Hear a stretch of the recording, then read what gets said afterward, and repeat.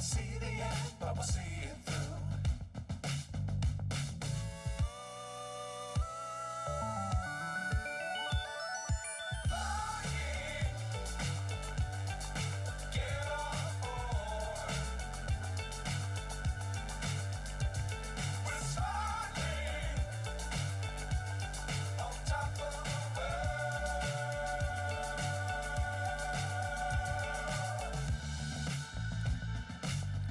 Times don't fly too high. Be sure to keep the ground in sight. Fly forever if you keep it tight. Love the world, but keep the sky on your mind. Get on board. We're soaring on top of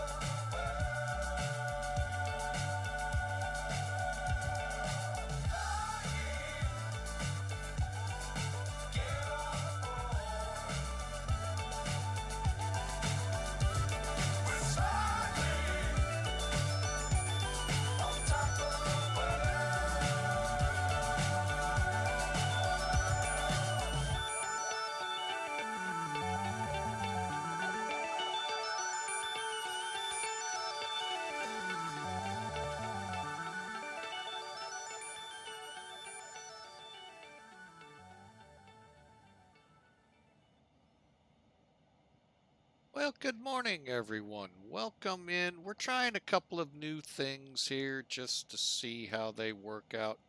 I see one's got a little problem, but we'll work it out here.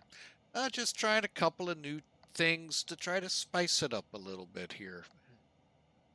We've got a 3-hour flight ahead of us, as the title says, folks. We're going from Bogotá, Colombia to Miami, Florida. Otherwise, I like to call it Miami. And we're going to be doing it classic style in the 747 Classic 200, bygone airplane from a bygone time. Although, in a little bit of research built up to this flight today, FlightAware revealed a 747-100 flying from Bogotá to Miami. Most likely cargo, who knows, could be combination, passenger and cargo. So found that interesting that we actually had a 747-100 still airborne. But anyway, like I said, we're going from Bogotá to Miami via some classic Clipper flying. So hope you enjoy it. It's about a 3.5-hour jaunt. Had to fill the veins with a little bit of coffee. But we're getting closer and ready to push back here. So let's get in the cockpit and see what's up with the flight. All right. Yeah, remove one item. There we go. Y'all know it's X-Plane 12. It's about all we fly in now. But anyway, you know, for those first timers, hey, I'd like to let them know what we are, what they're in for, I should say. All right. So, like I said, Bogotá to Miami. Let's take a look at the pre-flight, shall we? And what we do here, folks, we use Sim Toolkit. It is a free utility. I actually recommend it to anyone who flies. But if you're definitely a streamer, I hope you have it in your toolbox, because while Volanta is great, do not get me wrong, great overlays come out of it. There's some great training tips and tools within Sim Toolkit that can help you see where you're, especially on your landings, where you could tweak it maybe to make them a little better. I like to hope my landings have gotten better. You all be the judge. All right, so here you go. You got the route, at least up through top of climb, a little bit prior to it. But pretty interesting departure. You can already see. Let me kind of zoom it in. See, we're going to go off, hang a left, and kind of fly a box out of here. Welcome to high terrain country, folks. We're at an 8,000 foot MSL airport, and the Andes are all around us. So you're going to see that on takeoff, how we kind of miss a mountain to work our way out of here. All right, loadout for today. Well, kind of an interesting one. Got 295 souls signing their non-disclosure agreements in the terminal, so that way they can't complain legally about us. And we also have 40,525 pounds of cargo coming up. So we're bringing back some of the fruits and veggies and of course, coffee from the land of Colombia. So route for today, dance for Romeo off of 3-2 right to GIKPU, then on to UW10. Oh, sorry, folks, again. YACAR, then A301 to EJA, onto the UP525, all the way up to ALTIB, and then the UM779 into ZEUSS. And I know y'all are going to remember that. There will be a test on that later today. We'll see if you all can remember, or at least remember that little trick to pull up the answer. Just kidding. But anyway, then you can see that we're flying at Mach 85.85. Yeah, I wish we could do Mach 85. Woo, wouldn't that be sweet? Blink an eye and you're in Miami. Very close to it, maybe 2 blinks. And then our cruise altitudes, you can see we are not going to do this one from YACAR to EJA at 23 unless we're still climbing and we happen to be at 23,000. Okay. Don't expect us to drop and then go back up. All right. And starting it off at 36,000, topping off at 38,000. The goal, well, we'll see when we get to Miami. I'm hoping we get 2.6 left. Although 2.7 left would be cool. It's closer to Delta, which is where probably Pan American parked. I really don't know, since they've not been with us, the original, since the late 80s. So they kind of fell on hard times with deregulation, like a lot of those airlines did. Either gobbled up or just flat out ceased to exist. Now, there's been a couple of regenerated Pan Ams. I got to see one of them at the airport I work. And I've heard there may be now a third one. Don't know the truth, but mostly charter folks. All right, and then weather-wise, here in Bogotá, winds are out of the north at 5. And now, in my feeble thinking, a wind out of the north would be a warming wind, because I believe they're right below the equator. If not, they're right above it, then it would be a cooling. Because once you get south of the equator, I would think those north winds would be from the warmer air. So again, you're so close, it doesn't matter. It's 18 degrees, however, outside Celsius. And basically, they're saying nothing significant in the area. I really can't see it until we get airborne. I've noticed flight sims, I think, actually have a hard time deciphering weather. And because I know, and I'm apologizing ahead of time if I'm cursing to anyone, but FSX placed the weather as MSL. You got that 3,000, 5,000 overcast as MSL. You're above the clouds, but yet many VAs, because they're reading off that weather track, and if they granted you weather, instruments and all of that, were giving it to you because, well, you were in clear skies. The METAR was saying you shouldn't be. And I think it's because they're not understanding METARs are above ground level, not sea level. So that's where some of that disparity, and I think it still holds true into today's sims. So we'll see. It was really fun though to fly through cloud tops landing into Bogotá on FSX. And then knowing the airline I'm flying with was going to give me Cat 3, uh, tell me that I landed under Cat 3 conditions when there wasn't a cloud in the sky.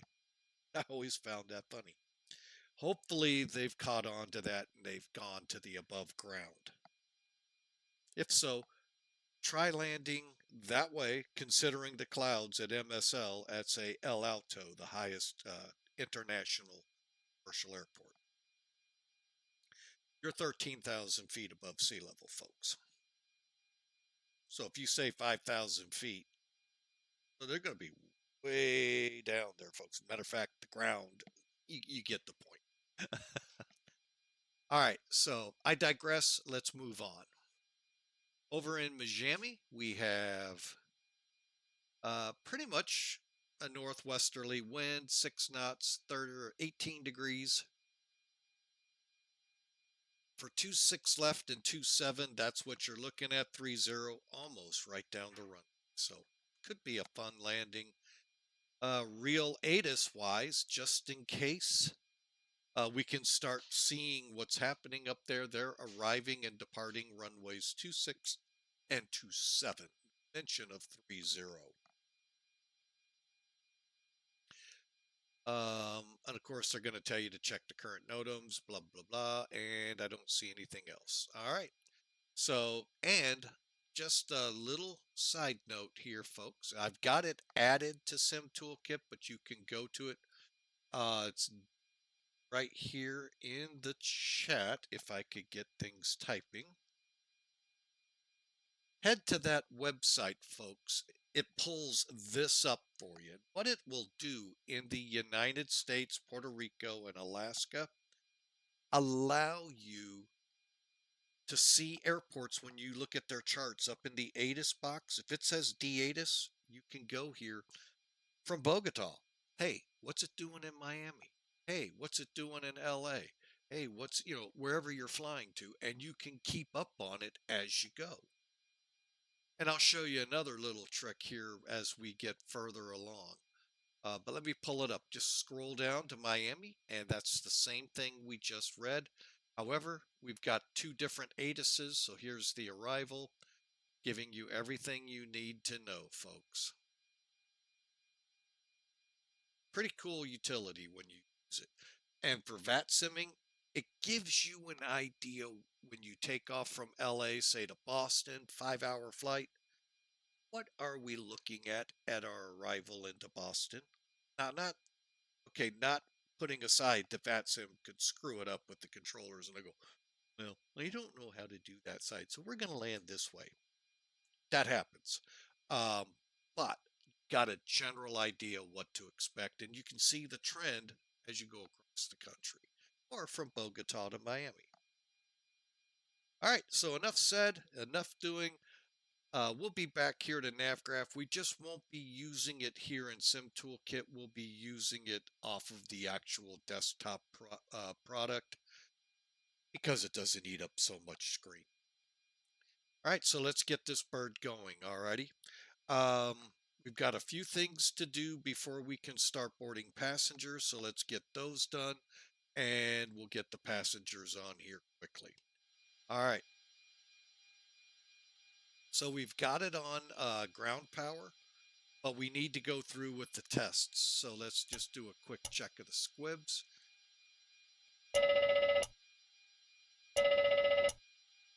Galley power I've already turned on. Trim air and humidifier is already on. Another squib check. This is for the engines. The first one was the APU. Second one here was for the main engines. Now we're going to do the fire check for the main engines. It's kind of a different system. Usually you see test buttons right up here by your T-handles. Told you this is classic, folks. Got to go back in time to understand. Okay, both systems worked. Oh, I forgot one. I knew there was something in my mind saying, you're not done yet. Okay, and then we'll be checking our cargo. There's only one check for that. All right, now let's continue. Basically, folks, when you zoom in, if it says test, test it.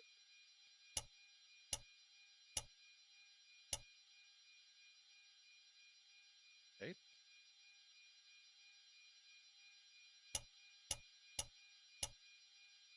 Thing looks good here.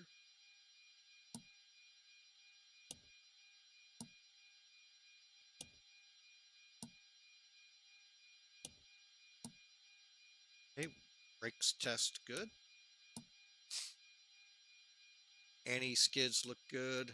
Landing gear, do a gear door check, they're good. That's because the nose gear doors are open. Lamp test looks good. Like I said, if it says test, test it. Press to read that we're full of potable water. Quantity gauge check good. Number 4 is on. And what is our altimeter here? Hang on a second.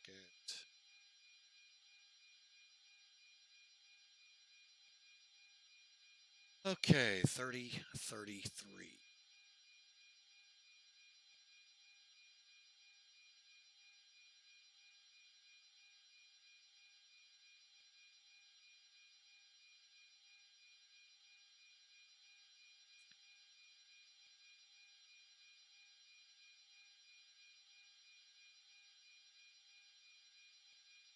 And we're going to 36, so let's set 37. All right, and gauge check.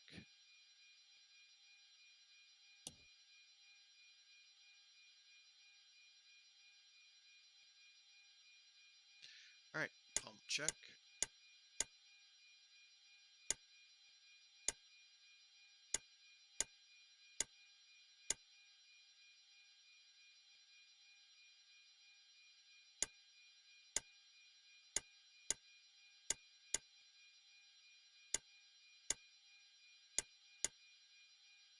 Reason the lights didn't go out, folks, it's empty.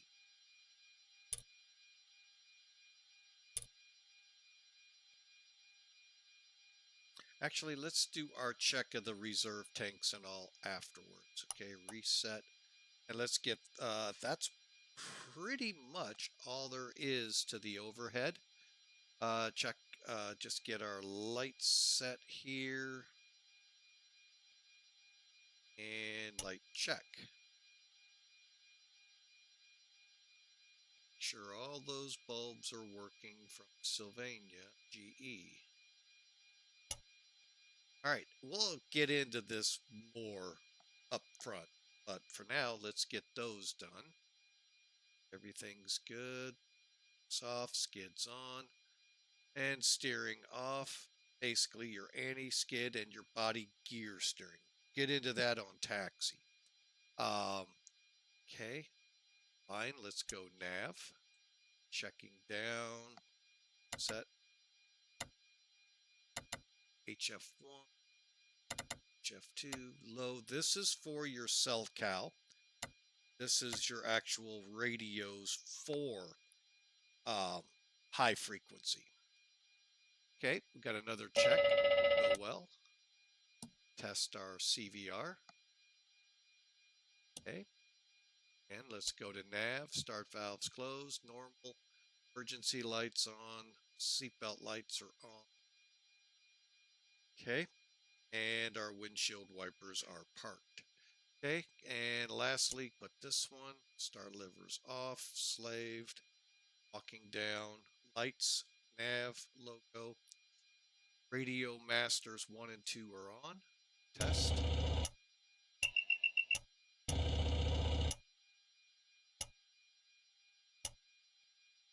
And test.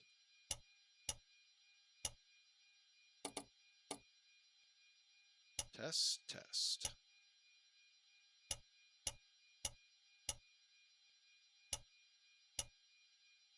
And we got our lights set here. One more light check here. Everything looks good. everything lit up across the board. Heading down. Let's go one. Okay, that's right. Yep, we're all good. So we'll head up, turn that switch back off, come down here.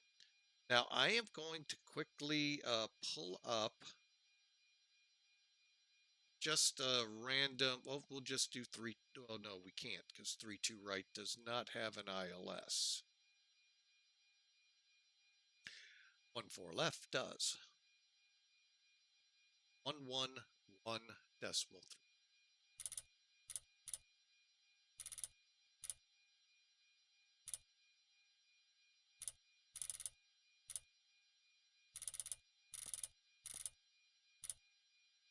Okay.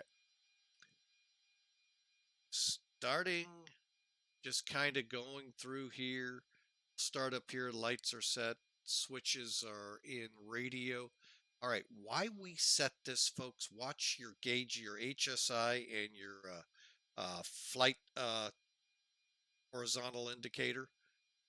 Okay, we're going to go up and left. Okay, you saw the needle move a little on the HSI, but probably not above it.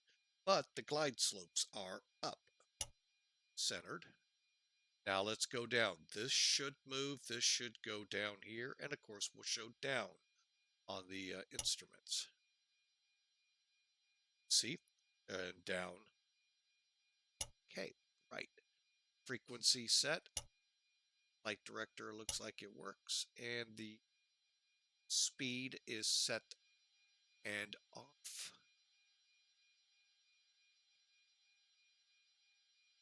Get into all of these later. Just making sure the autopilots are off, on and off. Same thing here. And expect the same. Up left, we'll get a slight move. Down right, we'll see them both move and our needles are down. Okay. Quickly, no other switches. So let's go back here and start on the next row. And by that, I start right through here, folks. So everything looks good. Test. Okay. Again. All right, so we can clear and clear to test our autopilot and throttles. Okay, altimeter. I heard 30-30.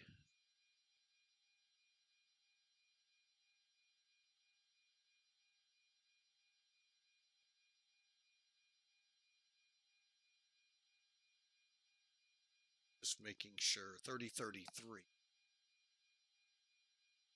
Okay, good deal. Okay, now. Okay, so now we've got the altimeter set. We'll do this one more time. You can see how it works. Okay, good. Cleared. Okay. We didn't check our radar altimeter. Push the test button. We'll not get that on the other side. Okay. Things are good.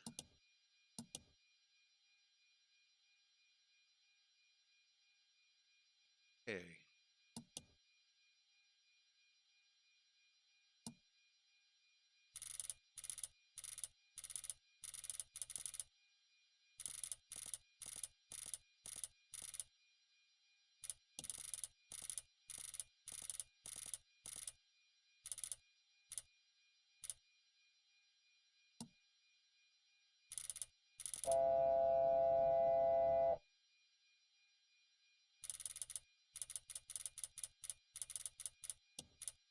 Okay.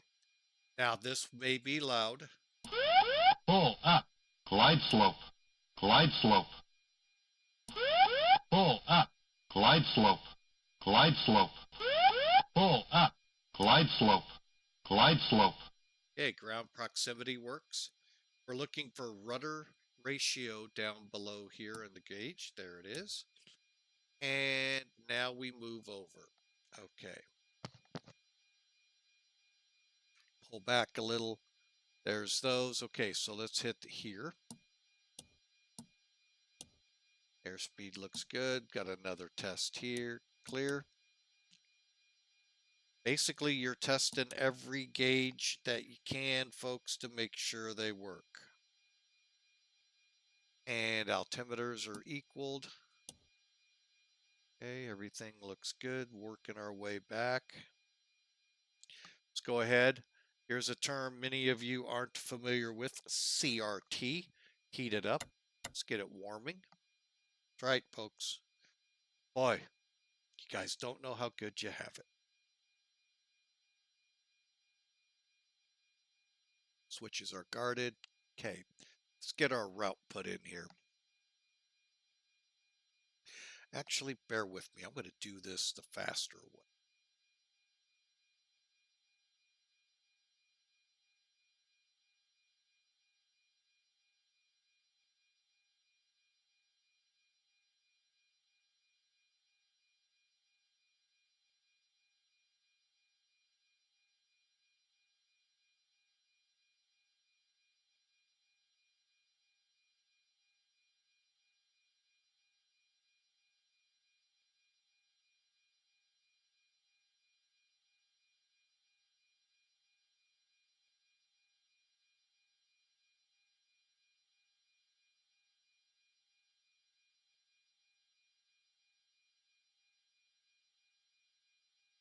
All right, hang on a second, folks. I got to aim something.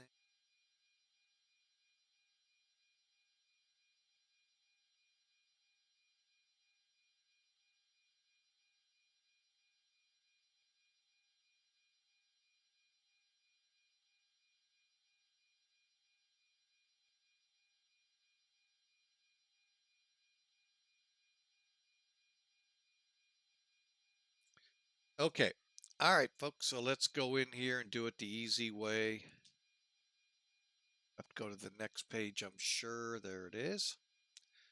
That way we're not typing it all morning long. All right, to Danza, let's pull that up. Now I'm going to bring in charts. Now, if you update your FMCs religiously like I do to stay as real as you humanly can, then charts is the next extension, because what this gives you, just a little extra on your subscription to NavGraph, gets you the world of charts. And by the world of charts, the program's called charts. It gives you the world right in this program. You don't have to go out, hunt, peck, look for them. They are there. Bear with me. I'm going to make it a little bit easier to read. There we go. All right. So here's our departure, folks. And yes, we'll make it even that much. Oops, sorry about that. So you can see we're going to take off, head for BO 503, 509, 549, so forth, round the horn to Danza, above 22,000 feet by that point. That would be good because there's a 15,900 restriction here. So you want to be a little higher than that. All right, so here is our route. And if I go next page, already put it in. How about that? Ain't that special? Did it put 3-2 right? Yep. Okay, wait.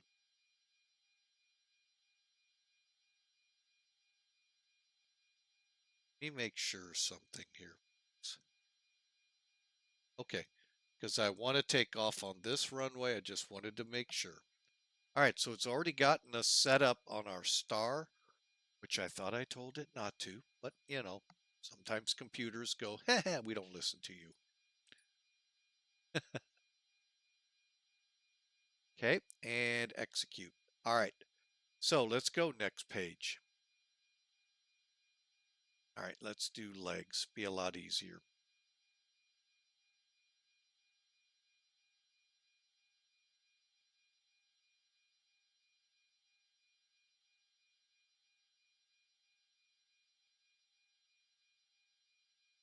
Hang on a second, folks. I'm just... Okay, so there we are to GIKPU.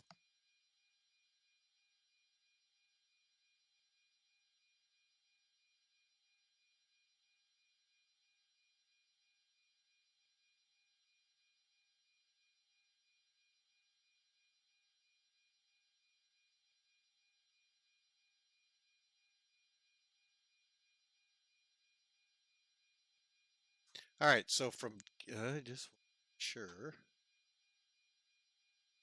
Okay, so then from GIKPU to YACAR to LaCour to EJA. All right, so things look good. We can hit accept next. All right, so there we go through it again. Went too far. EJA, Dagon,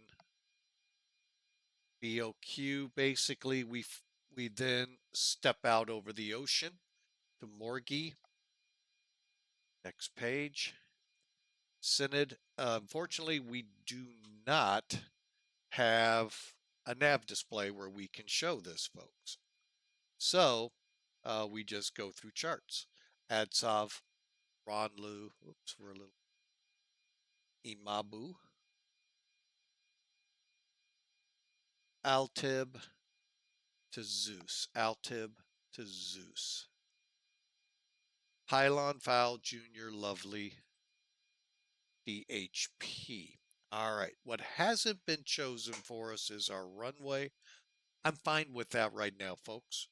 Like I said, we got about a 3-hour journey ahead of us, so we got some time to think through our runway. And whatever runway we conjure up, more than likely VATSIM will say, no, you go my way. So, whatever, so be it. So it does happen, folks, a lot. If you go to the 27s, you should come off Junior, headed straight for it. If you're going to go around for the 9s or the 8s, you'll come off of Lovely, work your way around into them. All right, so back to F plan. Next up's RNAV. That's a good page. Oh, transition here is, bear with me. Oh, it's 18,000, so we're good. It doesn't change. So if you're at, say, Germany, folks, it'll stay sub 18,000 unless you change it. Next page. Starting at 36000. Execute. All right, we are set here. Go to legs. Over here, go to progress. All right, and then over here, we're just going to do some quick checks. Radar's on, come down here.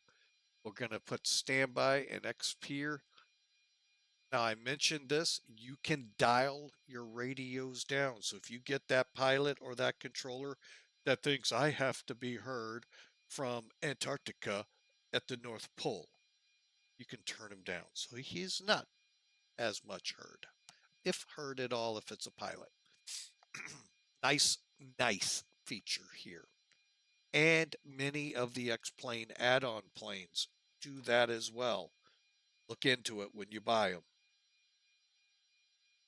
Because believe me, there are some that believe they need to be against the rules that were to standardize volume levels and blow your ears out.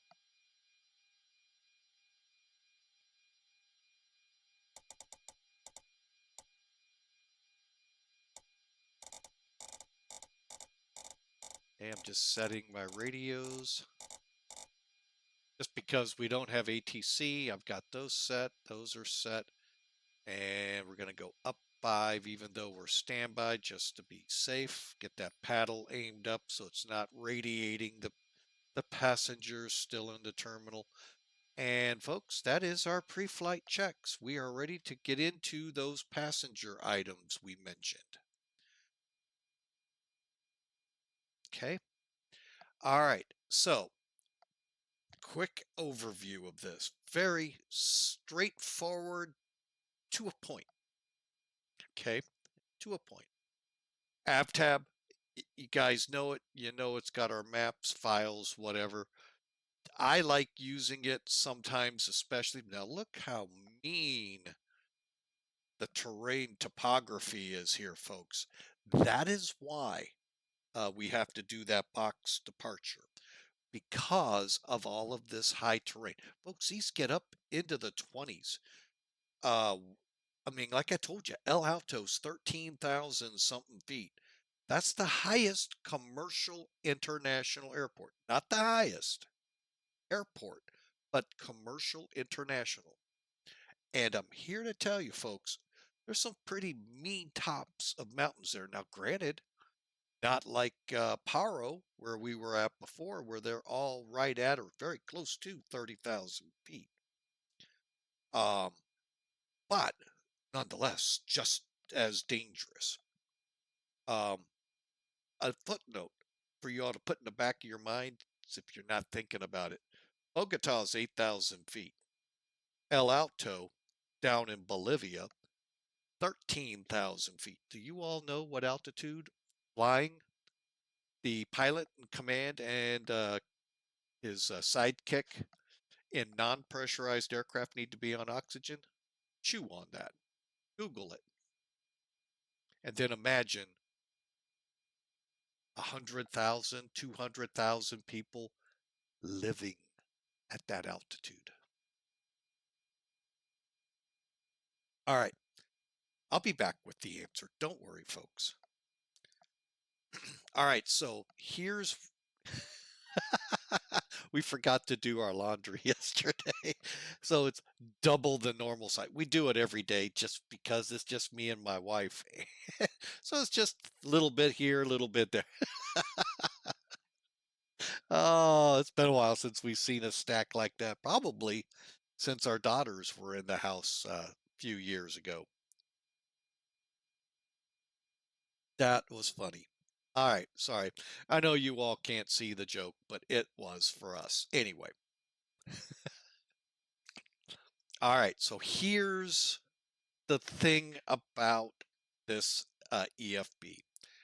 It says load calculator. Folks, it's exactly what it says. Take it 100% as it says. A calculator. We'll load the plane in a minute. All right, so I have already gone in because I wanted to get weights and stuff for my loadout and all, and filled in this part. How I did that is very simple. I have a 75% load of people and 25% cargo, I believe is what I clicked to get this information you see here. 200, wait a minute, thought I had 295. I do. Okay, stand by. One more in first class. Okay, pretty simple. So we have our final results here so you can see.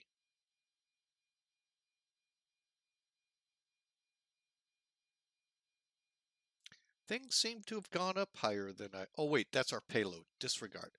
Oh, sorry. It's one of those kind of days where numbers catch you off guard until you finally focus in on the word in front of them. Okay, so passengers, 295. Payload, altogether, 95,100 pounds. That includes this up here, folks. I'll show you how you can find this out real quick. All right, so our distance traveled today will be, and the only reason I have not started my ACARS program yet is because we're not loaded yet. Just because you fill this in does not load the plane, like most. No, I kind of like this too, by the way. I like this a little bit. All right, we are going to travel 1,480 miles. Let's call it 1,500 because it doesn't do single digits. Okay, yeah, 1,500. We're going up to 38. We have a headwind of 21. Now, how I check this, folks, is watch your fuel. Tailwind should push you so you'll have less fuel. Headwind, you should have more fuel.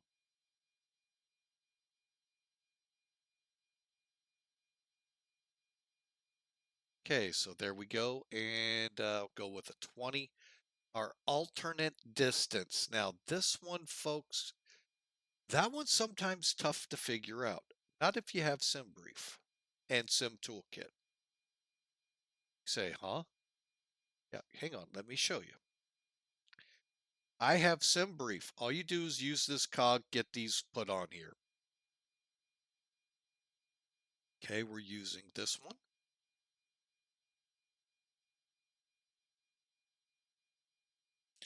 Try that again. There we go. All right. So you're not seeing the alternate up here other than the fact we're going to Orlando, Mickey World.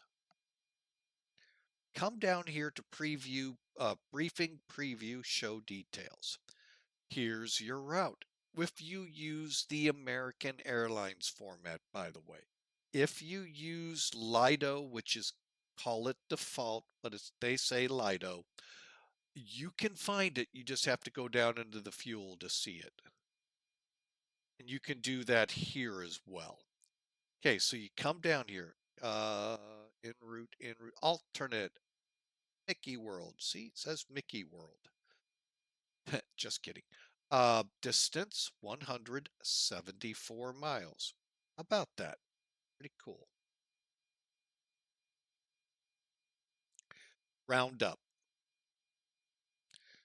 Okay, I'm going to put 10% on, and I'm going to taxi 25 minutes, or 20 minutes, sorry. So, with this calculation here, folks, this is what it's estimating fuel needed for the trip, 121,089 pounds. Okay, so down here is all of your results. So your packs, your payload, what your zero fuel weight is, what your weight is after the 121,000 pound feast goes in your tanks, and then the takeoff weight minus what it takes to get to the runway, estimated at 20 minutes. And that's what it's estimating your landing weight to be, CGs, so forth. Now, to get your individual weights, okay, here's what's loaded in your compartments, cargo. Here's what's loaded in the cabin, peoples. You have 295 people aboard, paying customers, plus a crew of 16, total souls 311. Now, one other figure they are going to report, because this plus 16 does not get on the bill. It'll actually say 311 plus. How many of you noticed plus the 6 lap? Those are lap kids. What that means, not latchkey kids, lap kids. They're kids sitting on their parents' lap, so they don't have to pay for the seat next to them to fly. However, it's not necessarily the most safest place for that child. In the event of something bad happening on the plane, meaning a hard landing or worse, you're not strapped in, folks, with shoulder belts. So you're going to collapse over your child. Big safety tip if you're into safety. If you're into saving a buck, then you're saving a buck. Maybe. Maybe. Depends on the point of view.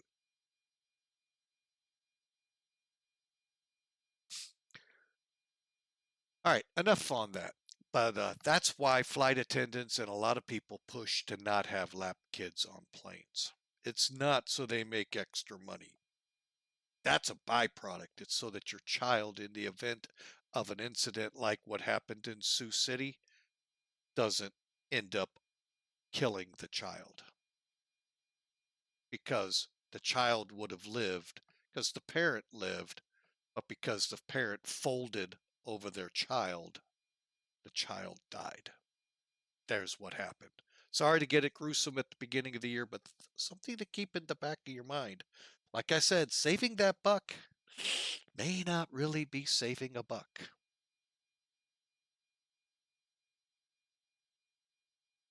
Okay, so we've got the plane loaded. Well, not yet. Calculated what we're putting into the plane. How do we load it? Hit the home button, refuel. Exactly what it says. First, use the load sheet so it puts it in here, and you can call the tanker to reach that, or you can call to add or drain this amount. Okay. I just instantly fuel it because I've done it once or twice, and guess what? My fuel tanks do not end up, or at least for me, they did not end up correctly. I probably did it all wrong. So you all experiment with this plane. That took care of the fuel. Payload will load the payload. Again, use the load data sheet. That's what it's for, to fill in all of these neat little things. There's your people. There's your cargo. Again, you can instantly board and load if you're just wanting to get in the air. Let's go, let's go, let's go. Then you click it.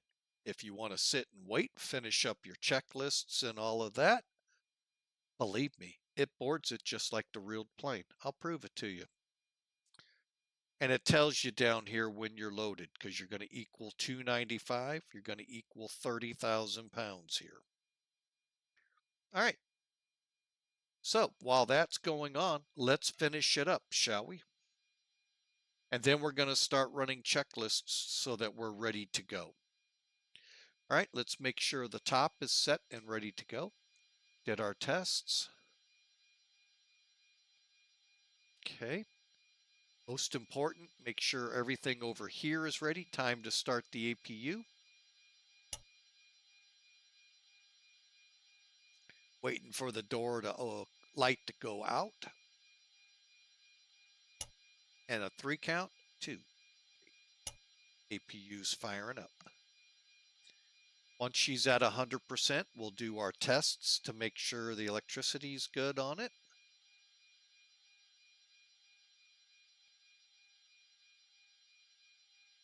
It's not required, folks, in the flight sim. Real world, always want to check everything. You know, you got a plane that's capable of 4,000 to 5,000 miles, folks. It's always best to find something broke on it on the ground. Close the top half. Now, come down here. We're going to check our AC meters. That's these two. APU 1. Got 400. You love me! You really love me! Insuik Inasuke 68. 68 just Welcome subscribed back. for 6 Thanks months. for the Hello, Mike. resubscribe for Time to $6. take to the great blue yonder. Thank you, sir, so much. Oh, love it. All right, so anyway, you can see we got 115 volts, 400 on the frequency. That's good. And we'll check the generator on this number 2. Yes, there's 2 generators on the EPU. It is capable, by the way, folks, the bleed air is capable of starting 2 engines at a time. And again, that looks good. All right, so let's head up here. Close the bottom half. You notice how it turned off the external power. We are now on APU internal power, as well as now the air.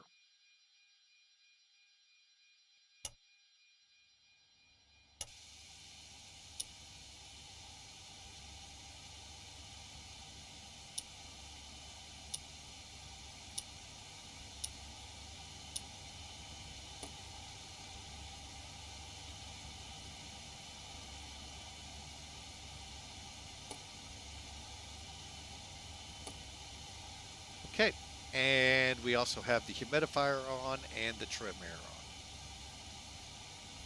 on. Okay, let's see how we're doing over here, folks. Now we're still waiting on those scragglers. We only got 195 to go. Okay, let's finish up over here, making sure everything's ready to go. Remember I told you we didn't check our cross feeds? We're going to do that now.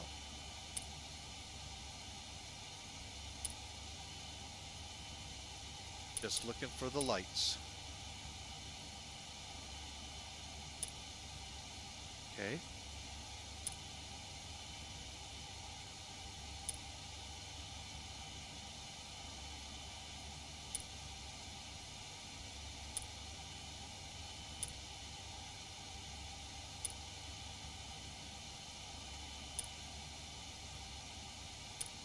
Okay. Pumps on. 0 in there. Now this one turns on automatically, folks, with the APU. And everything else looks good. All right.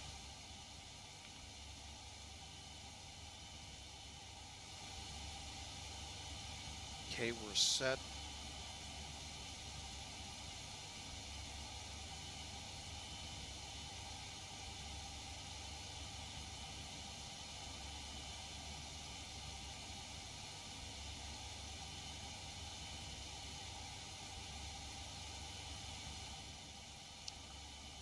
One last check over the overhead. The window heats are on. We can actually turn that switch off.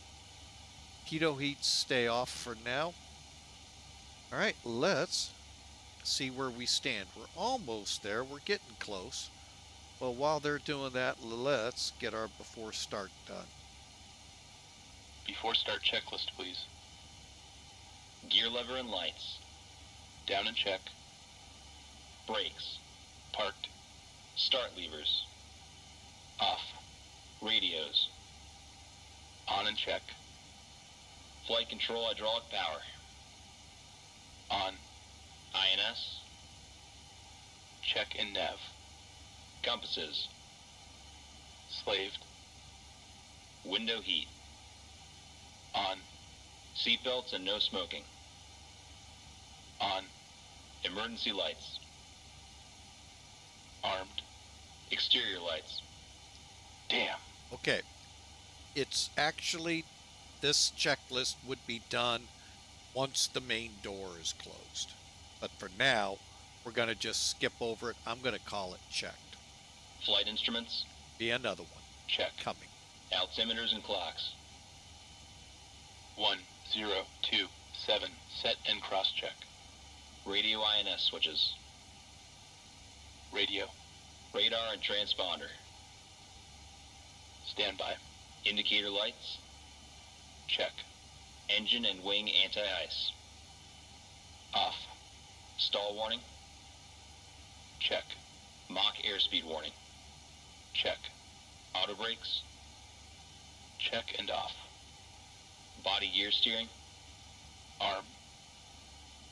Anti-skid. On. Autopilot and flight director. Check and off. Takeoff warning. Check. Auto flight enunciators. Check. GPWS. Check. Instrument warning. Check. Flight director computer selectors. Check. Instrument source selectors. Normal. Reserve brake valve. Closed. Spoilers. Down. Static selectors. Normal. Oxygen mask and regulator. Check and emergency off. Brake pressure. Check. Stabilizer trim. Check and on. Rudder and aileron trim. Check. Checklist completed. All right, folks, there's that one. Now let's go back and see where we stand. Well, we're getting closer. Got all the cargo on board. Got the crew. Now we're just waiting on about 50 more people to work their way down the gangways to get on the plane.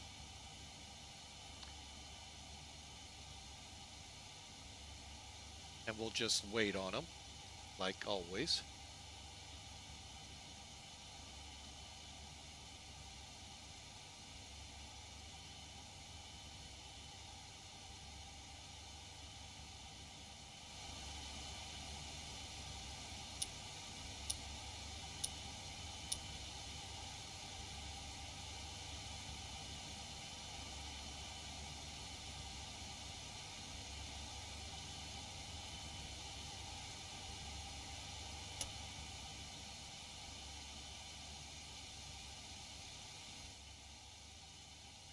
All right, we're just about there, folks. Just as it begins to rain.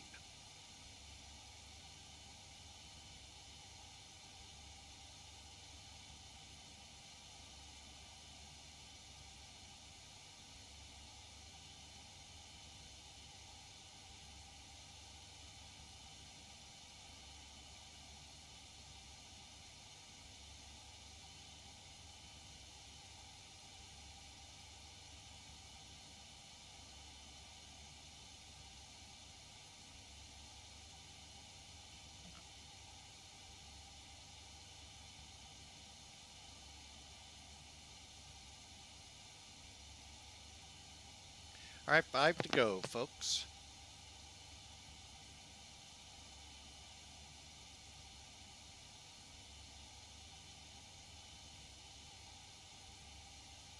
All right, they are all on board. All right, let's head over to the ground. And you can see we've already closed our cargo. Going to go ahead, Cockpit to ground. Disconnect ground power. get the ground power pulled. And they're closing the main door. Ground power disconnected. Jetway's away. All right, let's do the last checklist. There will be at least 1 or 2 we're going to work with here to get us going. First, let's do our takeoff check. Load sheets in. Again, always click load sheet, folks. And then pull up the chart. I'm not going to because it's going to cover it. It's a 12,000. We'll call it 500-foot runway. Actually, we'll call it 400. Okay. Elevation 8,358 feet.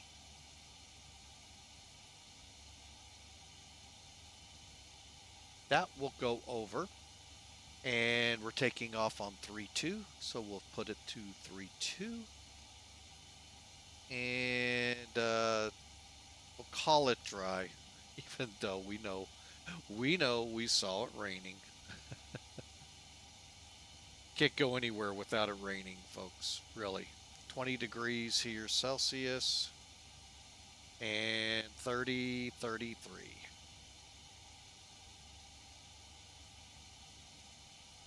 Curious what it's showing in real life.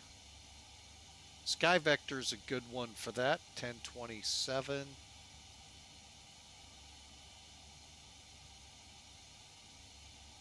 $30.33 works for me.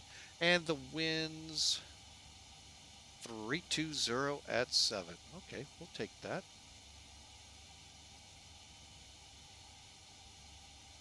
All right, so there you have it, folks. That is the airport. So we'll set the speed bugs. You can see V1, 136, 140, 154. And we're looking, wow, we need 9,000 feet around. Did I update this thing here recently? Holy mackerel. I don't, maybe it's the high altitude and all of that, but I haven't had something like that in a long time. That's more like what I see this plane doing. Stave trim 3.4, initial pitch 13, and 307 above 10,000 feet, which in this case will not take long to get to, folks. Although we may be held back by speed. Something worth looking at here. By 5:49, we got to be at 12,000, no speed restrictions whatsoever. All right, so that's good. All right, so we're set for that initial stuff. Now let's do our, hang on a second, I did not mean to go that way. Let's do our checklist from the flight engineer. Battery on. APU panel. Check. Auxiliary power. Check. Engine oil quantity. Check. Fuel quantity. 120,900 pounds. Fuel panel. Check and set. Pressurization controls. Check and set. Bleed controls. Let's see.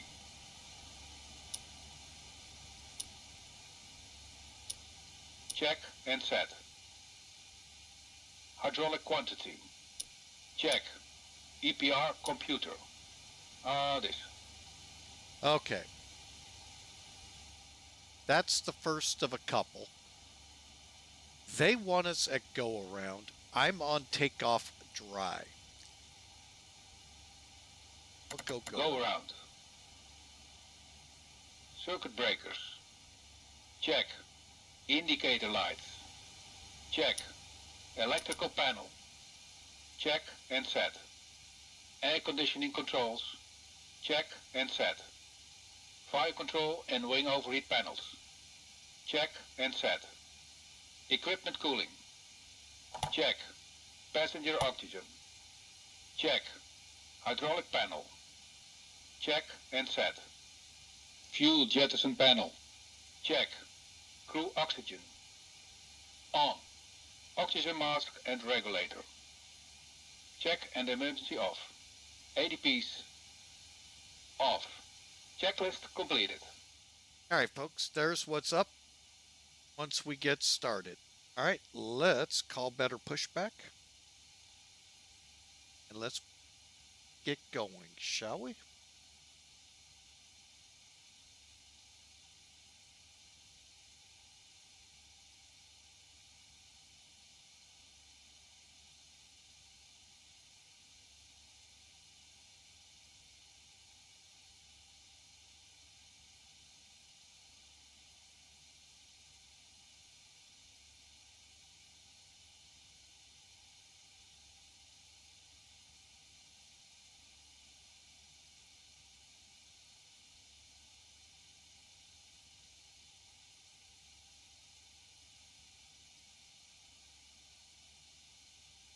All right, ACARS is running.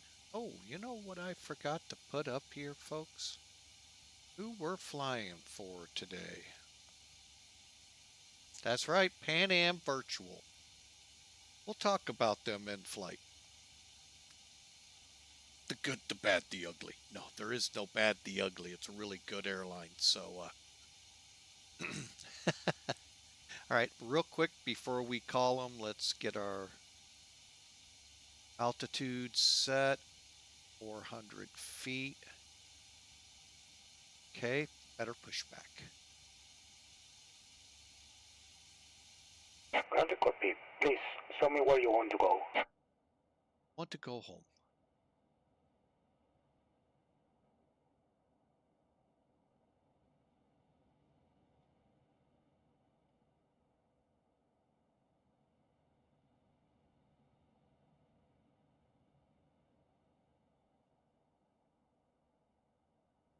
Ground to copy. Tau is driving up.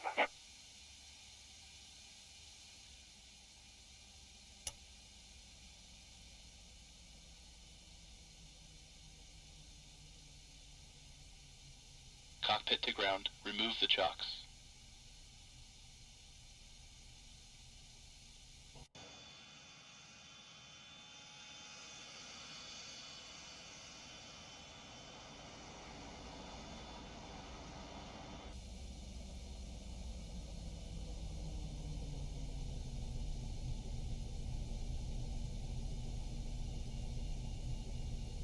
Okay, we're just waiting on the tow, folks. Again, thanks for flying with Mike, and hope you enjoy the ride in the classic Okay, 747. all doors and hatches are closed. Ready to connect.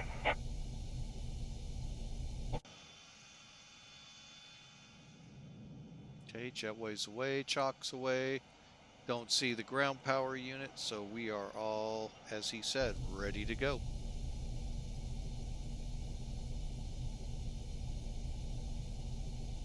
I think today we'll show you it's starting 2 engines. The APU, that is.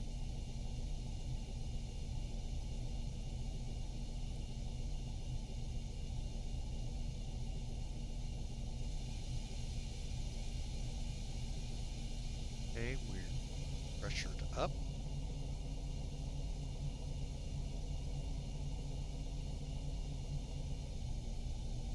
Tau connected and bypass being inserted. Release parking brake. Parking brake released. Starting pushback, and you may start engines. Okay, Ready to start the engines. start valves Ready open. for engine start. Gotta make sure you get the down arrow. Starting engine 3. Start valve open. Starting engine 4. Start valve open. Okay. Like I said, we're doing 2 engines this time. Normally we do 3 and 4, then 1 and 2.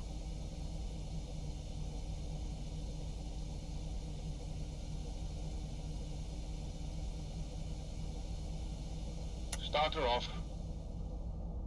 What happened? Something died.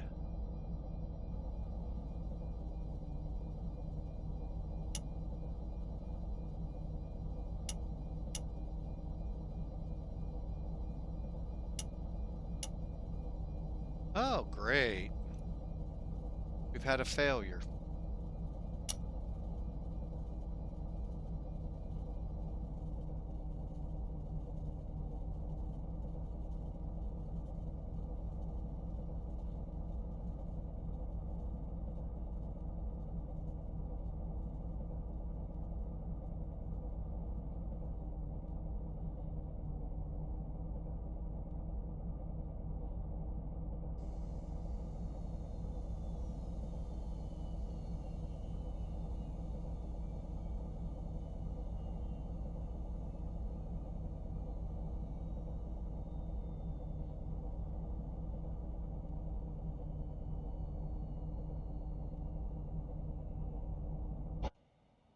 Alright, well, everything was going so good until that point, and then we'll have to get maintenance out here, get a card out here, get back under power, figure out what the heck went wrong.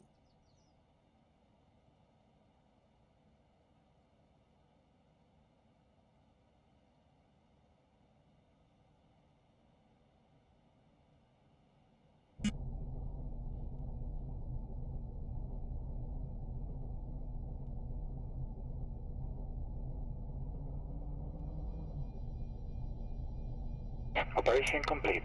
Set parking brake.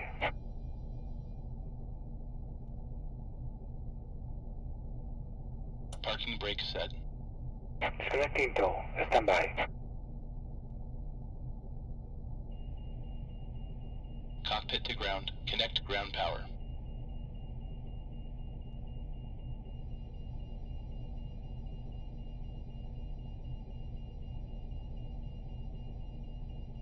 Ground power connected.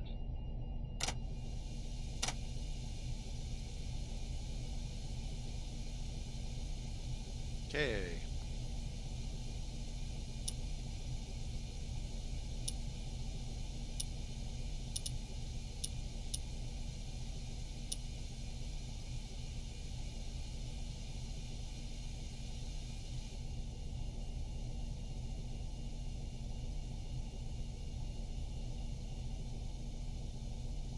Tower is disconnected and bypass pin has been removed. And signal on the right. We'll see you next time and have a safe flight. Thanks for flying with Mike. Try this again.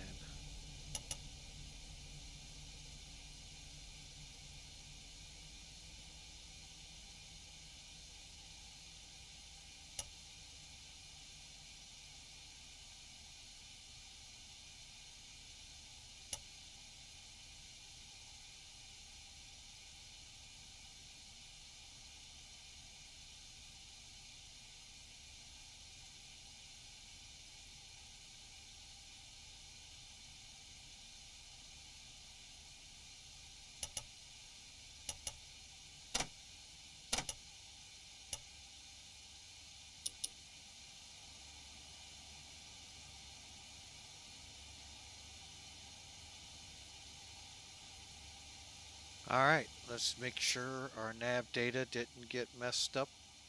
Looks like we're still good.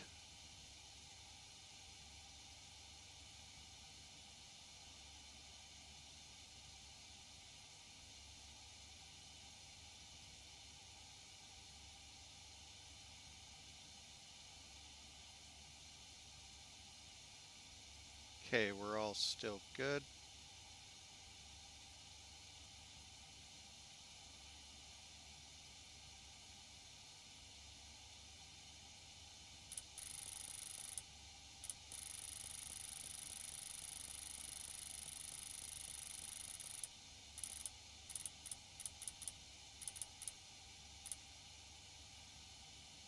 Not really sure what happened here.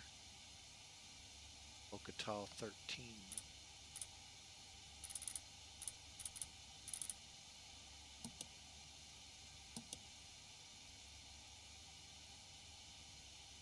Okay.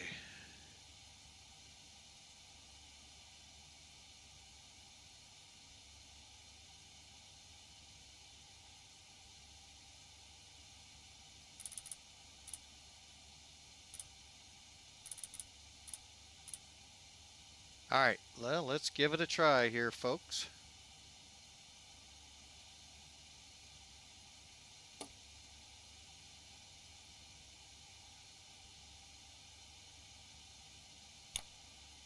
Ready to start the engines. Try them one at a time. Ready for engine start. Ladies and gentlemen, this is your captain speaking. On behalf of the entire crew, welcome aboard the Boeing 747 Classic. We will depart shortly after we have our clearance and the cabin crew is finished with their preparations. For now, I wish you a pleasant flight, and I will be back during the flight with further flight information. Hopefully we can get the engine to start. Starting engine 3. Start of valve open.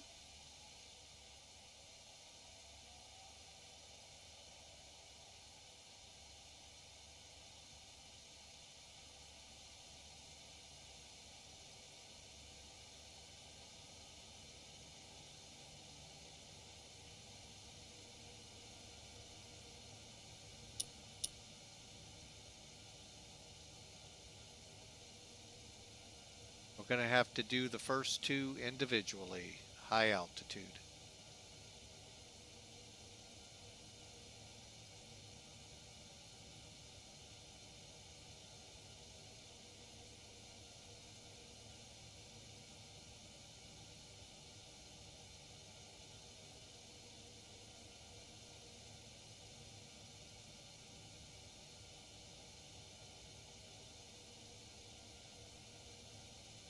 Starter off. Okay, why are we not getting enough air to the engine?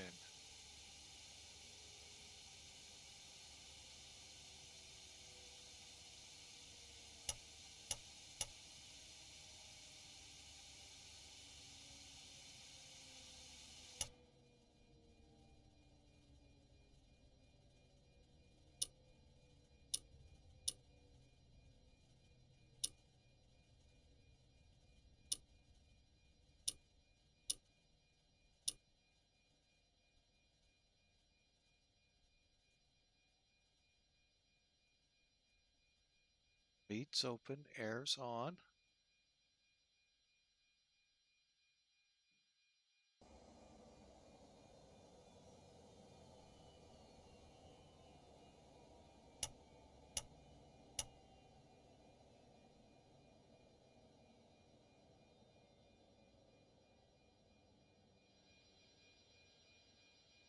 Starting engine 3. Starter valve open.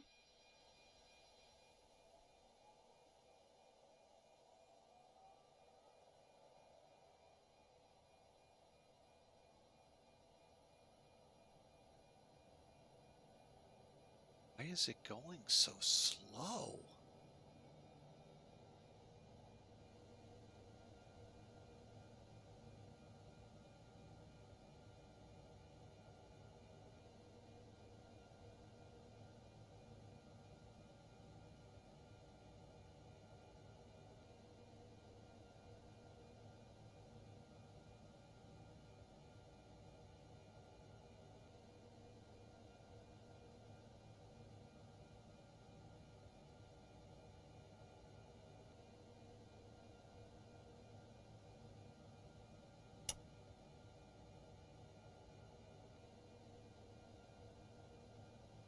Starter off.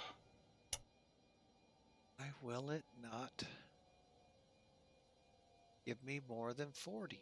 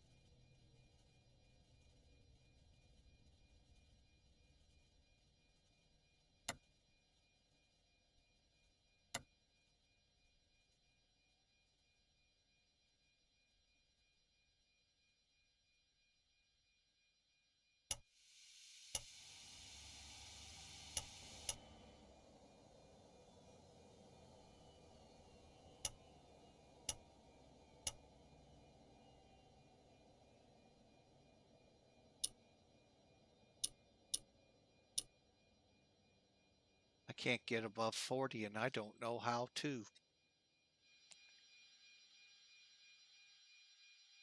Never had trouble at this airport like this.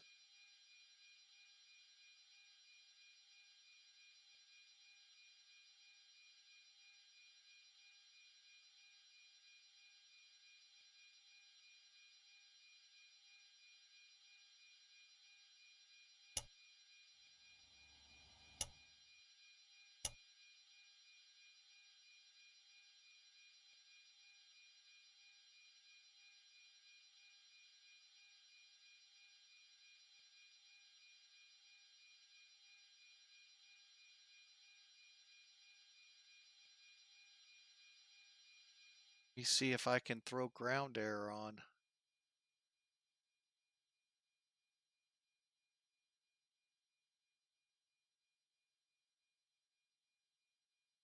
Well, that is disconcerting. Let me check the chat. Maybe I'm missing something. I have no idea why I can't get the engines to kick over. Check up here. Starter valves open.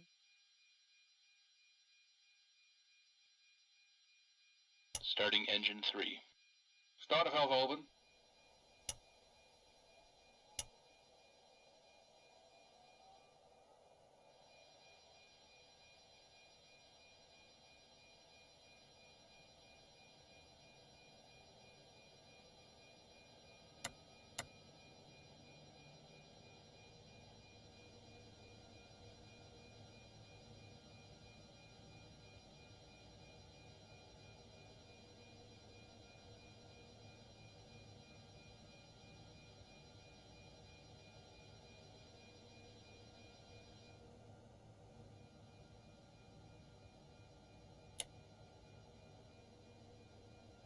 Fuel on. Fuel on. 20% and 2. Light up. I got it. How'd I do that? What'd I do? Starter off.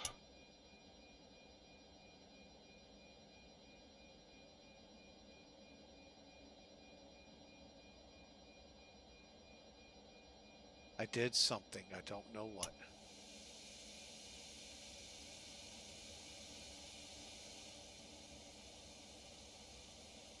Starting engine 4.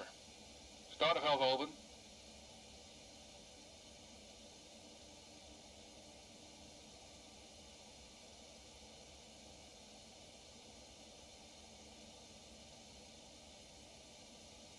Engine stabilized.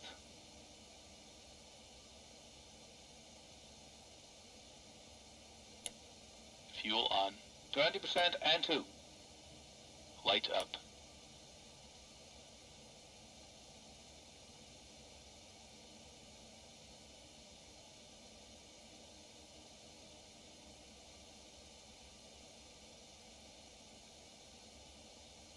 Starter off. Okay, we'll get these two stabilized. We're going to have to do them one at a time. I've never had that trouble. All right, folks. Well, you got to see something new, too, because I never seen that before.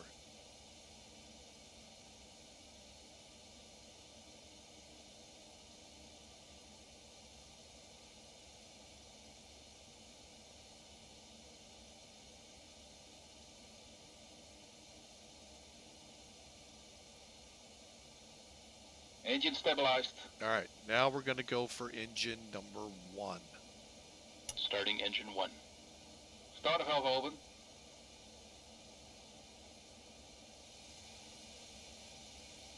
Now we got plenty of pressure since we have the APU plus the engines.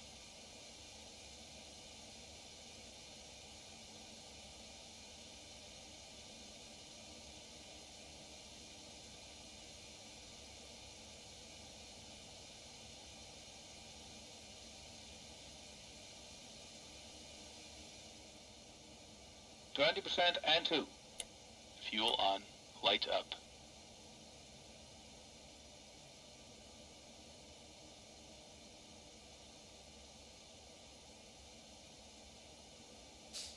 All right, there they, Starter off. There they go, folks. All right. Well, we've got them finally started. Wow. that was a trip. Oh, man. Took maybe another hour to get started. No, just kidding. Wow.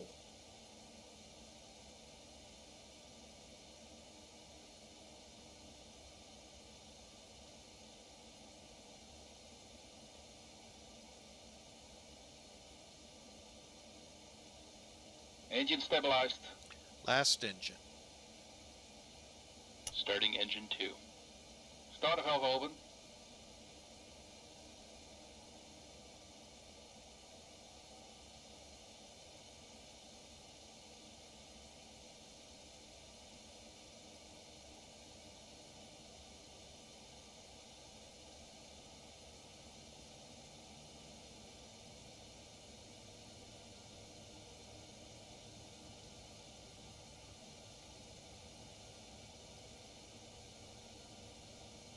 %, and 2. Fuel on. Light up. All right, there we go, folks. Got them all finally running. An hour and 23 minutes in. Woo. Starter off. Wasn't sure about that, folks.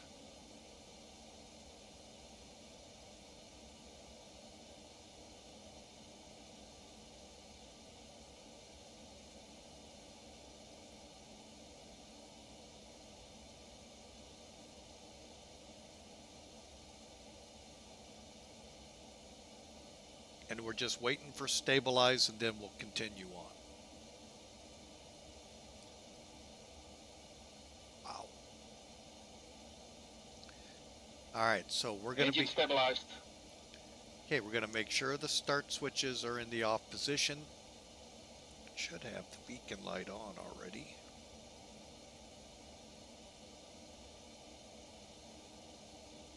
Okay.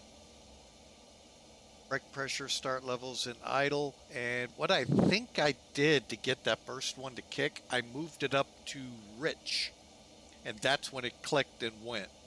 So I don't know, but wow, that was definitely not expected. All right, and then we'll look for the pack drives and all of that on. Okay, so let's do it. First thing we're going to do though is get over here. And first, disconnect ground power. Cockpit to ground. Disconnect ground power.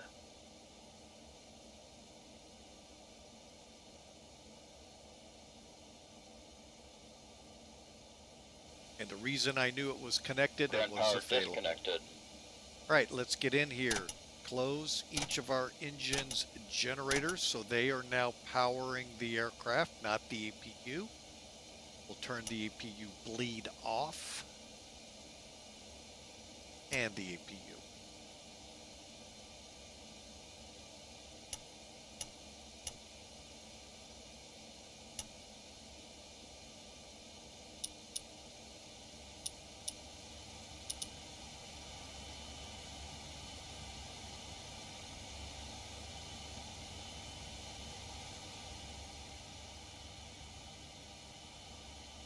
All right.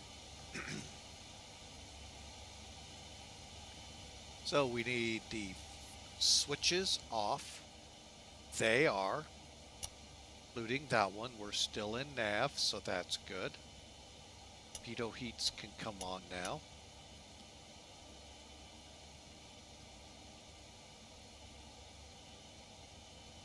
Cabin crew, arm slides.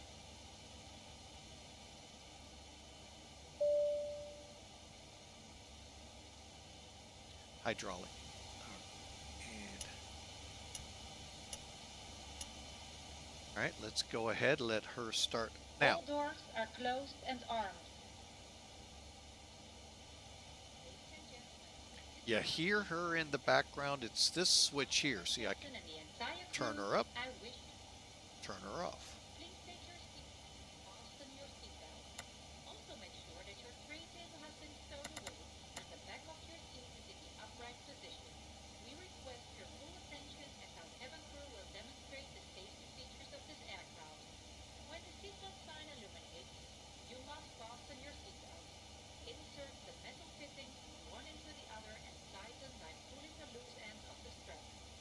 Okay, just checking. We are online with them.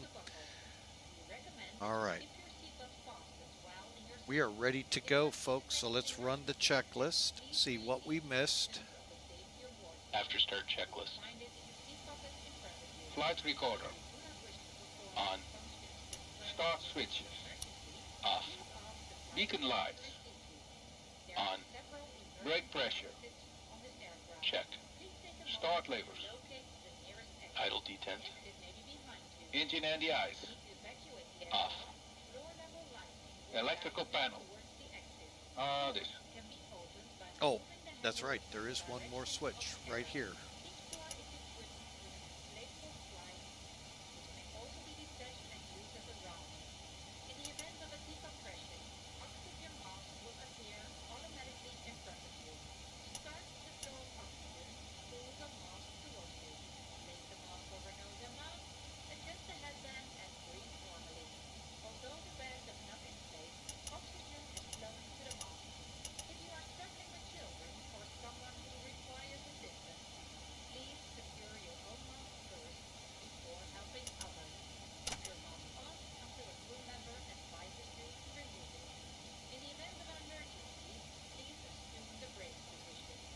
Pack valves. Open. Dual warning lights. Out. Hydraulic panel. Check. Flight recorder. On. After start checklist completed.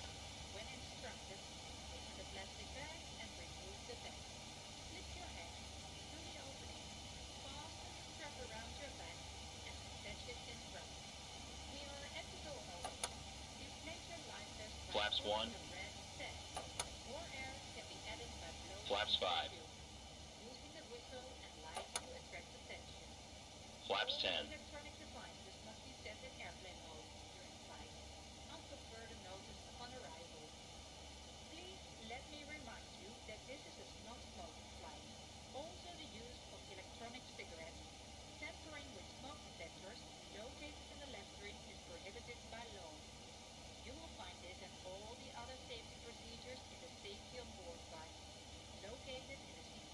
All right, flight controls been checked.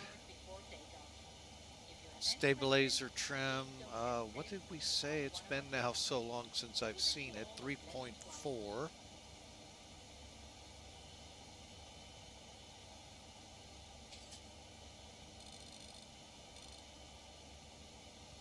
And in the green, my bad.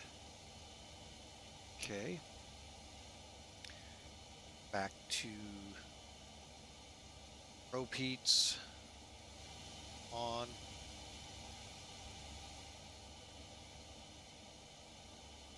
Yaw dampers, seats, APU, fuel heats off, totalizer, F cargo heat. We're ready to do this one. Taxi checklist, please. Flaps. Flaps 10. Flaps 10. Takeoff data. EPR and airspeed bugs. Damn. What? How'd I set those?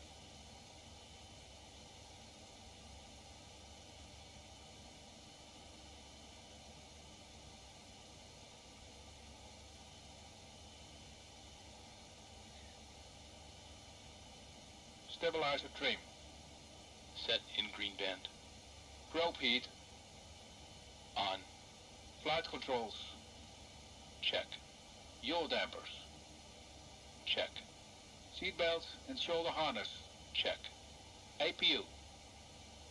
Off. Fuel heat. Off. Totalizer and gross weight. Set. Flight engineer and pilot panels. Check. Aft cargo heat. Normal. Seat belts and shoulder harness. Check. Taxi checklist completed. All right, I want to do one other check here, folks. Feel remiss in not checking.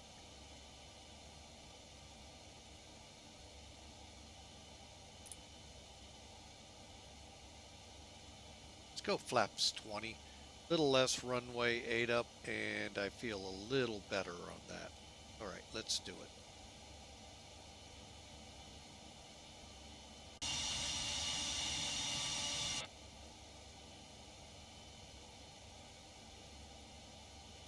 brake released.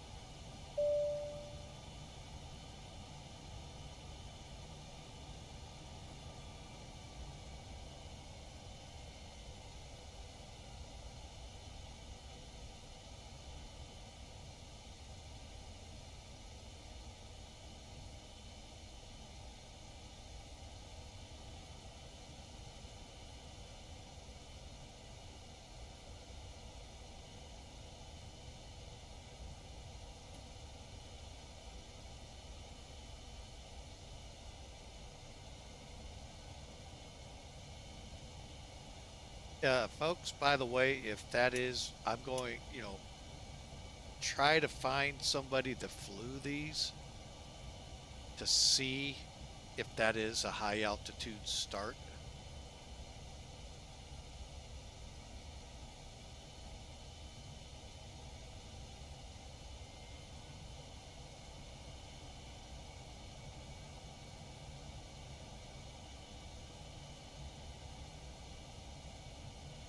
Because that, folks, was pretty cool.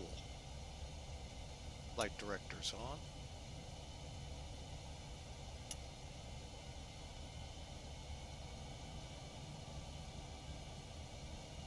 And I forgot to do something here that I meant to do.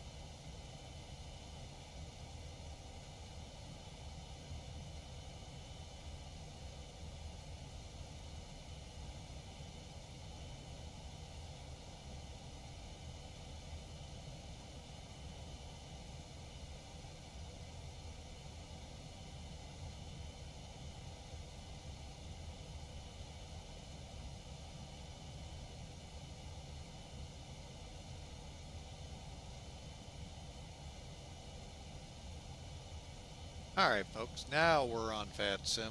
My apologies for that. Lot going on, and that just kind of slipped my mind, although I did check already, and we are online with Pan American Virtual, Pan Am.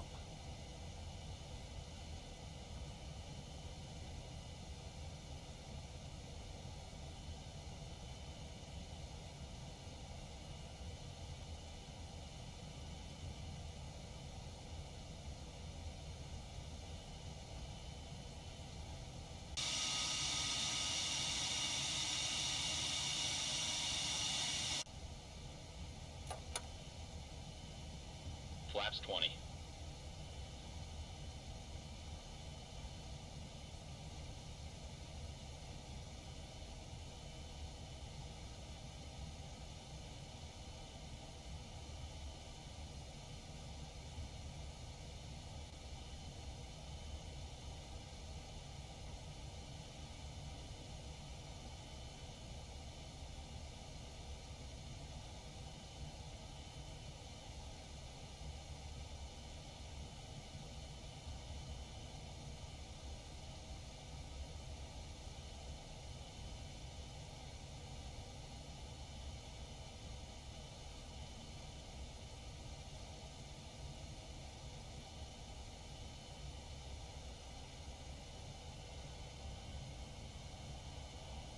Thought we could get on the runway from there, and I just realized we could not. All right, folks, do a quick departure brief down here. We'll get to the hold line. Guess I should make sure nobody's in the pattern. But look at that scenery, folks. Beautiful scenery from X-Plane 12. What I've heard, rumor mill-wise, better yet to come. See what that means. Alright, I don't show anyone here on VATSIM. And just want to make sure I am on VATSIM. I am. Alright.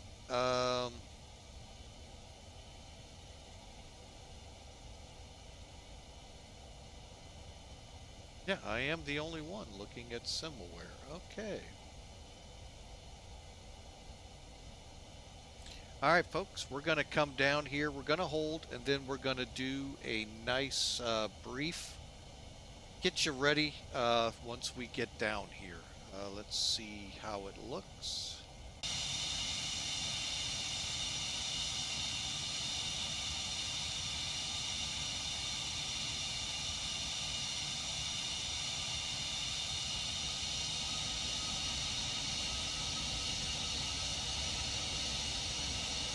Roger, Pan American 25 Heavy released for departure.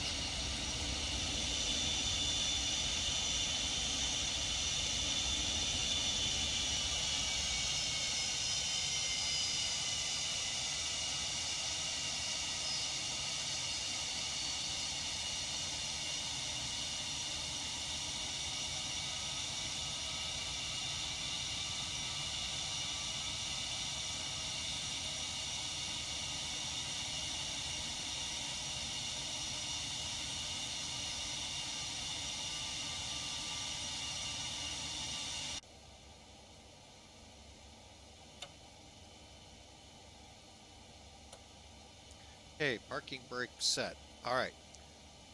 Couple of things we got to do here. Icing, we have to always be. I know I heard the cabin alert. Cabin ready. Okay, they're ready.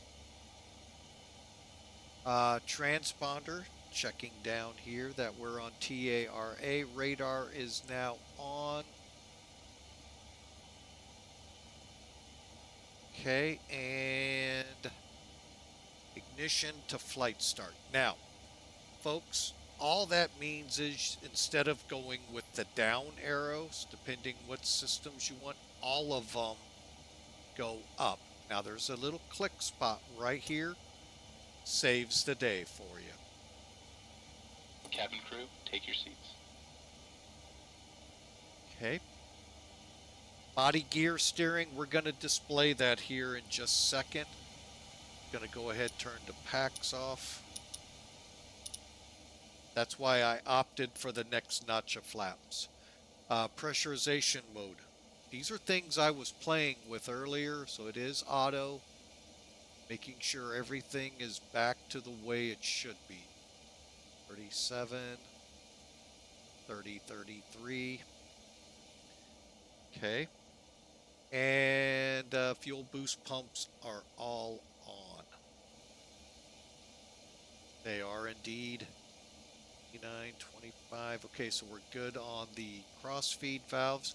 Let's run it, holding at the body gear steering. Before takeoff checklist. Icing considerations. Check. Cabin alert. Check. Transponder. Check. Ignition. Flight start. Body gear steering. Okay, let's take the Hold on. runway and we'll show you this. Gonna love this. Bogotá traffic, Clipper 25 heavy, departing 32 right.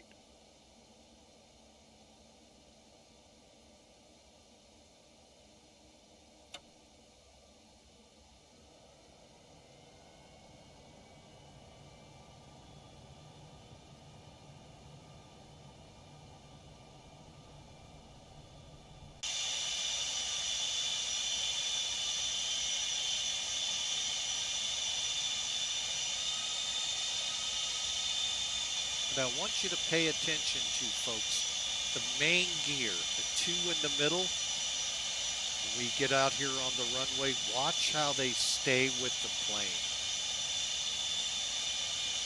See how they're turning? That is body gear steering to help us in the curves.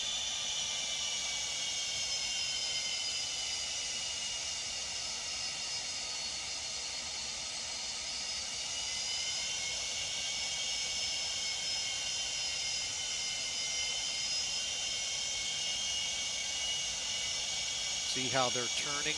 It does two things, helps us in the turns and helps save tires.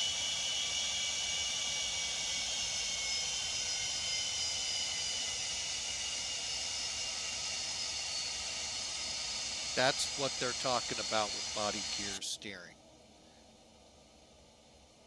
Okay, we are lined up.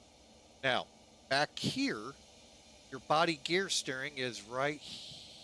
No, that's not it. Hey, stand by. Where is it?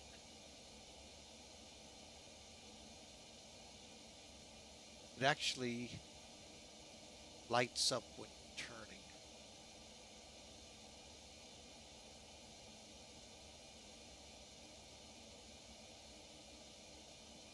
Anyway, maybe. Anyway, there is indications.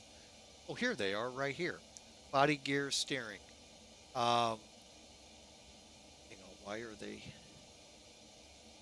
Okay, they're needing to be set.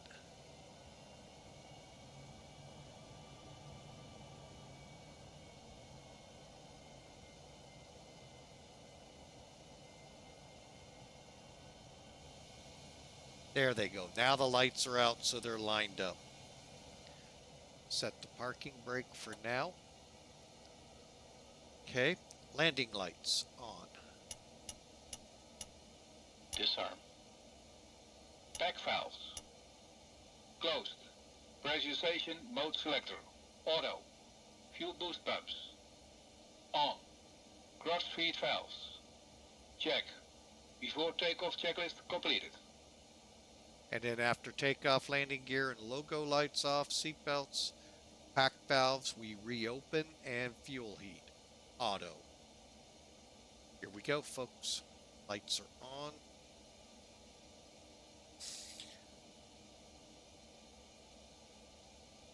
Flight deck doors closed. And we're ready to go.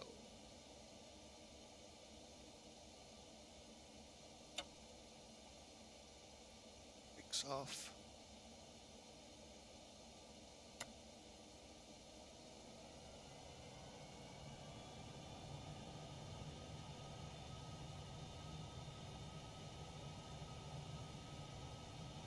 Stabilized. Okay, engine stabilized. Here we go.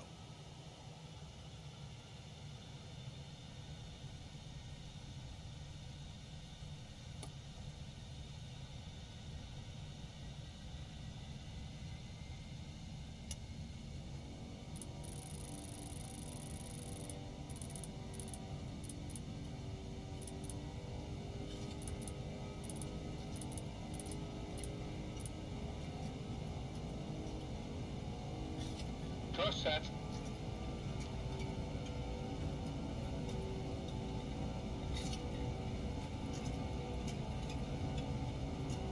This is how a heavy feels.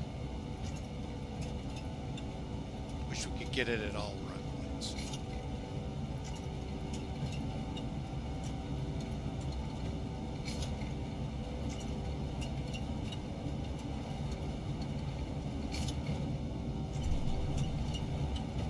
V1. Rotate.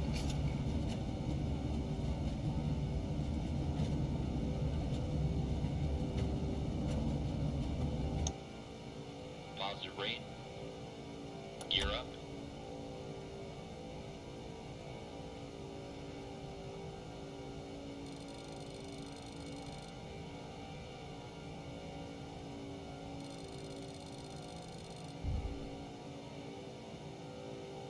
Gears up.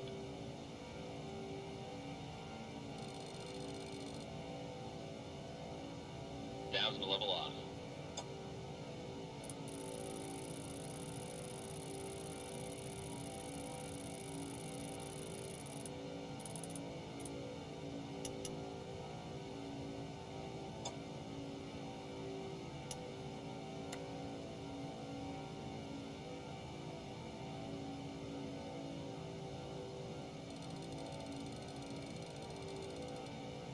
Okay, we're going to go into climb power here.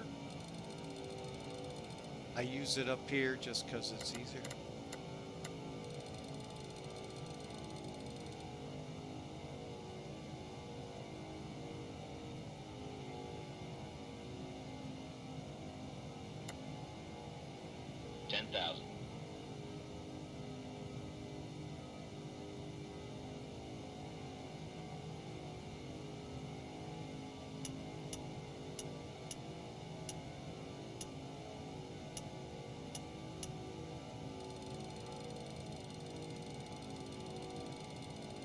Okay, you can see us now following the track.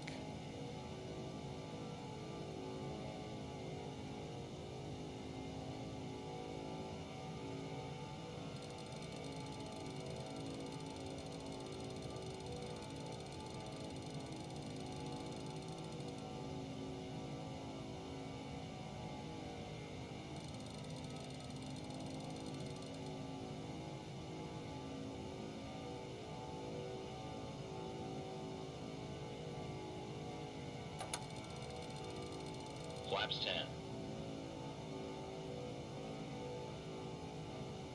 Gear up.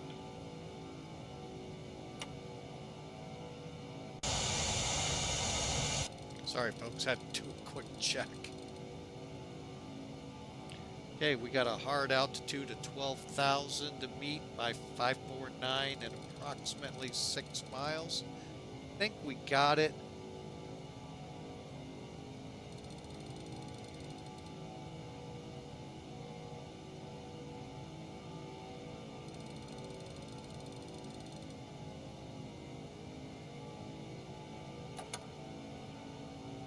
Flaps 5. See how these Andes look, folks?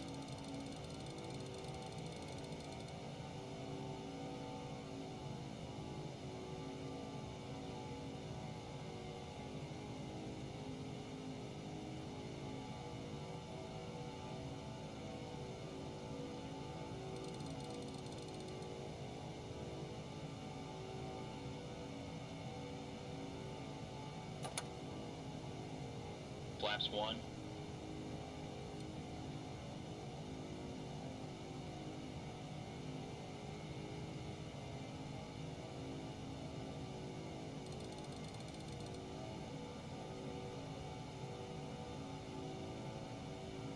Okay, be very careful, folks. You don't forget. Look how close that is. Flaps up.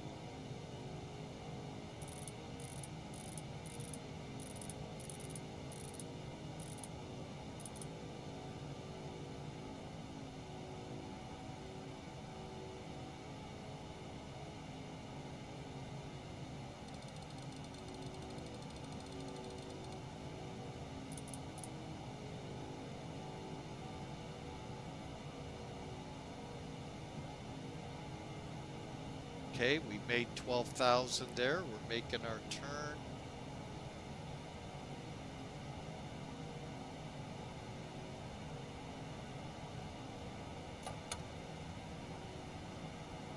All right, I am going to go ahead and run it.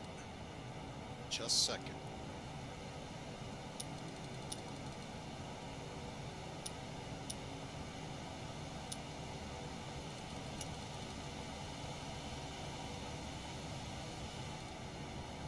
And fuel.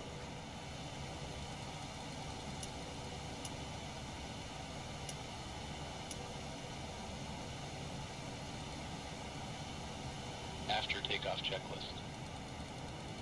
Gear lever. Off. Landing and logo lights. Off. Ignition. Check. Seatbelts and no smoking sign. Check. Back valves. Open. Fuel heat. Auto. After takeoff checklist completed. All right, folks, and that is it until we reach descent and approach. Then we can. But again, look outside. There we go.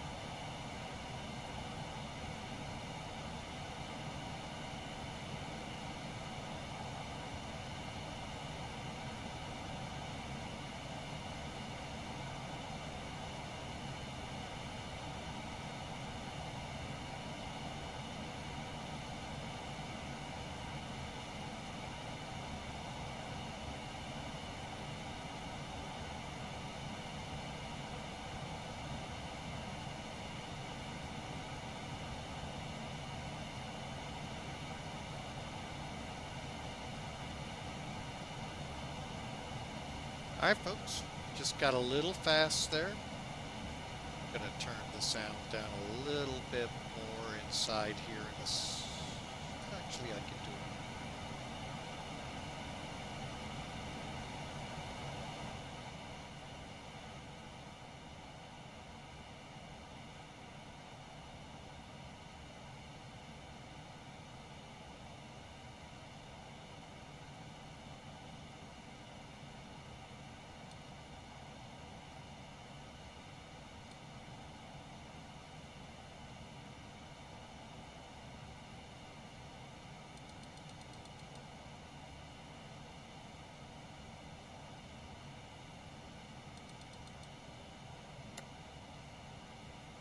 There we go, folks, and we're at transition level now.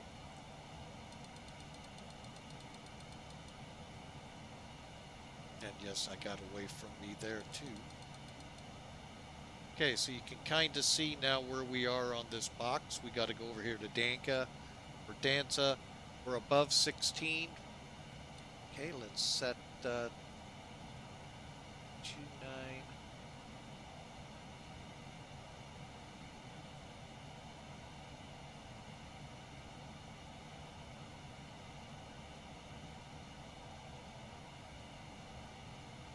Okay. Get over here. 992, and then back here as well.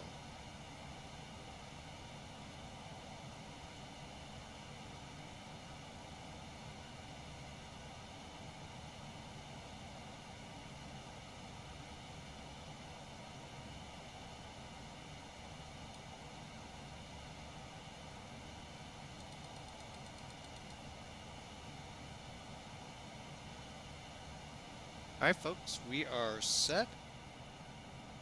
Firming up on our run now to Danza.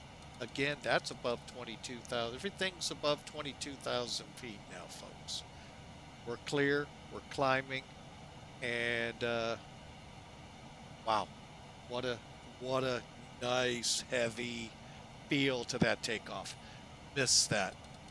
Could go without the hard part in starting, but I know that's probably what that ridge is all about, to help get us started there. So, hope you enjoyed, folks. High altitude, getting this bird started, and keeping it going here.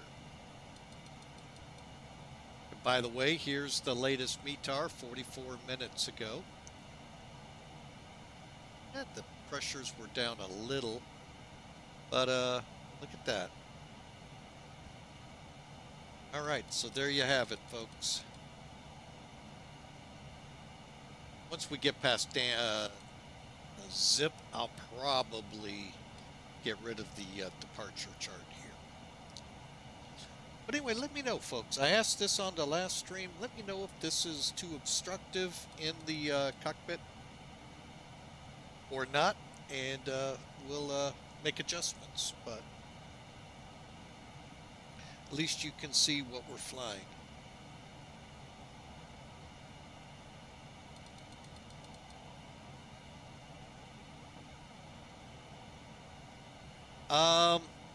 More than likely, this will be, Matt, the last one. And by the way, welcome in. This is 3 and what are we showing right now? I think. No, it's not. Up top, we're showing 3 hours to go. It's a good chance, Matt, this will be the only one. These are, this is actually fun. I may have to come back to Bogotá or find another high altitude one for this plane. That was a trip, folks. Learned a few things. Wow. So I hope you did too. So, but yep, we are in the Andes. Let's take a look out here, but first I want to check that. I'm going to come over here. I'll lower the outside sounds even.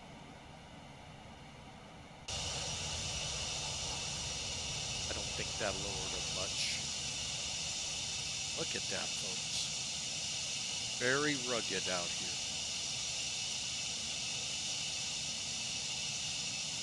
Realize Bogotá, folks, believe is we're making the turn more than likely back in here.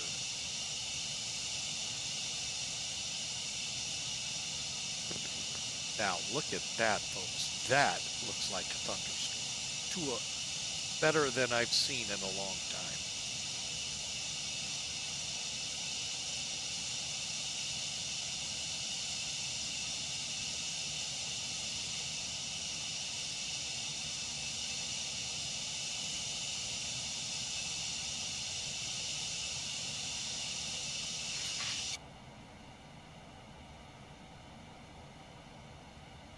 And again, now we're in where the speed is controlling the climb and the pitch and all, and it is doing a really good job. This whole flight, oh, I've actually loved eating up 9,000 feet of runway. Now if I could figure out how to make it eat up 7,000 to 8,000 back in mid-America or an airport like Lambert, that would be really cool.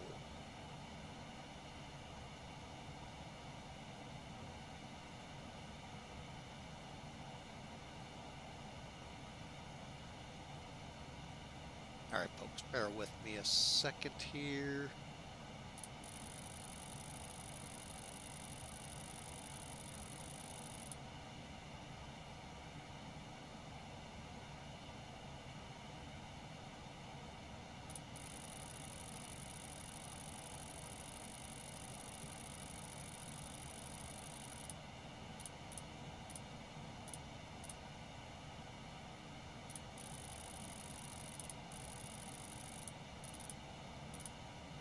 All right, now we're somewhat set. All right, so there you have it, folks. Departure out of Bogotá.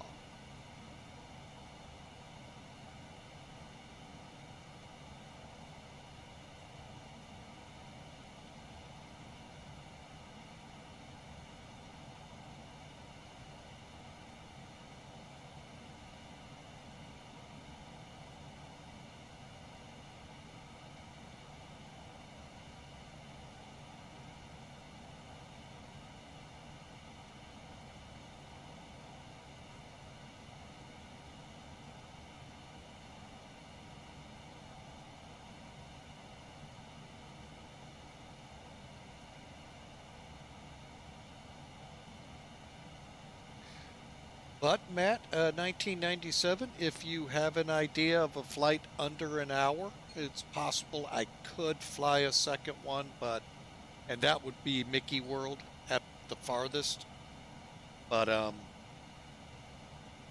or that range. So it could be done. It's just with me going to work tomorrow, I try not to load up a heavy flight day, but you know, its potential is that it could happen. I shouldn't say it can't, but it's possible we could make a run to Mickey World. The only problem is Pan Am has not set a flight up to Mickey World from Miami. However, they have one from Mickey World down to Miami.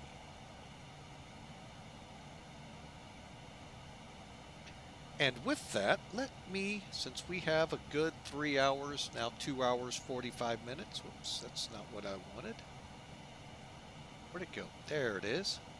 I'm going to go and be in the lobby here. Feel free if you want to chat, folks, come right on in. Otherwise, I'll be in there and I'm going to turn it on the stream as well. And we are off and running.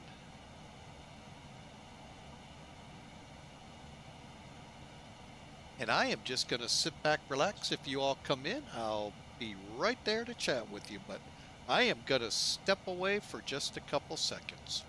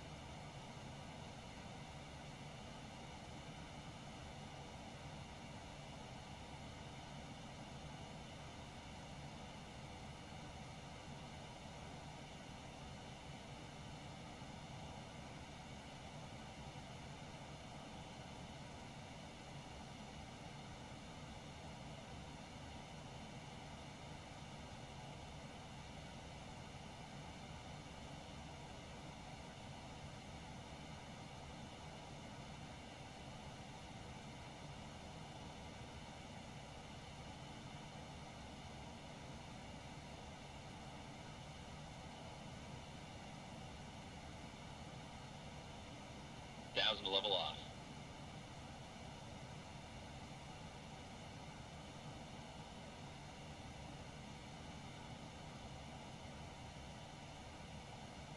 All right, folks, we're back with you. Sorry about that. Gonna go ahead and see where we are on charts, I think. We've gone into the white zone here, folks. Oh, no. Let's go here. Actually, no, we're not.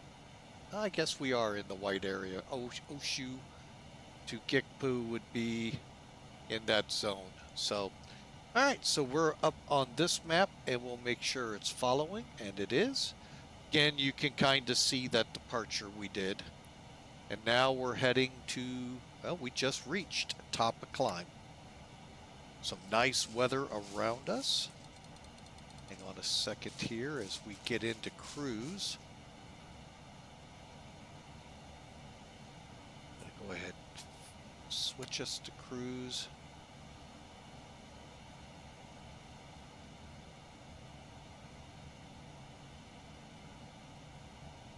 And set us to Mach.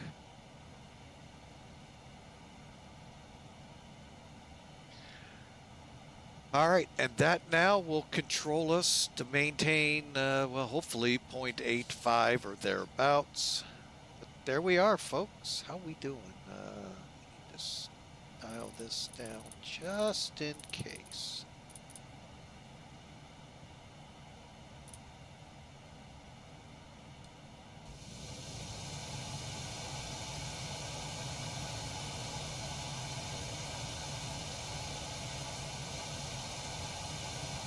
And I think I'm going to go ahead and get rid of charts.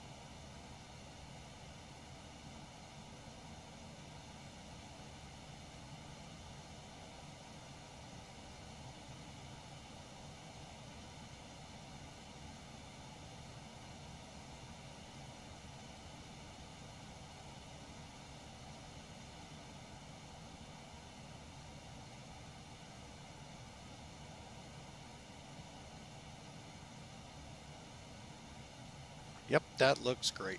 All right, folks. According to the chronometer, we have 2.5 hours to Miami and a step climb along the way. So we're going to kick it back, let the music do the work, and hope you all have a great new year. And we'll see what comes. If you all are not part of our Discord channel here at Flying with Mike, let me first invite you over there. Here's the link in the chat room. Love to have you there, but for those that were there this morning and saw the alert that this video or this stream was coming, it's a great prayer I got from one of the Facebook followers I have out there. She wrote a great prayer, and I'd like it for you all. May this new year bring you closer to God and His Word. May you find peace and comfort in His promises, and may you grow in your faith as you walk with Him. Amen. Folks, I really hope you all have a great 2024, and it's really some great words that is in that prayer. So hopefully you find yourself closer to God and closer to His Word, and that you begin to learn the so many promises out there that God has for you, so you too can grow in your faith and with your walk with God. Enjoy the ride, folks.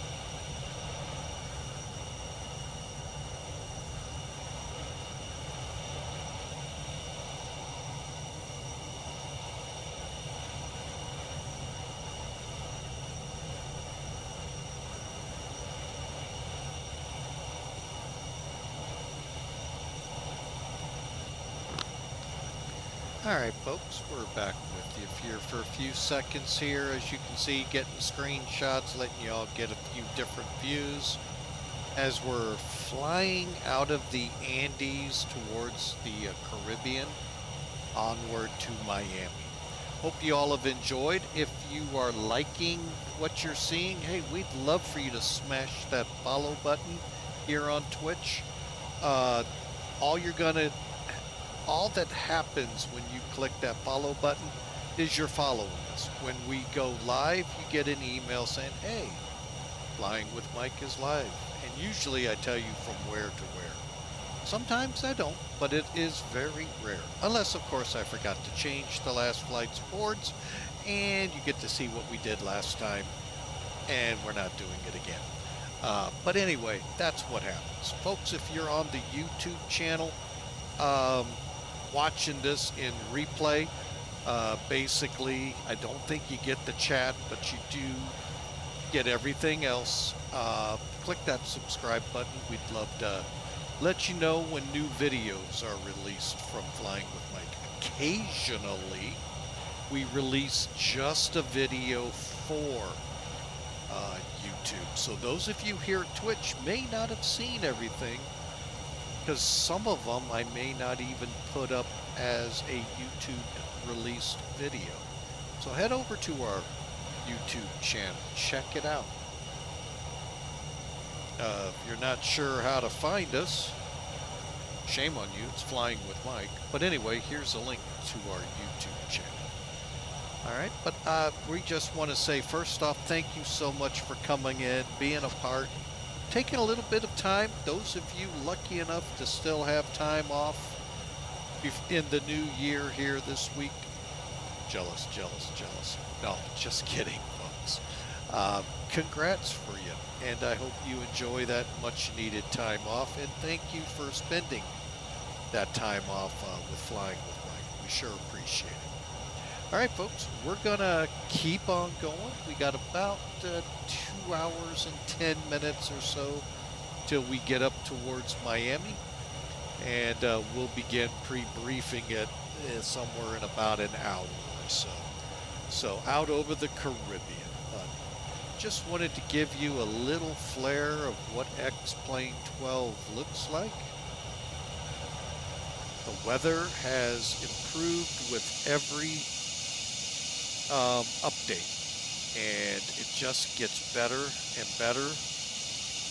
Noticed a couple things. I'm not sure yet how to put it into words with relation to the aircraft with the scenery, but nothing super major. Looking for the updates coming here in 0.09. This is the public release of version of X-Plane 12 0.8. So, hope you enjoy it, folks. 2 hours to go. We'll let you listen in on the music, and we'll be back a little bit time to time, but mainly I want you all to relax, enjoy. That's what we're all about here. I know those of you out in Europe, way out on the other side of the Atlantic, or as we like to affectionately call the pond, hey, it's time to kick back there. Here, we're about halfway through our duty days, so enjoy, and again, thank you so much for being a part of Flying with Mike, and look forward to many more flights this year.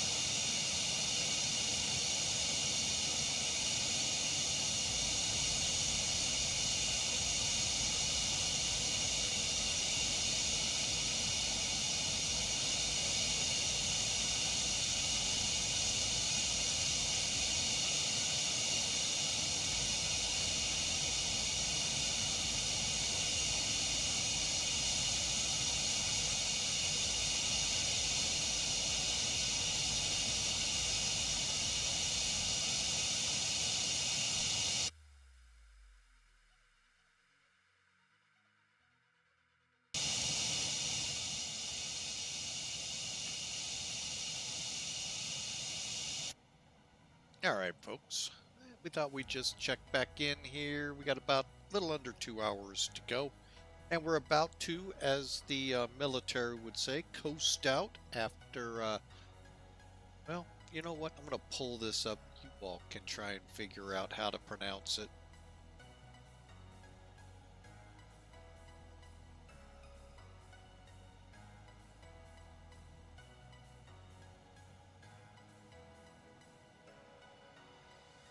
Yeah, Barranquilla.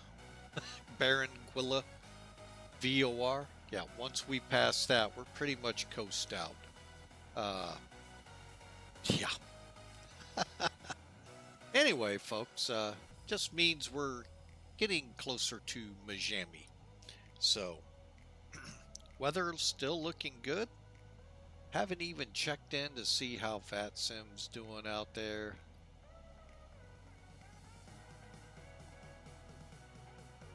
Well, I definitely am seeing a tower at least up. And, well, runways are still showing the 262, 2730. I don't know why they've got to throw. 30 is the oddball there. They technically, from some stuff I read, aren't supposed to be landing anything on the 12, or it was 12? No. 826s or 927s when the 3012 is active. Yeah, so it turns into a single runway for all that traffic. Usually they're not going to be open to that idea. And land and hold shorts are not the greatest thing in this world, folks. O'Hare had a near disaster once with a land and hold short. So, with a 747 versus 737. I guess it'd be the other way. Luckily, the 737 was able to get up and over it.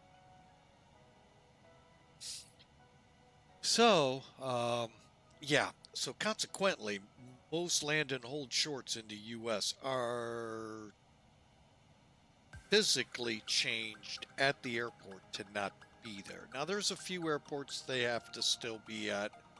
There is no way to change the physical plant enough to get rid of them. But Miami, they're one you just don't land on there. St. Louis has a crosswind runway. And it is used in crosswind conditions when it meets their criterions. But it's not often used. And but for now, it could be used because there is no intersecting runway with it. The one that would intersect is actually under construction right now. So, who knows what'll come out of that. That runway was actually built for 747s that TWA used to operate.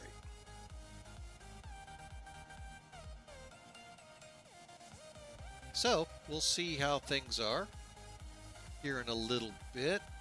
Still only a tower in Miami.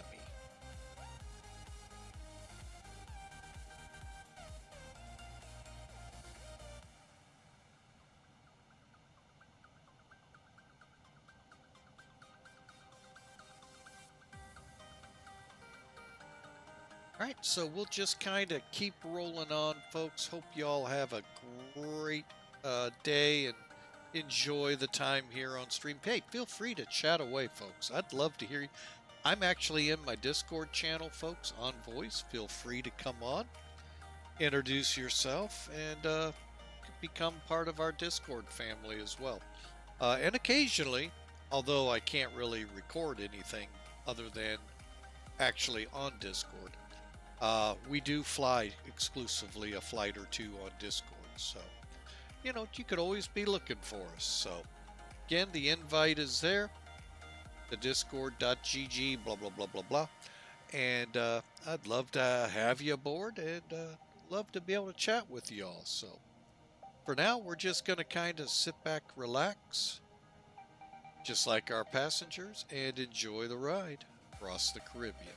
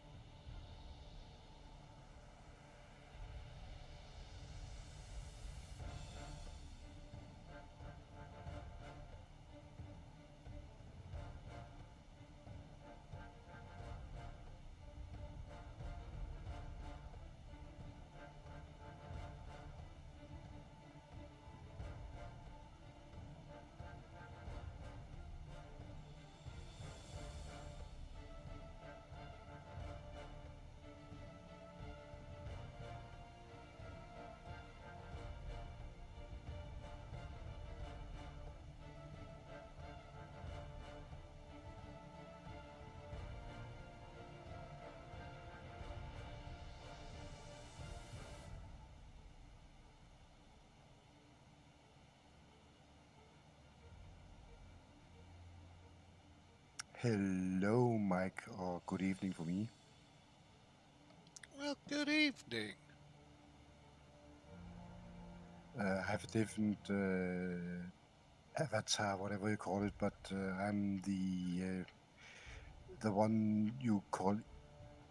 Well, I pronounce it Inusuk, but I think you pronounce it something like Insuik or whatever. Oh, In- okay. Well, welcome in. Thank you. I'm just making sure we're not echoing because I know it has a nasty habit of that.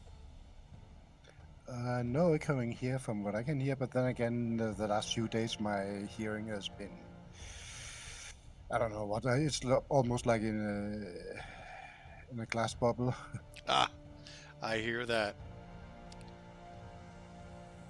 No, I was just going through Facebook and seeing Japan has a pretty serious incident on its hand besides the tsunamis now. It's like their Coast Yeah. Guard hit a A350. Yeah, it would appear that the Coast Guard plane was out of place, but still a terrible shame. Oh yeah. Wow.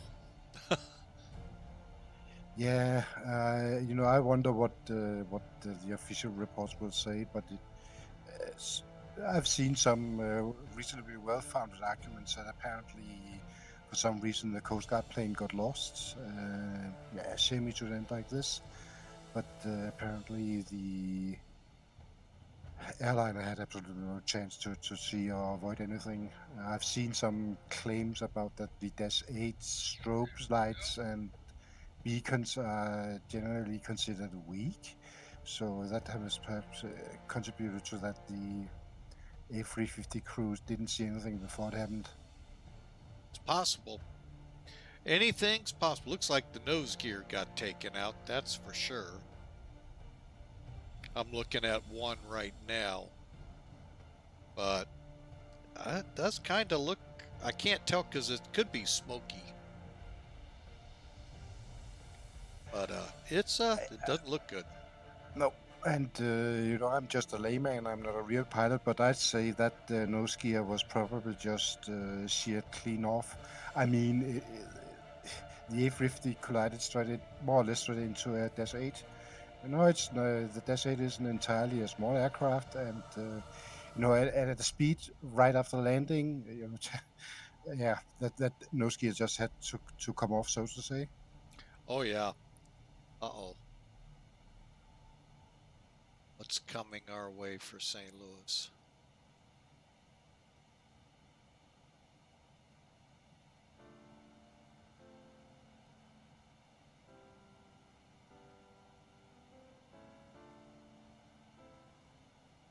Okay, got a system moving close to St. Louis. I really don't want to see snow at the airport.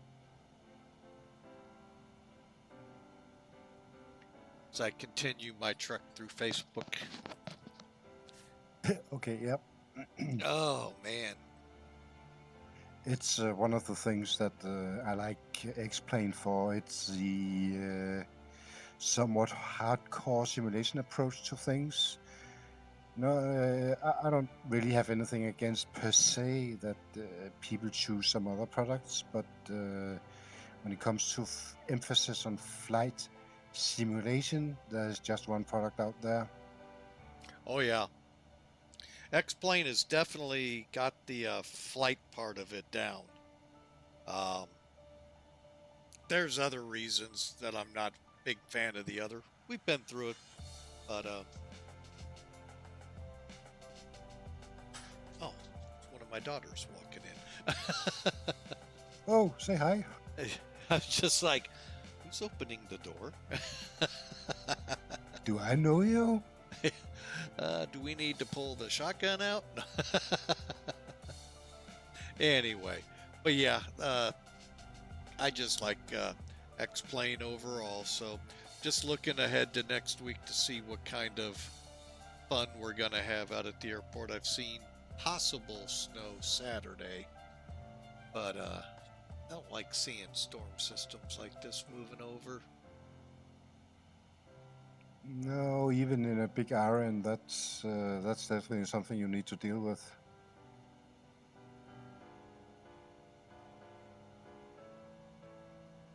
hoping this track is right, because usually that track means we don't see a lot. But that's next week. Still time for it to be tweaked and changed.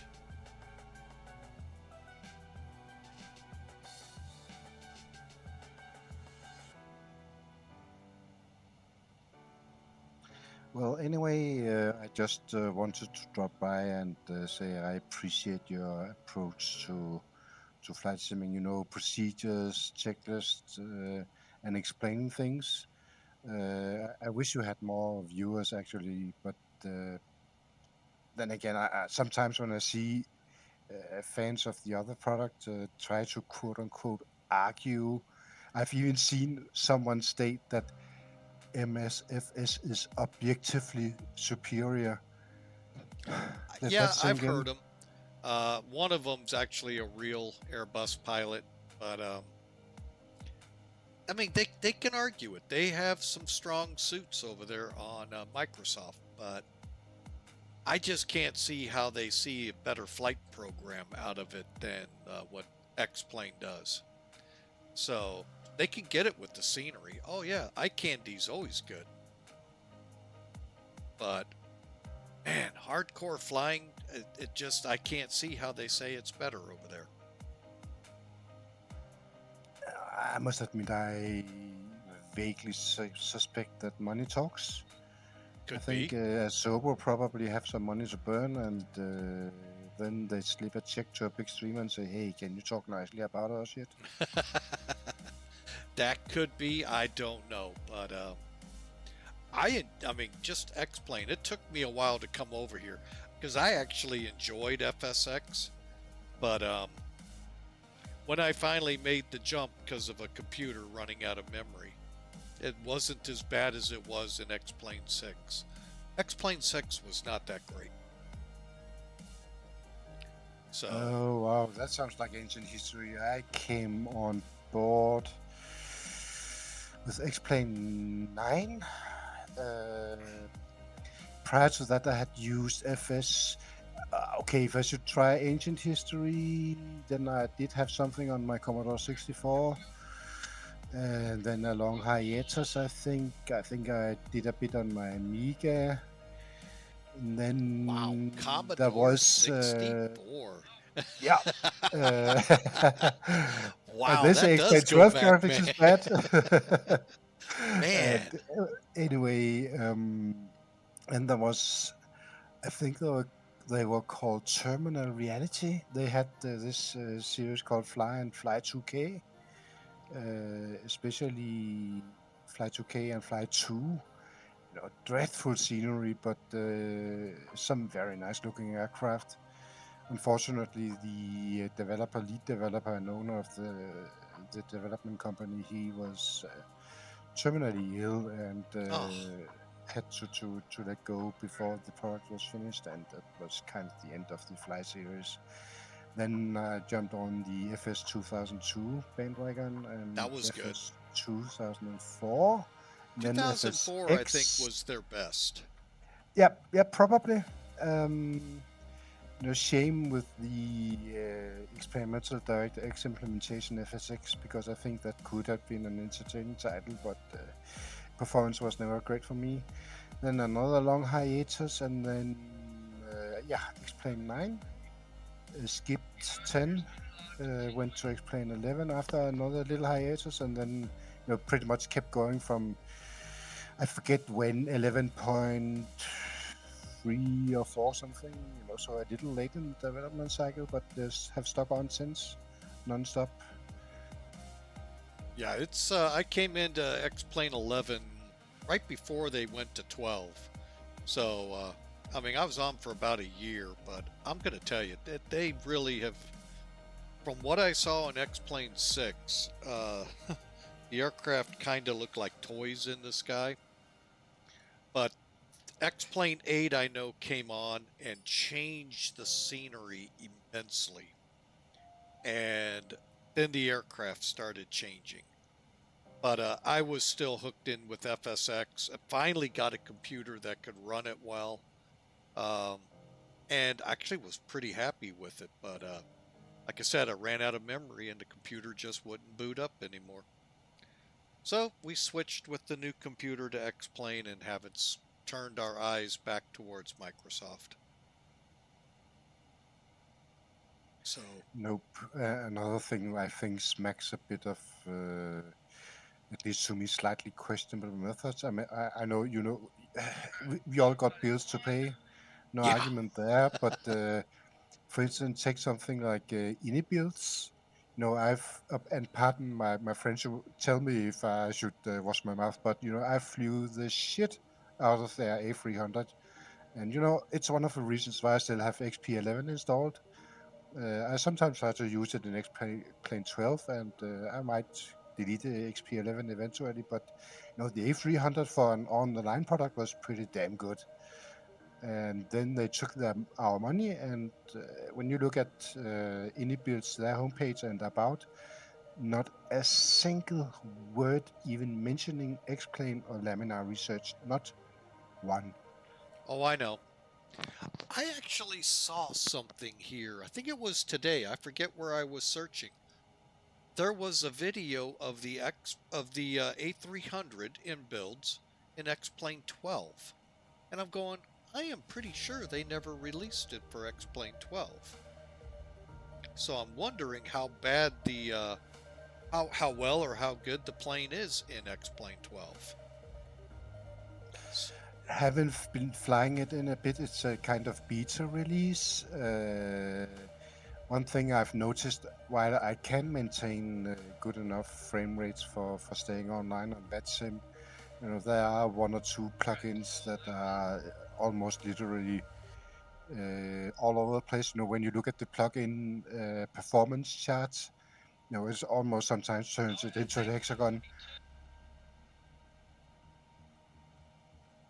Yeah, I haven't looked at those, but I mean, I am seriously would love to put the A300 in. I'm gonna see if X-Plane 11 didn't work a couple weeks ago on my OBS, and I don't know why. But then X-Plane 12 dropped off too, so I have to see if maybe it's back. But I may look into that A300 for X-Plane 11, because it is an interesting beast, being the first generation of them. So, and it's still flying like like some of these older classic aircraft. It's still in service with the cargo companies. And not only that, a few years back, UPS decided to upgrade their entire fleet of A300s with, I think it's called Honeywell Primus 3000 cockpits. If you look at the A300, the 600, it's a kind of old school cockpit. It's got an old FNC that it can probably only hold something like continental US at one time, if even that much. And if you want to fly transatlantic, and I think FedEx and others have had such issues, you need to swap the entire database because it simply cannot hold all that data. And that's one of the things I think UPS got tired of and decided, we got many, many years of A300 left, so let's upgrade them, and that's what they did. Yeah. I mean, Google Honeywell Primus 3000 UPS A300 or whatever, and watch, because it's really a fantastic cockpit to look at when you consider it's principally an old type. I'm gonna take a look here. Oh, here it is with the Primus. Yeah, but these are videos. I don't want videos. I want the actual new. There we go.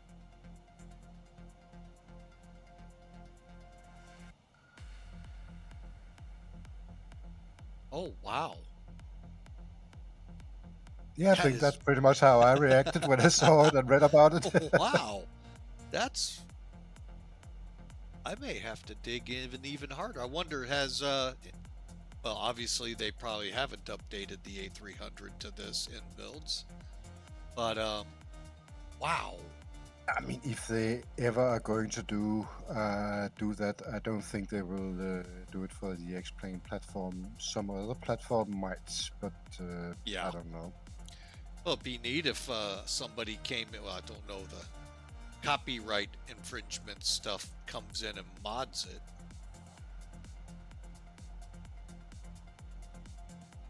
That is just wow. Wonder if FedEx has jumped on board. I don't know. That is doubts. amazing. Yep. I don't know how those kind of deals work. If it is, UPS paid for having all that work done, and therefore it's quote unquote kind of UPS copyright. Um, I don't know. I guess there's some issues with certificates that UPS Yeah. had sorted out, and if FedEx want to do it, they might have to do their own work or ask UPS nicely if we give you some good money. Can we do the same? But what FedEx plans or other carriers' plans are, I don't know. But I reckon it requires a decent-sized fleet for it to pay off.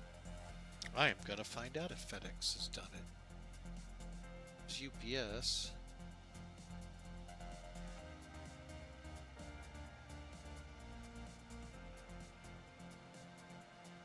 Honeywell, this may have been their launch with UPS.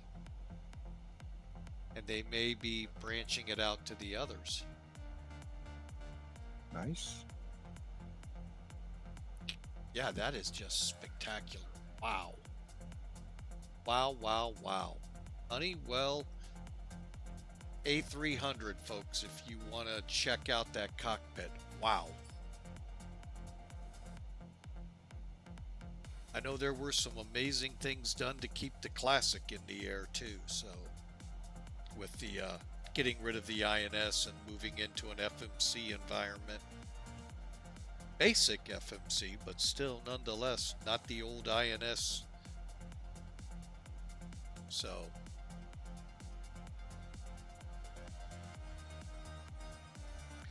wow, great find. I hope InBuilds walks back. They say they were, but the more I watch, the more I'm not convinced they will.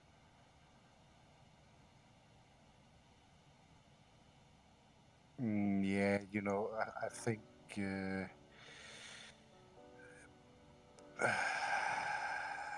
no, I'm not so fond of name calling, really, although sometimes my temper might run a little with me. But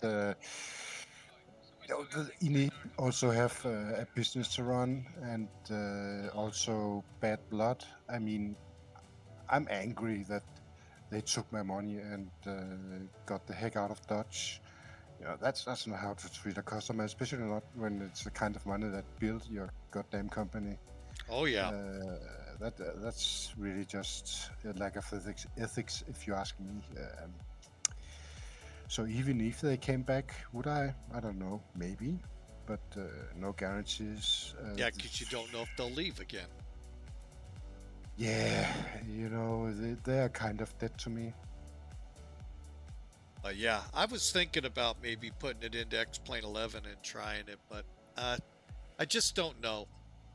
It's one of those I was looking at along with the new 737-300 and the IXEC or IXEC or however you pronounce yeah, it. I was looking at that one. That's a nice aircraft. But like I said, I can rephrase it to something nicer, since I think that matters to you. But I really flew the E300 a great deal in XP11. It was for a long time my preferred aircraft.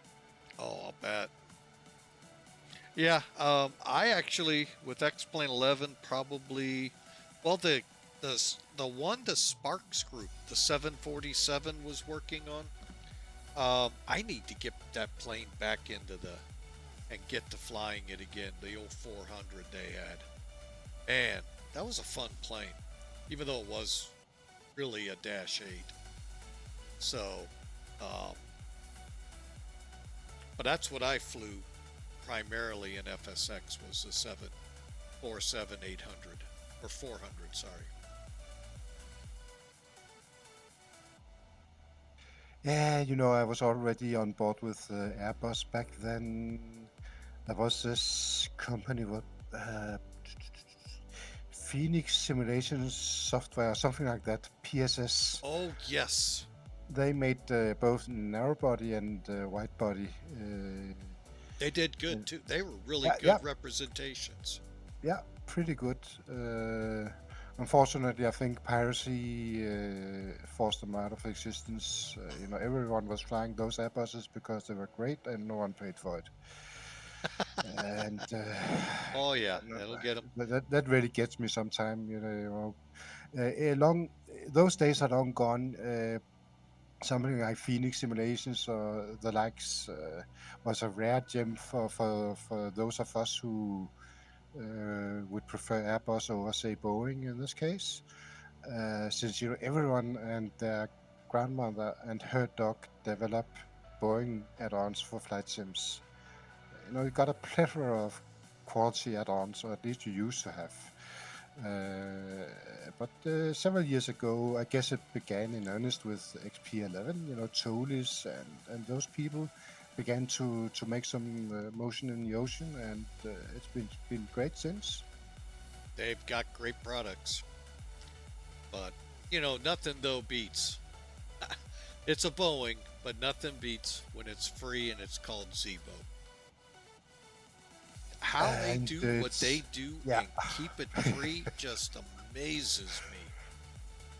And sometimes the speed the updates come at, you sit and wait for months between your Felis or whatever updates. But sometimes ZEBO sits there and shotguns us with updates. They've been amazing what they do.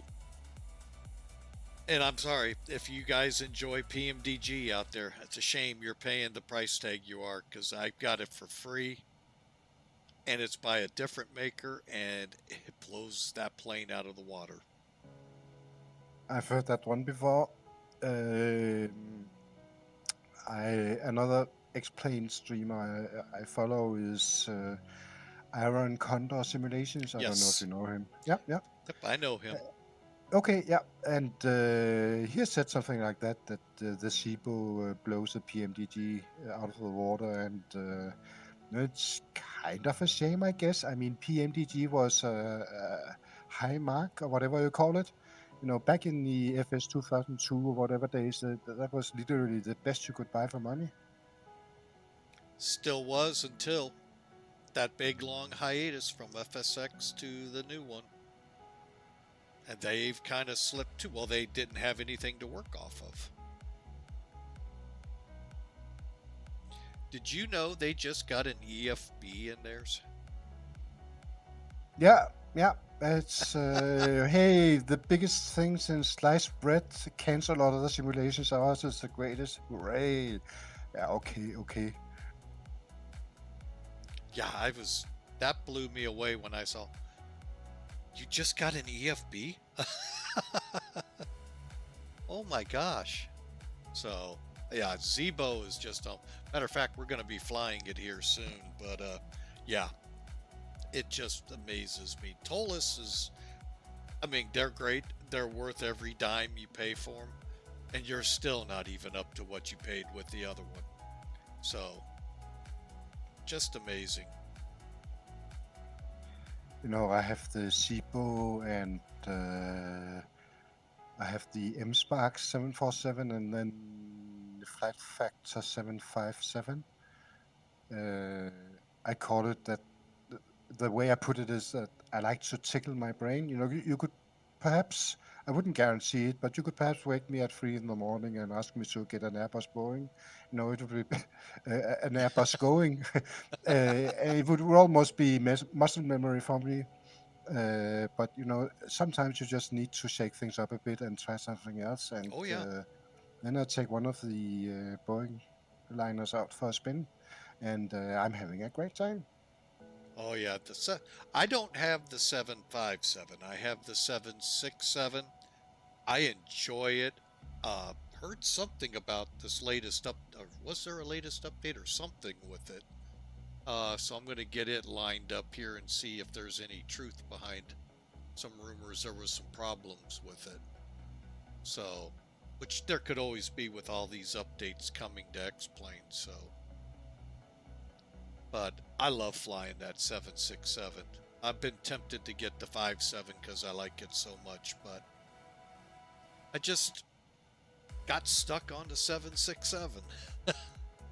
Nothing wrong with that. You know, it's never really been a type that I've said anything to me, so I probably won't get it. But you know, I'm happy for those who liked it or prefer it to the 75, and no power to you. Well, I mean, the only reason that I think I angled more that way is because back in the days of FSX, I was more of a long haul pilot, and it's got some pretty good legs on it, the 767. Don't get me wrong, the 57 can at least cross the pond, so that's a good aircraft too. Plus, it can hold a lot too. That's why FedEx keeps them. Yeah, precisely. It's a great cargo hauler. The only, and it's even not enough of a negative side, but you know, one thing, one drum that Airbus likes to bang with regards to the 320 family is standardized cargo containers in the belly of those aircraft. The 75 can't take those, but you know, it's still a great cargo hauler.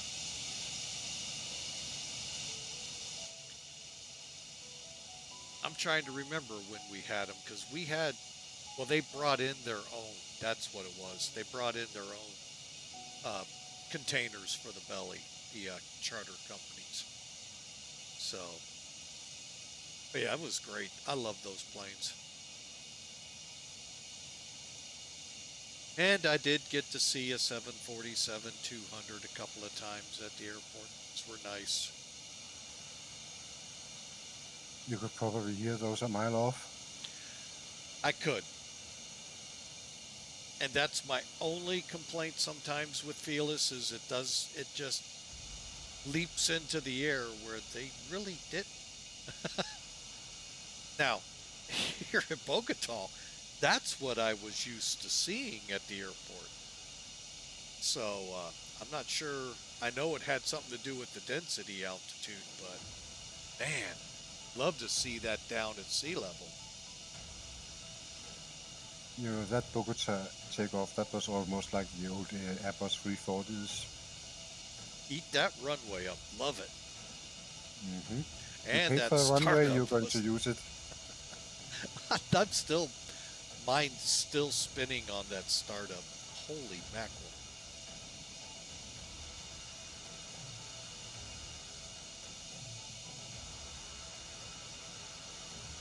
I never imagined a high airport like that would cause that much trouble starting.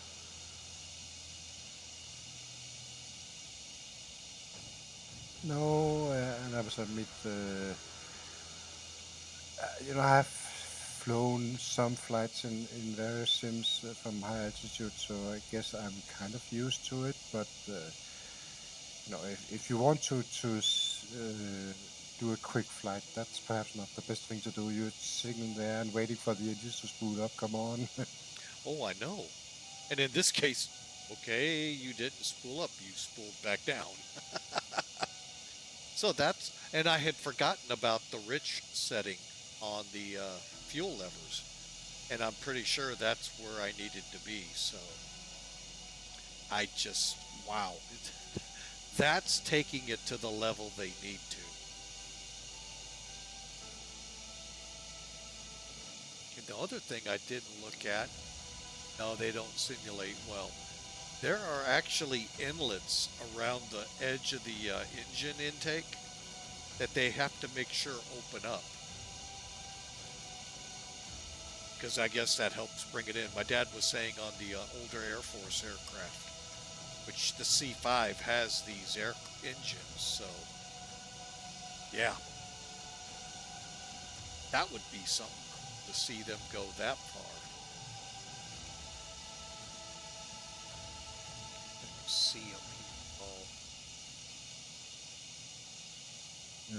No, I must admit I'm not familiar with those openings. There's inlets all around the front of the cowl that open up when they fire up. If you watch a B-52 do a cart start where you see the smoke blow out underneath it, then all of a sudden they spin out, you'll see all of those inlets opened up around them. Well, the military jets all have, I thought that carried over to these because it's the same engine. And who knows? That would be tough though. That's a lot of little moving animation parts too. Let's see if I can find a video and put it on stream.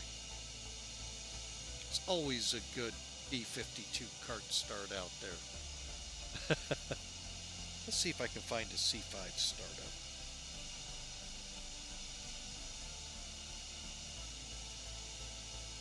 Oh, not a Corvette. Come on.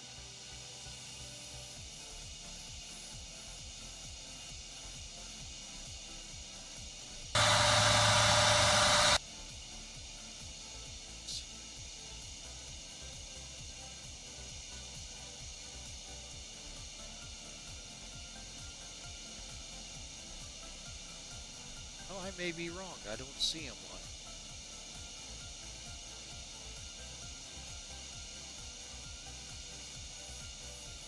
Okay, I was wrong. So maybe it's a B-52 specialty. Well, the C-141s are, well, wait, here they are.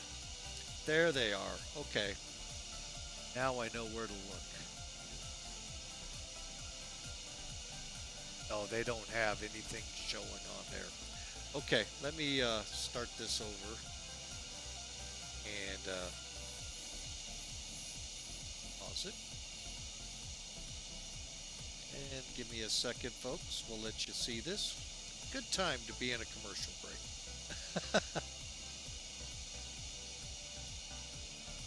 Oh, now we're back. All right, give me a second here, folks.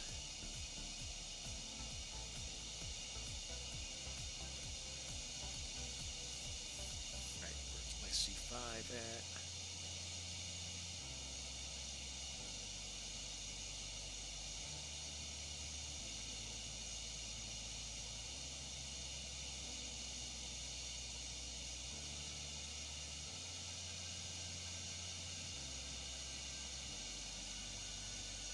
All right, let me get back to the right screens here.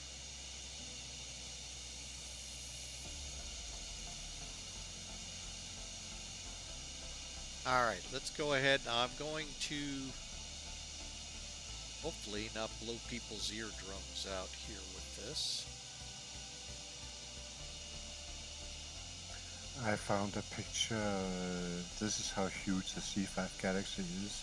C-130 for scale. It's probably from some air show.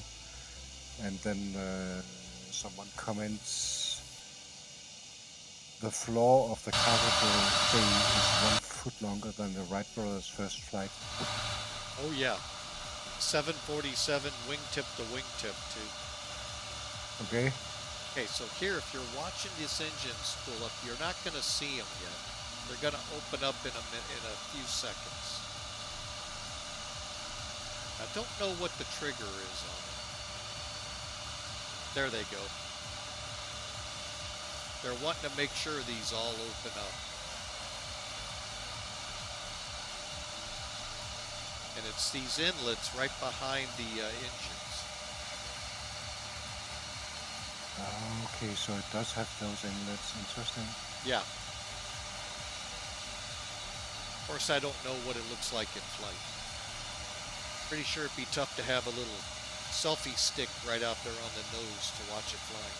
Although it probably would stay as slow as it kind of.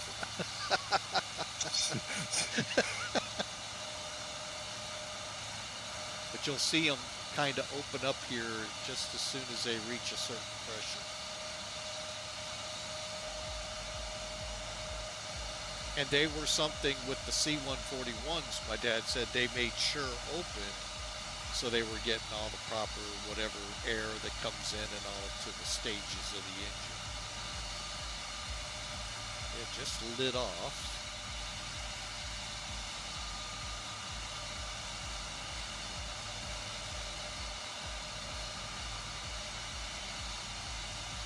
go. Yep. But anyway, yeah, that's what they were looking for. Okay. Hey. Hi, Frank George here. This is the EMS foot massager. EMS is electrical muscle. There we go. I wonder if a commercial aircraft would have that. That would be a neat thing to see. The other neat thing with the C5, and I don't know if they've modeled it in any of the other sims or today, when that plane takes off, the wings come up just before takeoff. You'll see them actually lift up, and you almost think it's going to start flapping to get in the air, because just the way the C5... But yeah, they'll come up, and then you'll see the nose lift and rotate and all of that as they get lift. Pretty neat plane.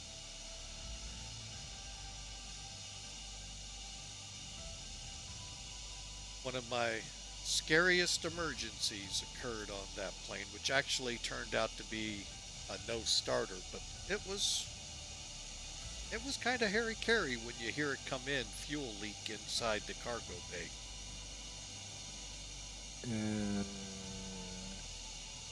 Especially if you're familiar with the C5 like we in the fire department, where there's this big main fuel line that runs from the left wing to the right one, right through the cargo bay. That's where my mind went right away. No, it was something else going on in the bay that caused the fuel leak. No smoking, please. Yep, pretty much that would definitely have been it. They were very low on fuel and siphoning it out of other aircraft. Now, I don't know how they do that, but they were, and that's what got them to our base without running out of fuel. Whoever thought that up was smart. And wanted it to live. And probably no longer has wings for letting his plane get that low on fuel. But there were some circumstances that I'll keep with the actual incident. I don't need to bring out to the public. But yeah, it landed basically on fumes, and still, it's a C5, folks. It's a big aircraft. So, good that the pilot made it. Bad decision making in the process. So, but yeah, that was you lived? funnage.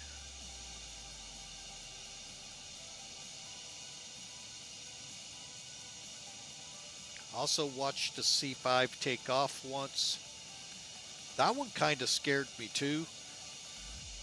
Where our fire station sits at the airport is about 7,000 feet down from, if you take off from the south towards the north. And usually by then every airplane's airborne. No, he was still down and the wings weren't even gaining lift yet. I'm like, and it's a swamp after the airport. Like, oh my God, he's going in the swamp. Well, the wings started coming up. I'm pretty sure he left the runway with just a few feet of concrete left. That scared the crap out of me, because that was fully loaded with fuel from St. Louis, Missouri to Europe, somewhere in Europe. I'm like, holy crap. Someone got the decimal point right when calculating takeoff. I guess, because boy, I want 10,000 feet.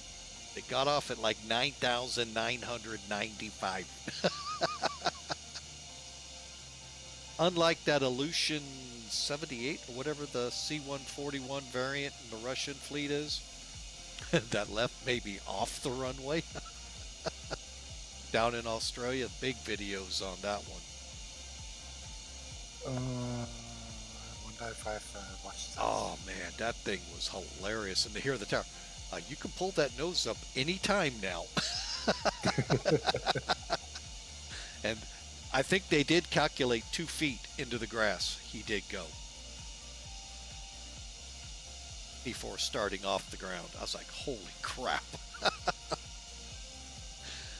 Well, whatever. As long as it doesn't end up worse. Yep. Oh man.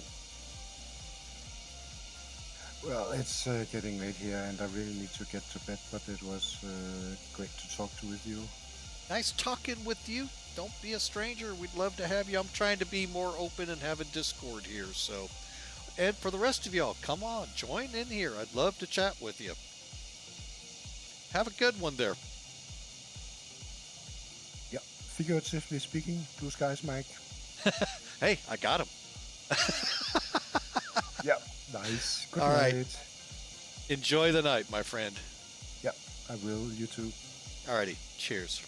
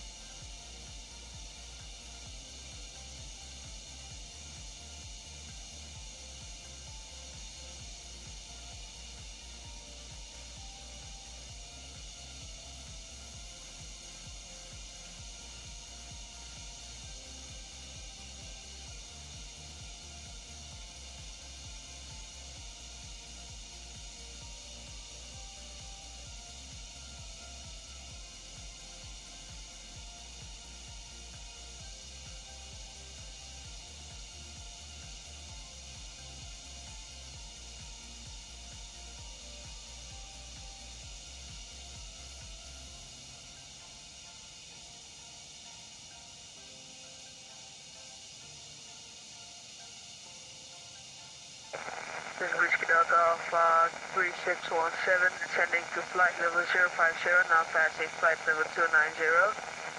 Coming in for approach at RNAV runway 07 at Montego Bay.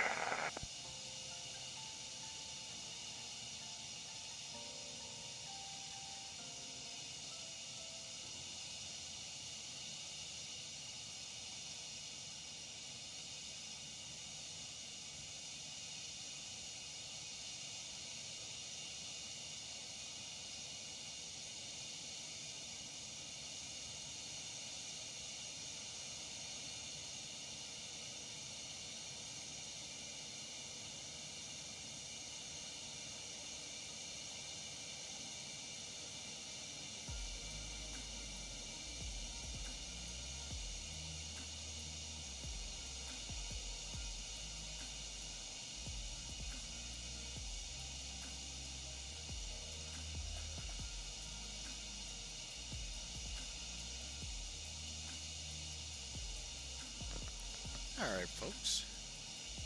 We are, as you can tell, way over the Caribbean now.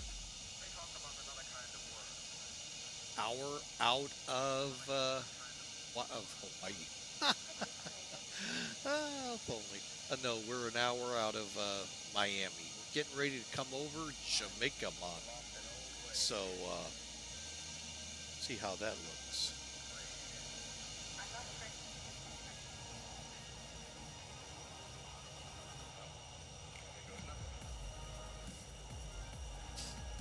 It's pretty good down below there.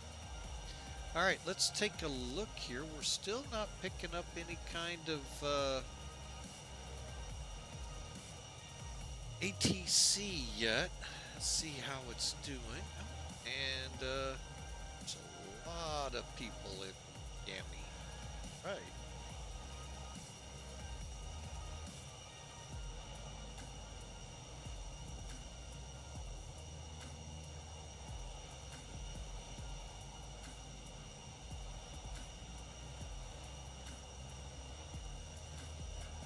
Actually, I think I missed a step climb.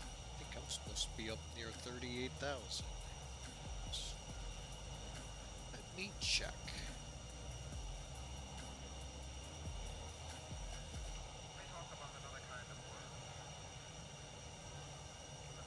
Yeah, ADSOV, which isn't far off, so let's go in here and get that step climb done.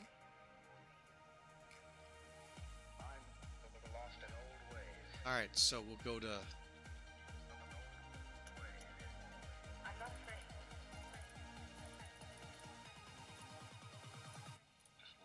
Okay, we're set 38. Climbing, we'll go BS. And let's see how we're doing. Speed. See engines throttle up. See how they do in cruise.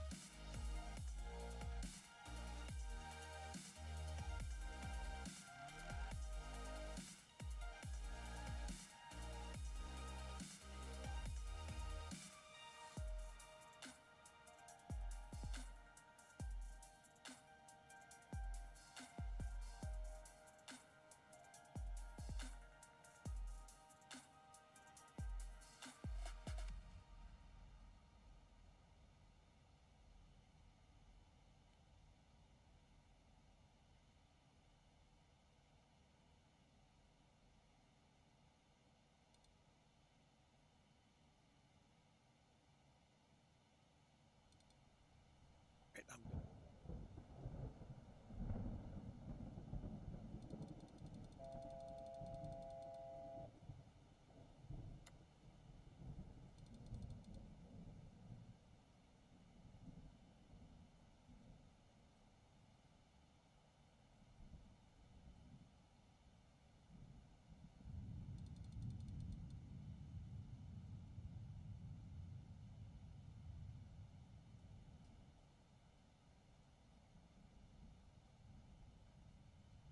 I went the wrong way with the VS dial, doggone. Yeah, we'll rebuild our speed up here. Alright, so... my bad. Alright, so we are building our speed back up to 0.85. Let's start looking into our arrival.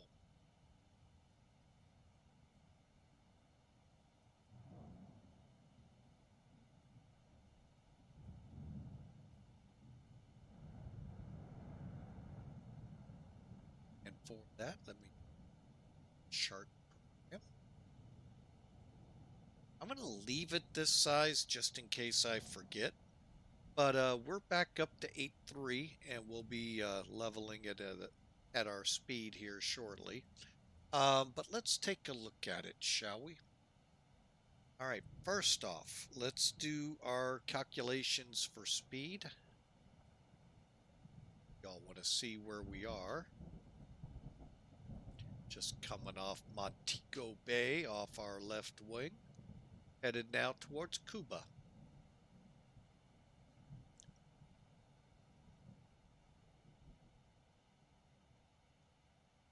There we go. Let's get the right buttons here. Performance calculation, landing, load sheet again.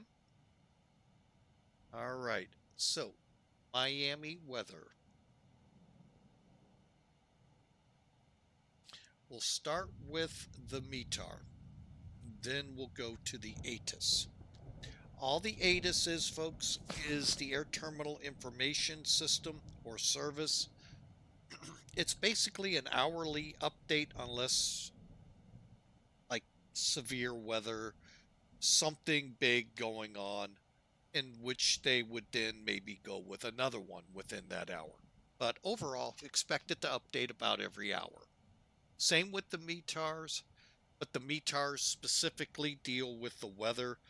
The ATIS will deal with maybe, say you got rain. They'll put in what the surface conditions are for braking. and other things going on, construction, taxiways closed that you need to know on the flight deck. All right, so here we are, landing calculations. Okay, let's bring up Miami first. We're going to aim, really wish I knew how Miami was going to react.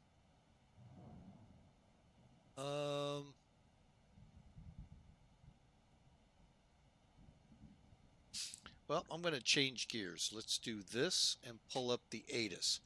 This will give you the METARs here on, let's wait for our folks to come out of break. Hang on just a second. And they are back now. Okay, so I changed gears. Instead of doing the METAR, when you're on the NavGraph charts program, this green area here is the METAR. Next to it, it'll say arrival. That is your ATIS that I was talking about, where it gives you not only the weather, not only what runways to expect in use, what type of approaches, but also NOTAMs to air missions, notice to air mission, like taxiways closed here, threshold lights out, UAS, unmanned aerial surveillance aircraft, reported 4 miles from the airport, golden drones and stuff, birds, all of that. Plus I was alluding to friction. So if, say, it's raining there, well, they're going to have what's called a FICON, the friction condition on that runway or whatever runway's being reported. So that way, you know, okay, take this into account. The aircraft, most of the new ones take it into account. Whether the sim does or not, I don't know.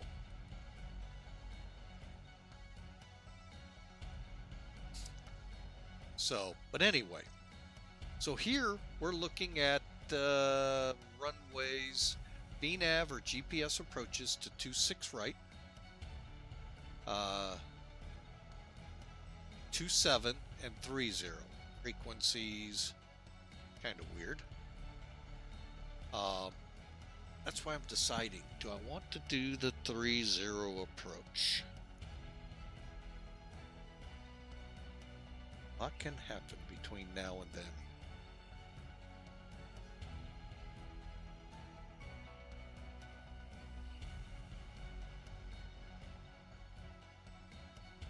Just thinking here, folks.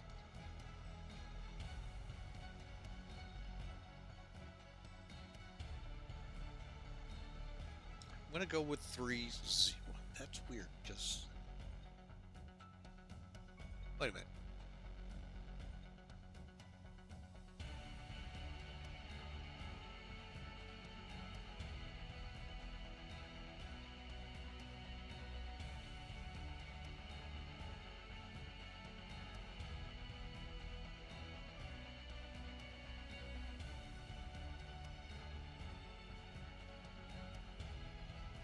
I think I'm going to plan 30. Okay. All right, so we're going to go with runway 30. All right, so we've got a 9,300 foot runway. Airport elevation 9 feet, so we'll set for 0 and a heading 300.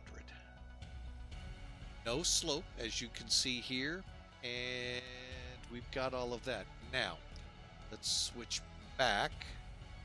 Currently 22. Pressure 3012. Wind 340 at 9. Actually, is a pretty good choice.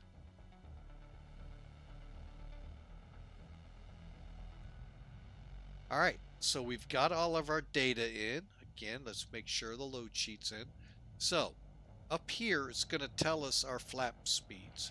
So we're clean all the way down to 235. At that point, we can start interjecting flap 1, flap 5, flap 10. Aha, you thought we went right to flap 20. No. Read down, then come over. You can see how the flap speeds work. Our VREF is 135. We're going to plan approach at 145, 140, somewhere in there. So we'll set our speed bugs. And then come down here, landing distances. Now, with auto brake set at medium, we're going to go just under 6,000 feet of this 9,300 foot run. So planning about Lima if we do it all right. Worst case scenario, I'm sorry, Zulu. Quebec 2 is a worst case scenario, and then we'll taxi back, heading over to H Concourse.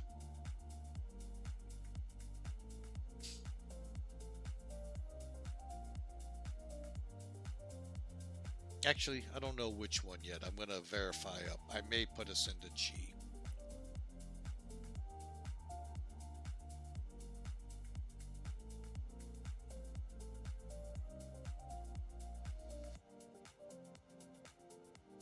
Just looking at something here real quick. Nothing here telling me this. Okay, so we don't have anything specified by the airline, but I'm going to look at FlightAware. See where United goes.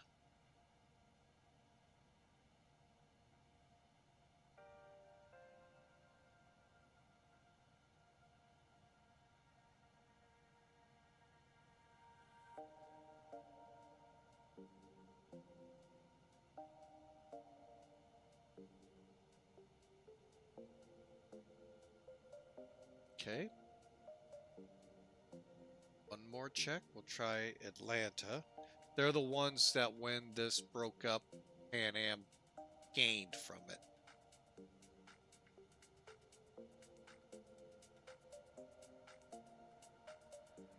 They're both in the H concourse. So it looks like we're headed to H. Okay, so that means, folks, we'll be got rid of it. Sorry. We'll be heading into here.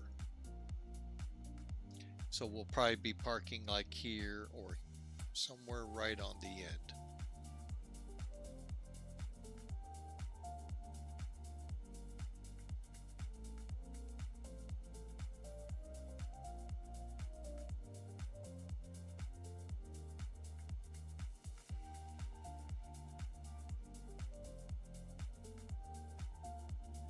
There we go.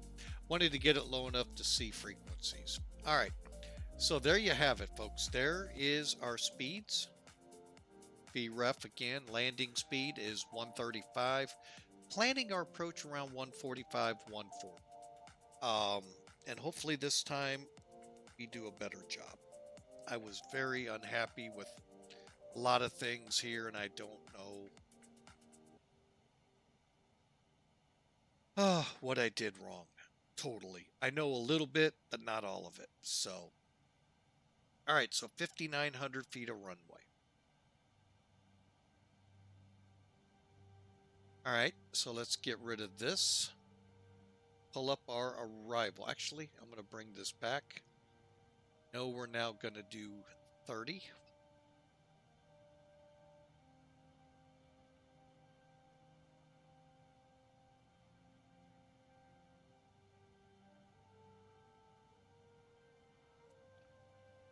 Okay.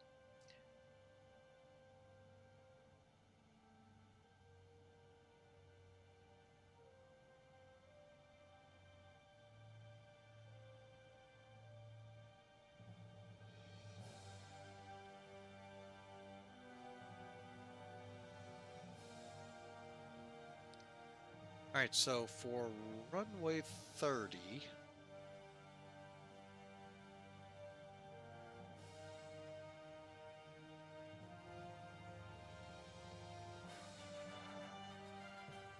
of course, we'll plan for this and it'll say 27. It's invariable, folks. So we'll come off Junior, direct Shan, direct in. All right, so foul 2 is our arrival. We'll come off ZEUSS, the pylon to foul to Junior. No altitude restrictions noted until we get here. Shan 3000. carry that to Oldo. Bird is at 1600. Hopefully we'll be on the glide path and we won't have to worry about that. Okay. There's your frequencies. 111.7 will dial in here. 304 and 1600 by bird. Today's decision altitude is 250 feet, which has already been set.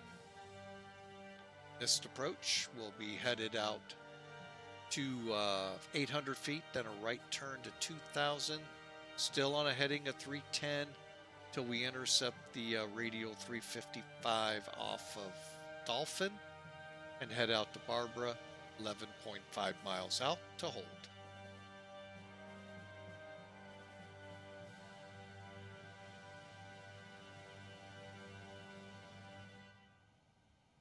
Again, give you a look here, 16-mile final, Shan, all the way into the run. All right, so from this approach point at 1.5 DME, right about here, to bird, right here, we expect to probably take about 2 minutes, 3 seconds.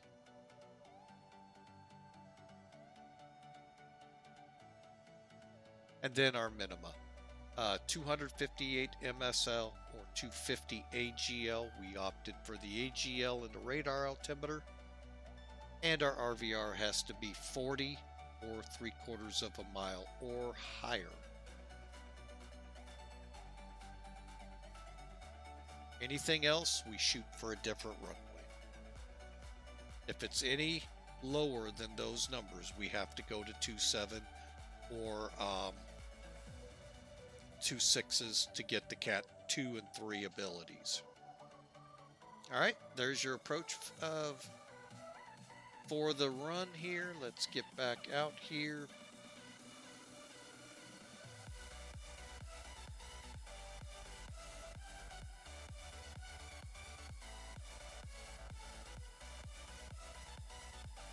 Okay, let me zero in, and there we go, folks.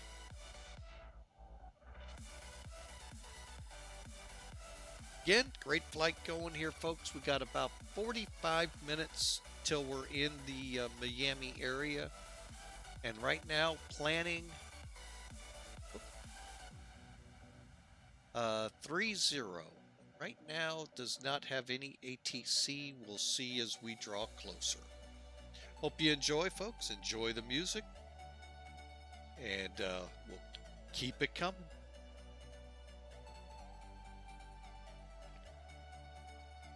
And as I mentioned before, Discord is open.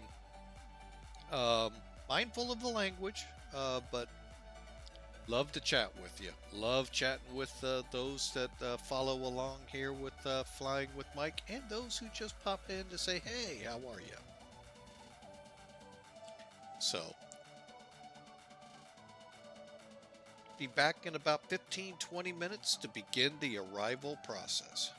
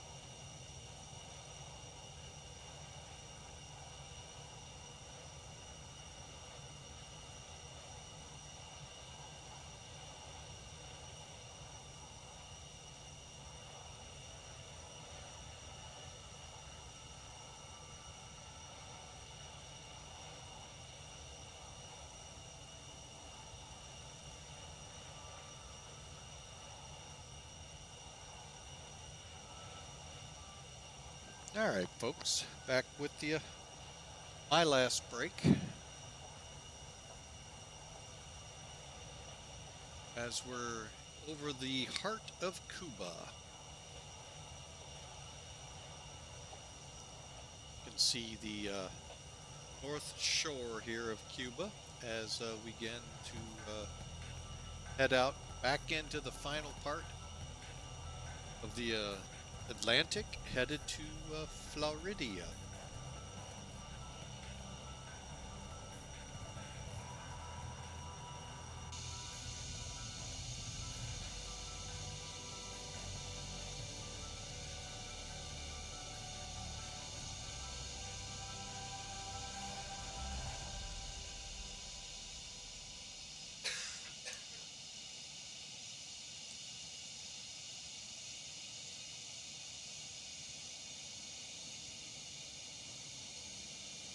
Kind of pull back a little here and see if there's any weather to contend with within the ranges. I don't see any. There was a little flare up here, but you're not seeing this.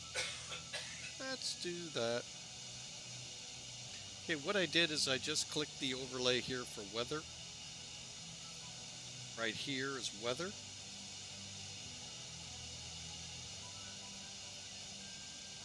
And then you can see a little flare up behind us here, but really nothing ahead of us. So right now, everything looks pretty nice. So, and again, that's another feature that came out with this latest version of charts. And besides having the METARs and the ADIS available, we have an ADIS now at Bogotá, where we left 3 hours ago. About, oh, IVAO, that's why. And as you can see, you can either get real or any of these services here for weather. Same with Miami.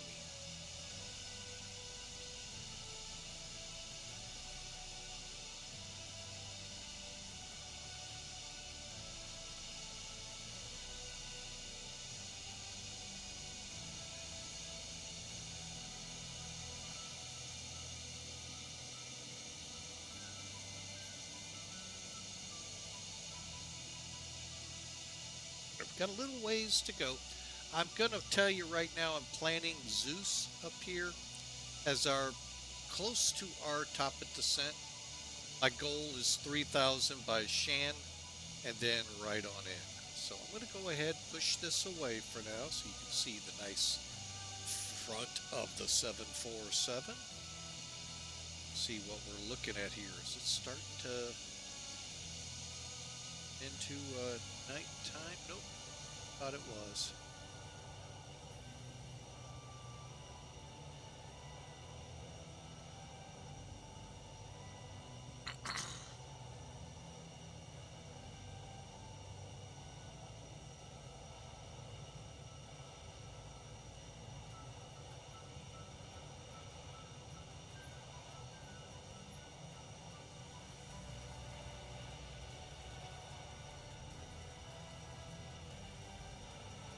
And we are putting Cuba behind us.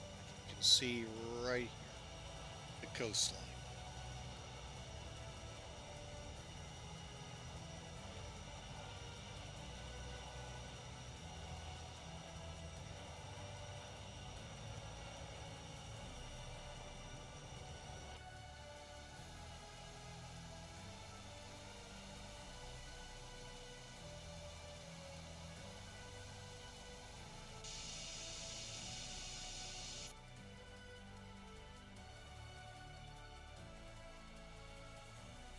All right, let's get some frequencies set up here.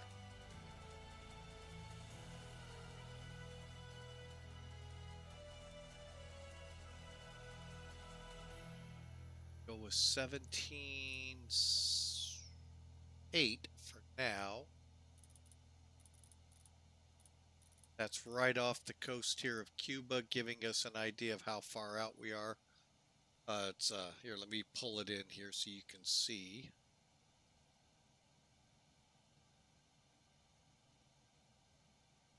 Okay. What I just pulled in is this one right here. Sorry, folks.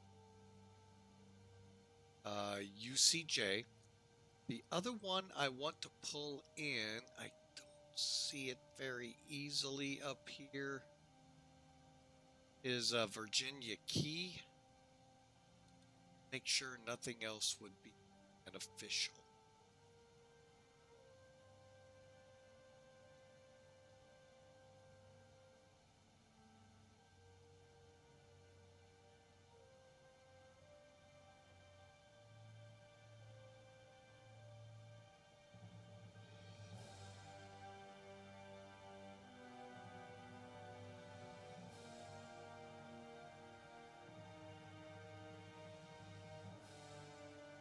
I guess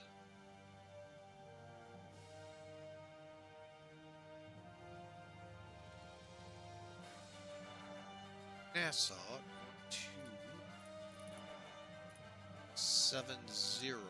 Granted, barely in range. 160. Once we get closer to ZEUSS, then we'll switch into either Dolphin 13.9 or Virginia Key at 17.1. And then once we start running down from Foul to Junior, we'll switch into the ILS. All right, a lot of stuff going on, I know, but that's how I like to run it, so that we're able to track in and then make our turns to make the intercept. Barring the fact that, yeah, Miami could come up at any time.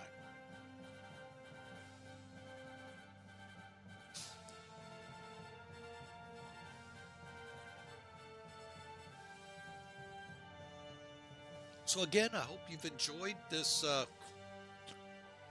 bit of an eventful start to it, at least. Everything's kind of calmed down once we got past the engine start, which that was a trip, folks. That caught me completely off guard. Wow, the realism that these developers are going for. All I can say is kudos to the team at Felis. Just an amazing job there to get that level of detail at high levels into the engine starts. Really good job, guys. I wish I'd have known that before. Or had a better checklist to run from.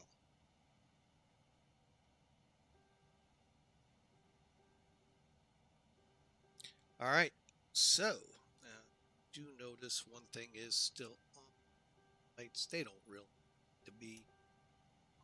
Ladies and gentlemen, the captain has turned off the fasten seatbelt sign. However, we recommend to keep your seatbelt fastened. All right, I think next up is ZEUSS. The cabin crew will be passing through Looking at 73 miles, about 9-minute run. And then, folks, we're going to begin setting up for our top of descent.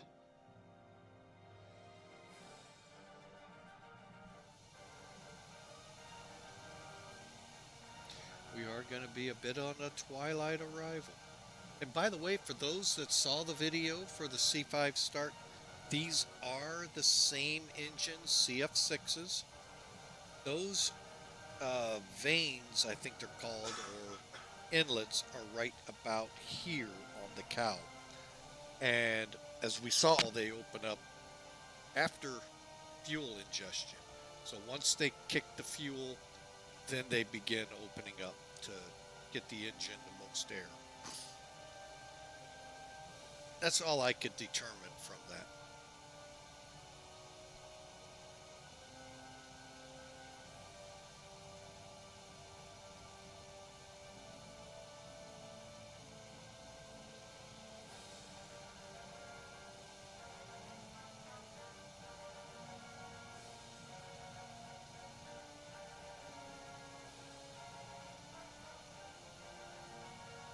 All right, and let's go ahead and pop back in here.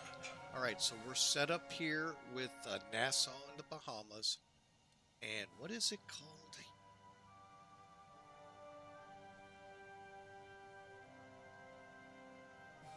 Jardines Del Rey, UCJ, Uniform Charlie Juliet. We're tracking outbound. Now, we're not tracking off any of these. We're using them basically to give us an idea of distances. Once we hit foul, I will be on Virginia Key tracking. I believe it's tracked off Virginia Key.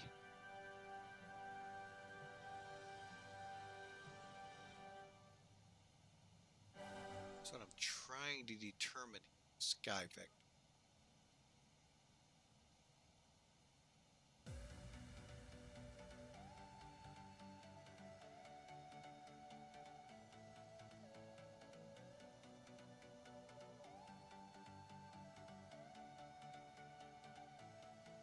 It is, okay.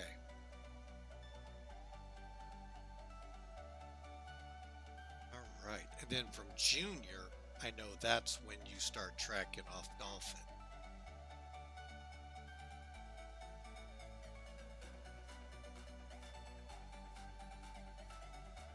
Okay, so a little further to go.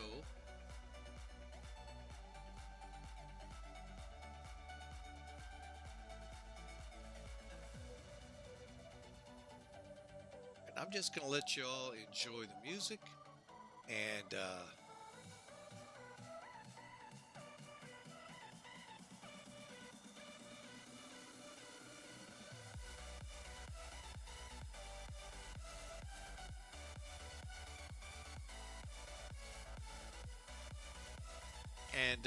we'll be back with you here in about 5 minutes or so, 10 minutes.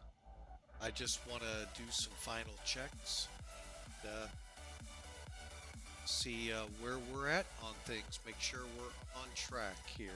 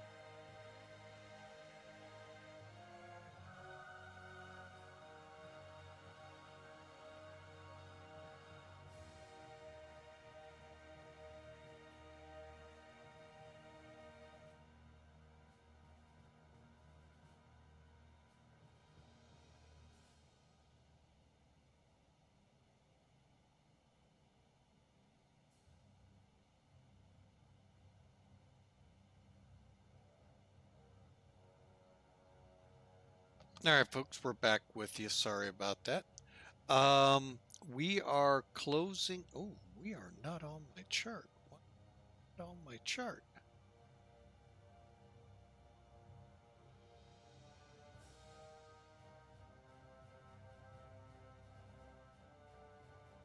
Go. My bad, folks. All right, I was just trying to check in on a couple things here that have been bugging me of late.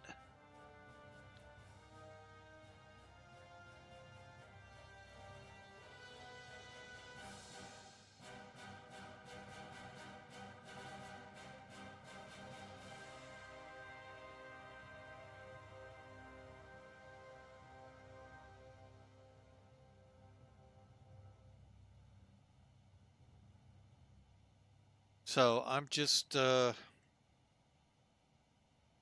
of looking at a couple things here.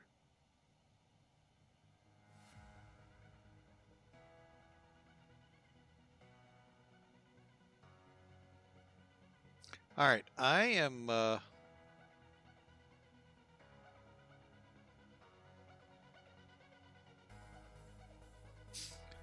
we're getting close to ZEUSS, folks. So let's begin looking to what we're doing here in Miami.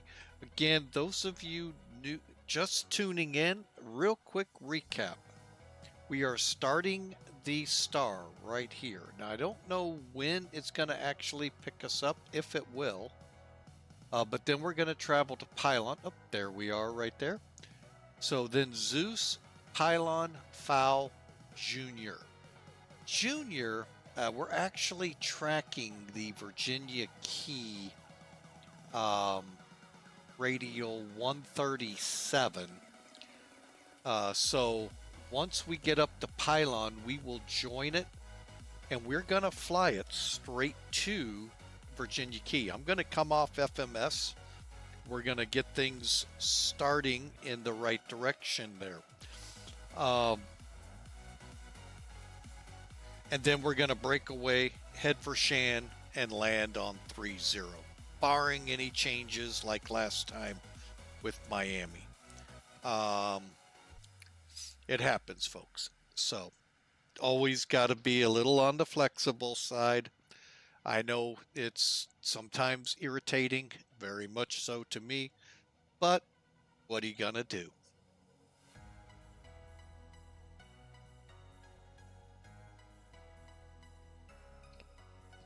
Okay, and now we've passed ZEUSS, so let me do this.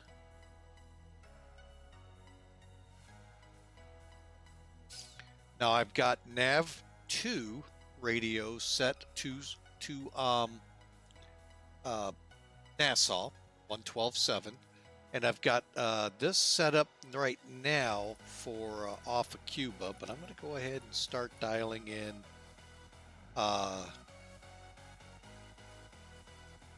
see 137.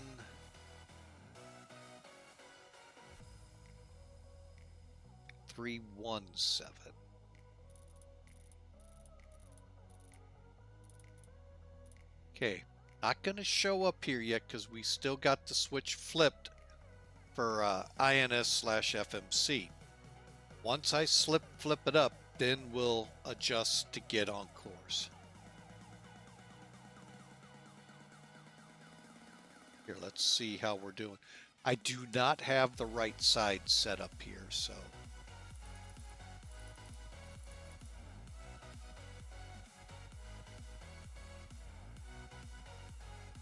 However, once we have this needle crossing east, we will have reached FOW, and that's when I am going to be definitely on it.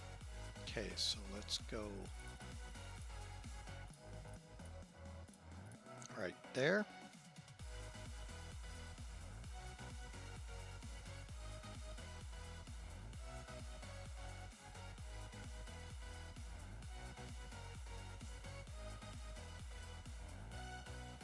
All right, I am going to go ahead, dial in 11,000.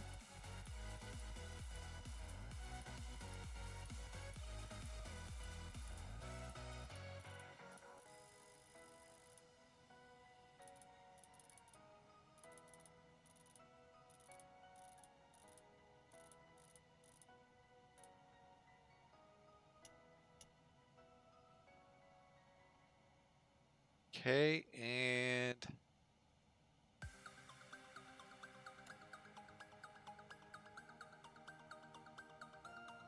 make sure we're going down.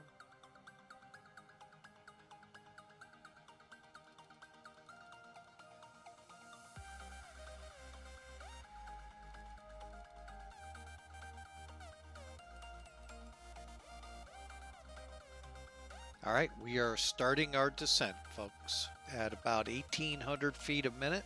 See how that's going to work out by foul. Headed down to 11. I would like to be between 10 and 5,000 by junior so I can make Shan right here at 3,000 for the intercept. And slowed, getting ready. We'll be 16 miles out.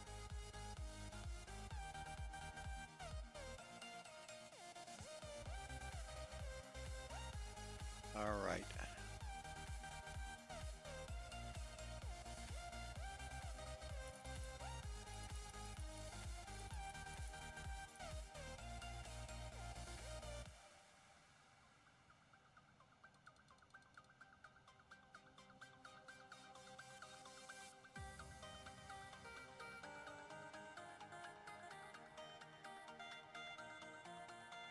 Okay, and I am going to do it the easy way. Just click up here, go to IAS.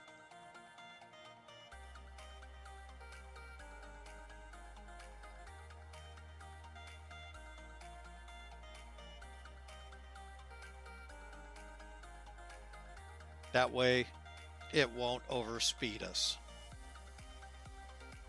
I've got it set for, what do I have it at? 300s where I want to come down at. Okay.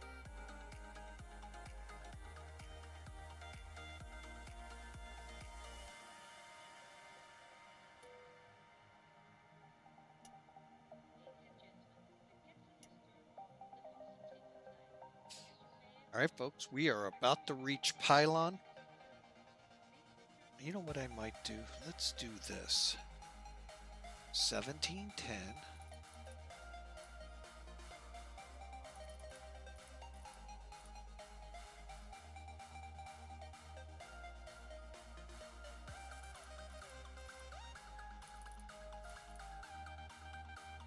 Look at that, we're just about on it.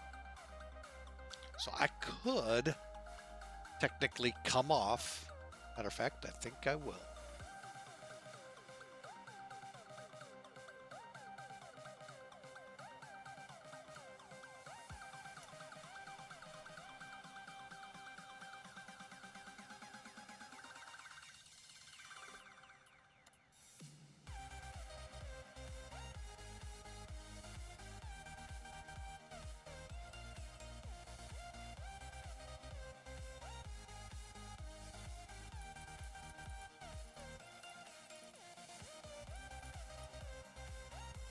Okay, we are making that turn, folks.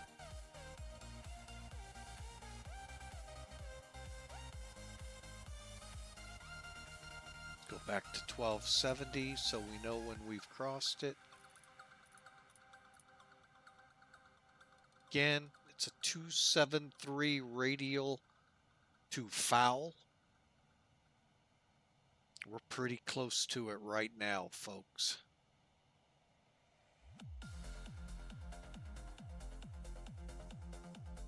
Try to remember after this song to end the music. And that way we can come in a more sterile environment and see what we can do to land this thing. How we doing? 29. I think we're doing okay.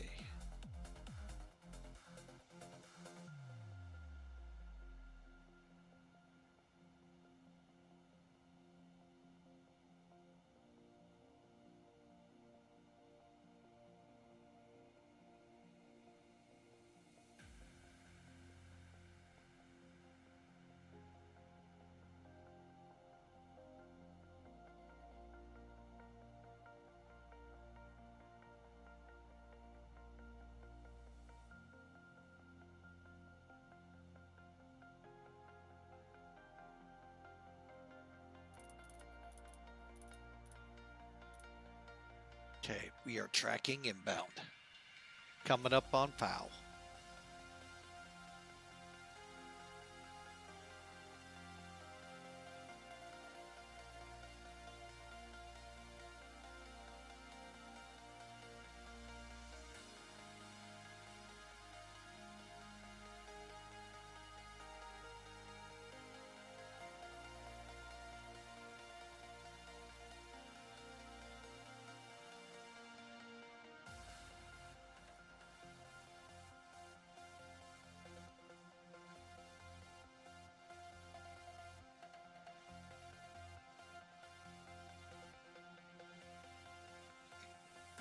Oh, excuse me, folks.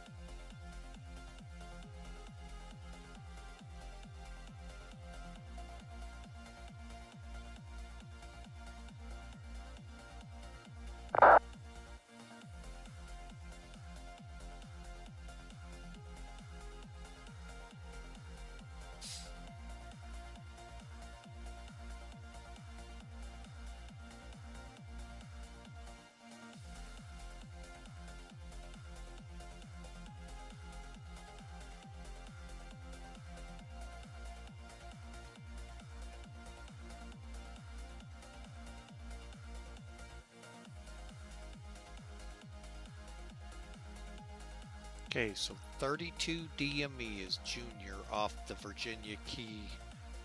So 32, got about 30 miles, and we're through 25. I think we're doing good. I may be able to push us down to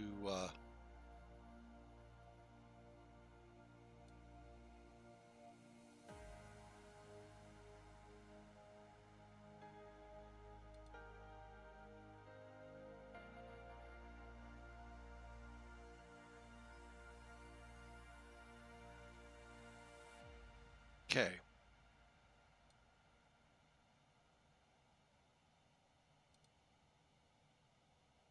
Again, folks, feel free in the chat. If that is a nuisance, having the charts on the screen, let me know. Those of you on YouTube, hey, let me know in the comments section below. I do check them all.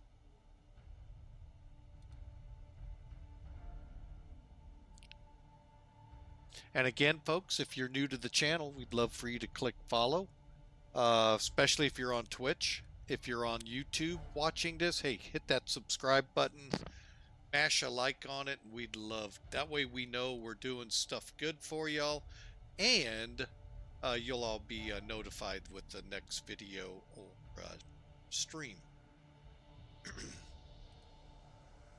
Okay, we're through 22. Let's get a quick other update. As of 38 minutes ago, we're going to be setting 3011. Speaking of setting, let's dial down.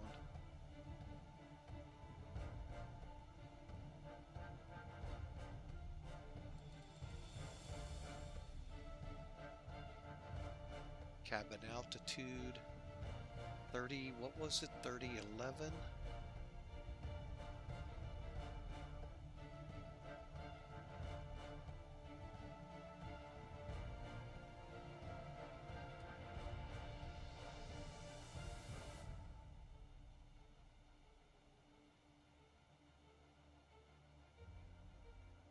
All right, folks.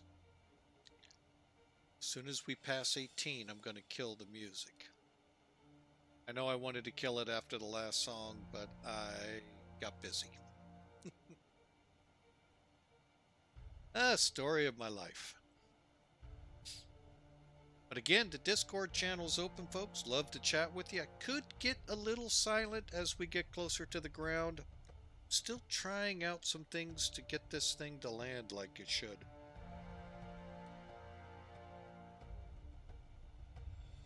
I don't know where I'm having my troubles.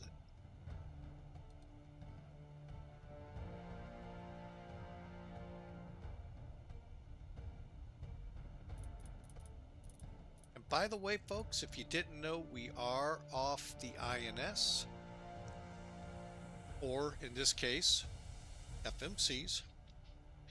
We are bringing it in via the VORs, because you can on this approach.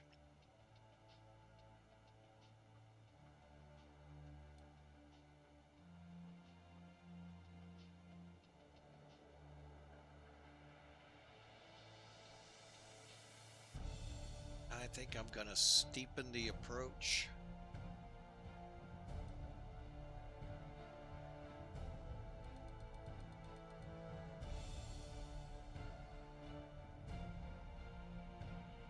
Okay, 3 hours from break release in Bogotá to this point. Alright, there's 18,000. We're going to set 3011.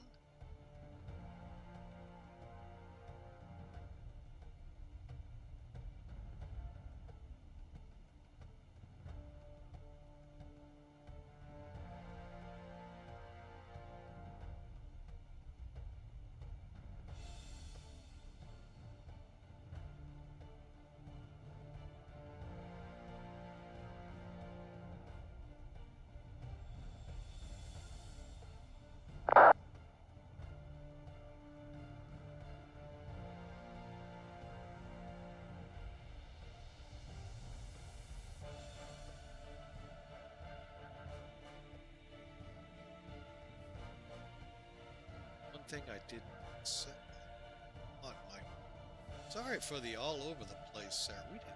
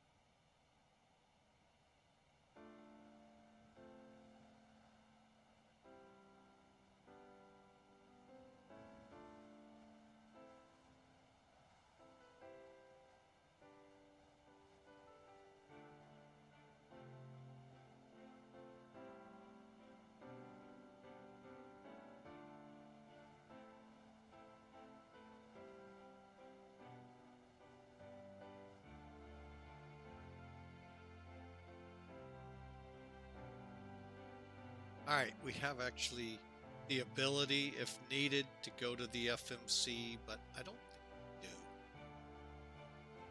Okay.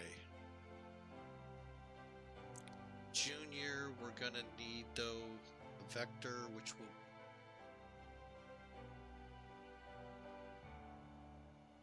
Lovely.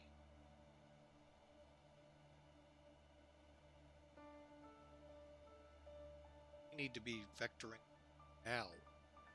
Hang on a second, folks.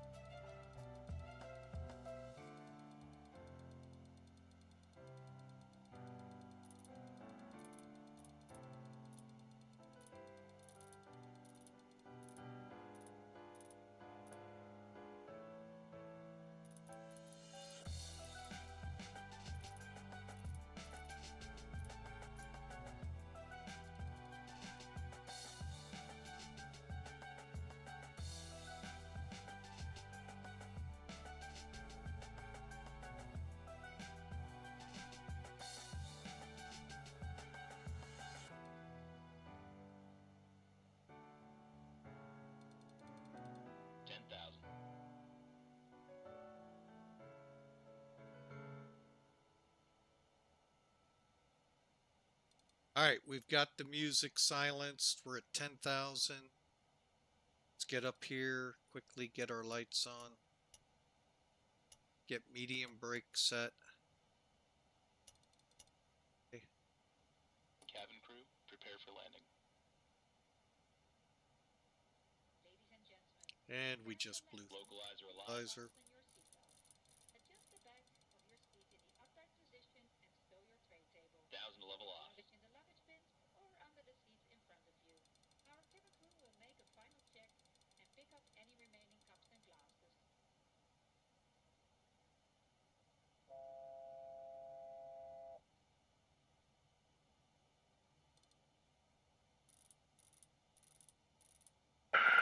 Traffic, chapter 5019, shore fighter, over 26 right, Miami.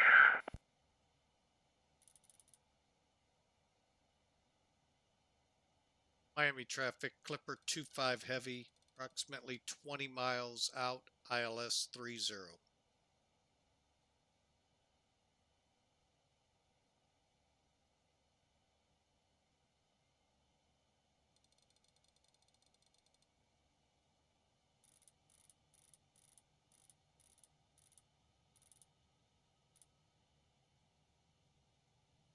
Hey folks, we are not going to be able to make it down, so what I plan to do, let's go this way and do a quick 360.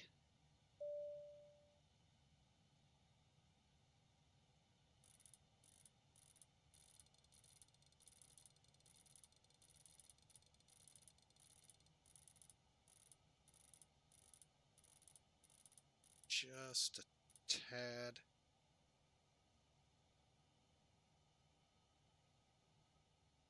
This is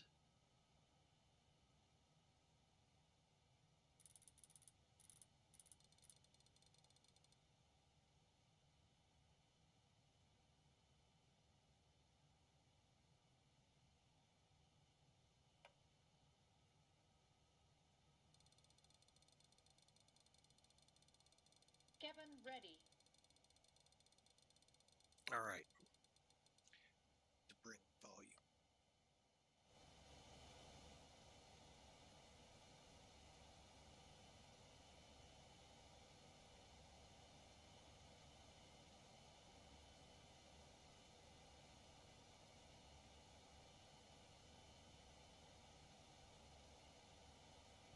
Traffic, chapter 5019 is clear, runway 26 right, crossing runway 26 left.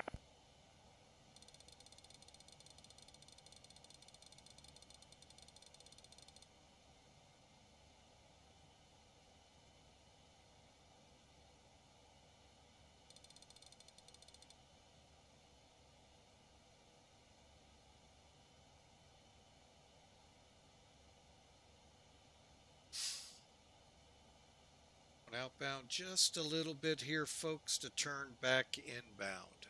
At the right course, speed set.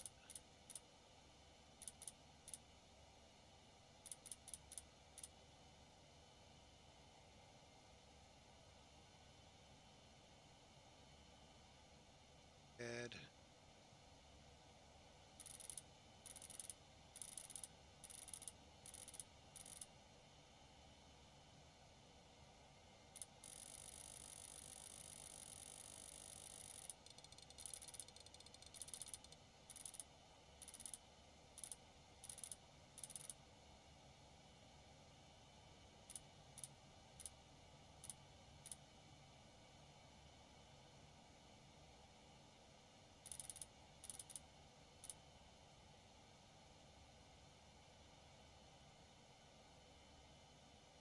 All right. And Miami traffic, Clipper 25 had to do a 360 here to get down in altitude, lining up for the ILS 30.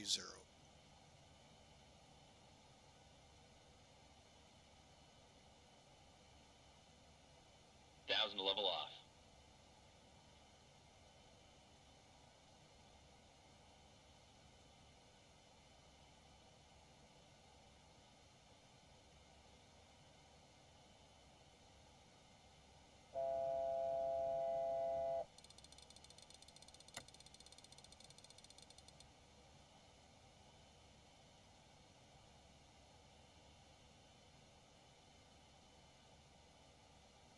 All right, here we go. Lining up, folks.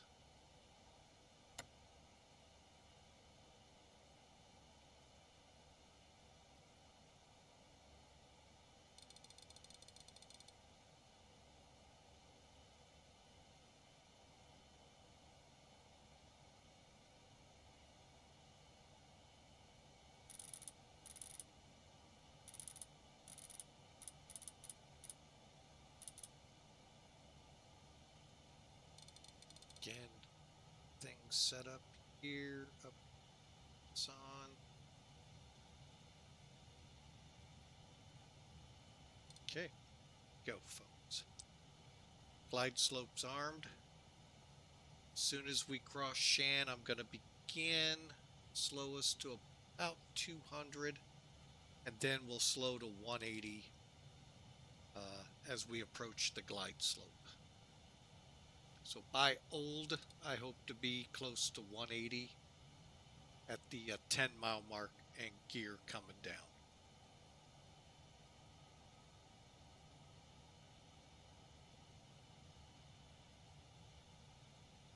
Miami traffic, Clipper 25 over Shan, inbound 16 miles out 30.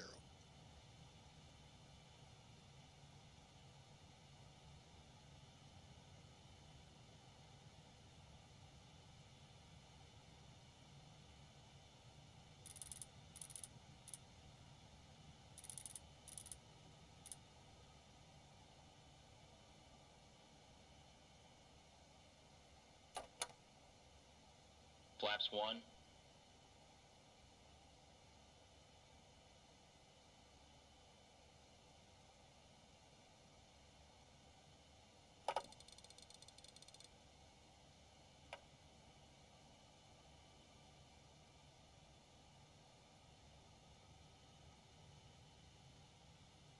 Approach checklist, please. Seatbelts and shoulder harness. Check. Seatbelts and no smoking signs. On. Anti-ice. Off. Exterior lights. Check. Outer brakes. Medium. Flaps 5. Radio INS switches. Radio. Flight director computer selectors. Check. Gear down. Brake pressure. Check. Flaps 10. Spoilers. Armed. Altimeters. 1020. Set and cross check. Landing data, EPR and airspeed bugs. Set and cross check. Gears down. Green light. Seatbelts and shoulder harness. Check. Flaps 20. Fuel panel. Check. Fuel heat. Off. EPR computer. Go around. Cabin altitude. Check. Circuit breakers. Check. Flaps 25. Approach checklist completed. Flaps 30.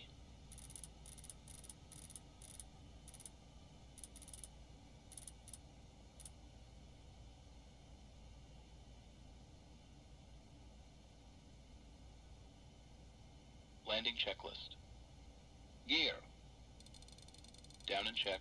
Down and check. Flaps. Flaps 30. Flaps 30. Ignition. Flight start. Anti-skid. Check. Altimeters. 1, 0, 2, 0. Set and cross-check. Landing checklist completed.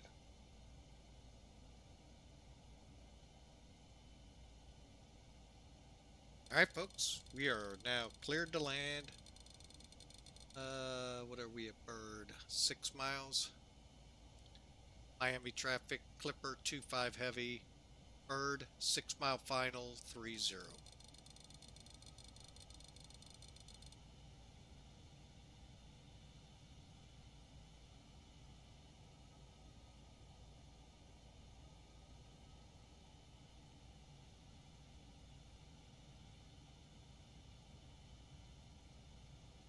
Runway in sight.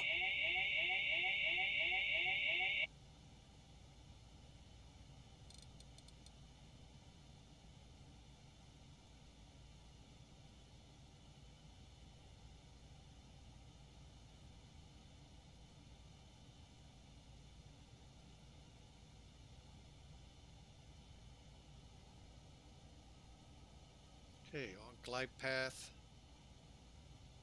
on localizer. Set for 145.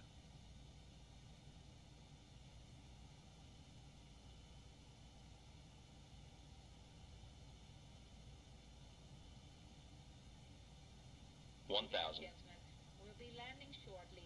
Please make sure your seatbelt is secured. Miami traffic American 593, taxi via November 8, Mike to holding point runway 26 left, Miami traffic.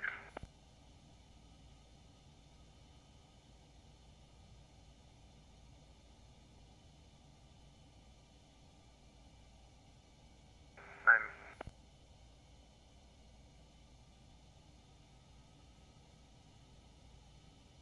Okay, we're landing and we are stable. 500.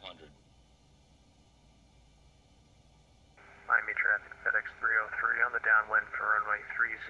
We'll call a 10-mile final. Miami.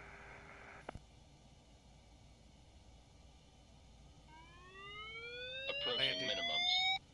Minimums.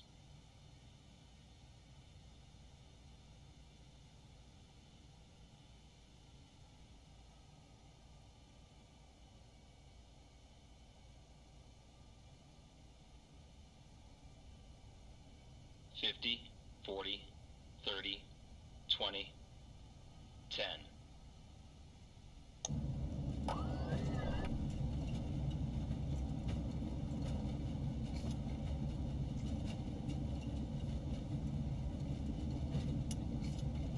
Auto brake off.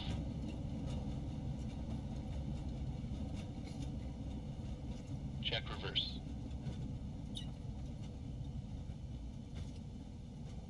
60 knots. Out, off, reverse.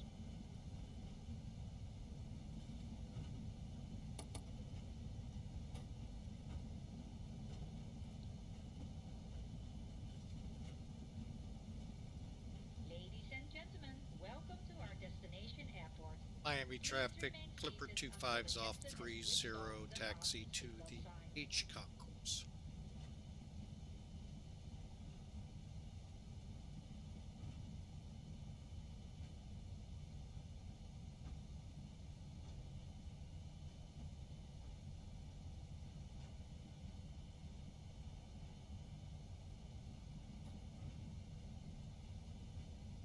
Alright folks, let me grab the lights here real quick.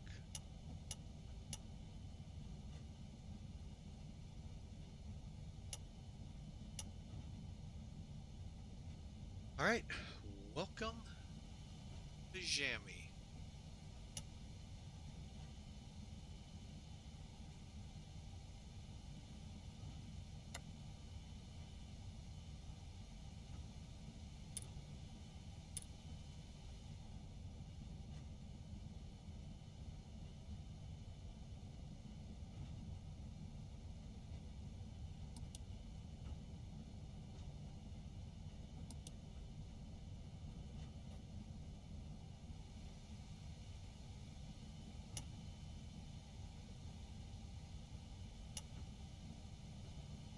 Alright,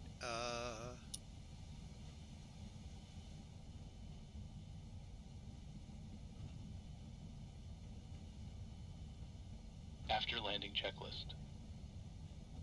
Brake pressure. Check. Body gear steering. Arm. Auto brakes. Hold on. Off. Ignition. Hold on. Off. Engine and wing anti-ice.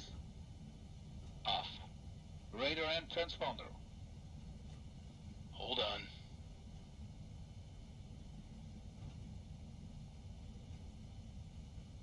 Stand by. Flaps. Damn.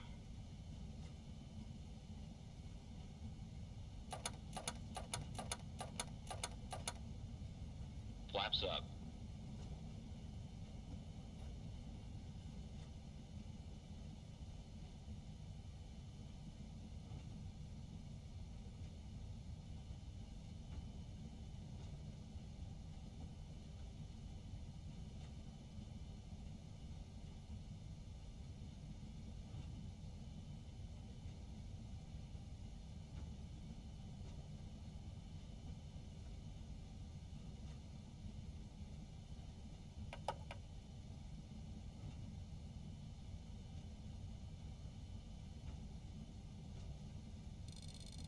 up.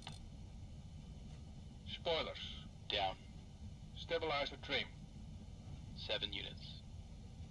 Outflow valves. Open. Pressurization mode selector. Manual. Aft cargo heat. Off. APU. Check. Checklist completed.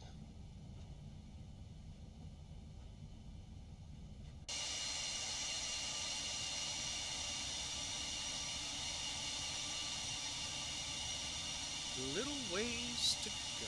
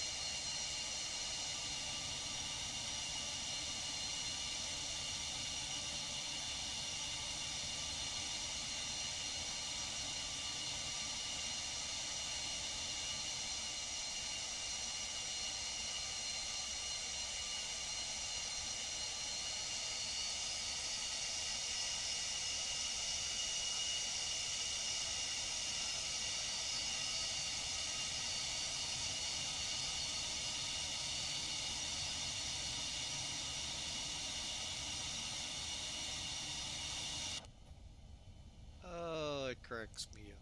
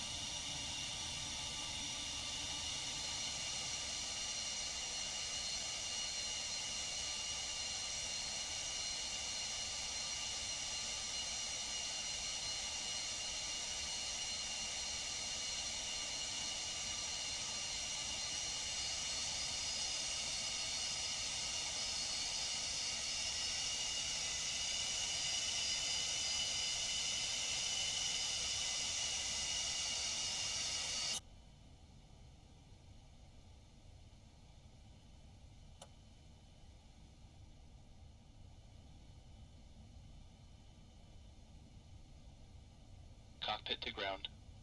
Put the chocks on.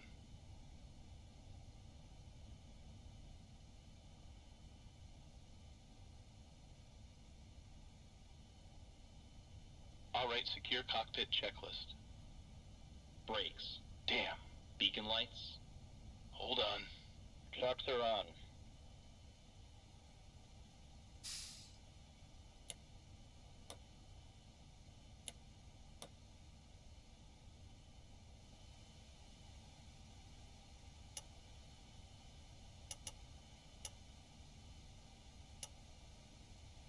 Ah, I just killed my AP.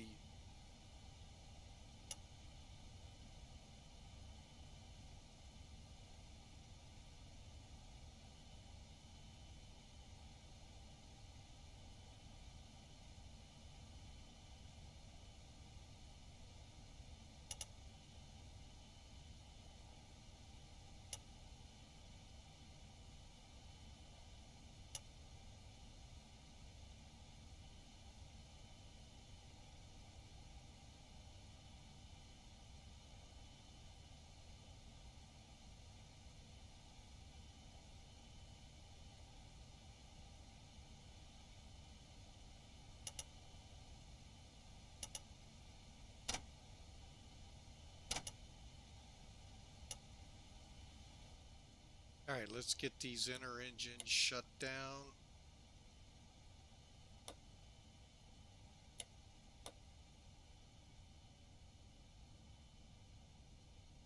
Cabin crew, disarm slides. Off. INS. Hold on.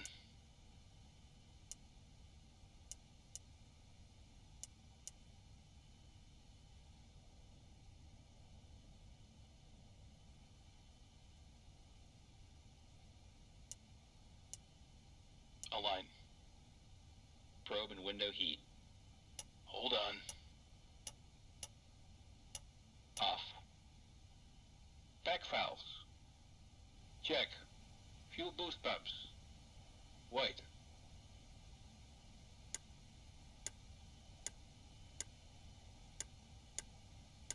Off. Reserve tank valves. Closed. Hydraulic panel. Let's see. Check.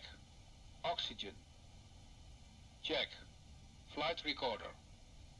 Off. Emergency lights. Hold on. Off. Radar. Hold on.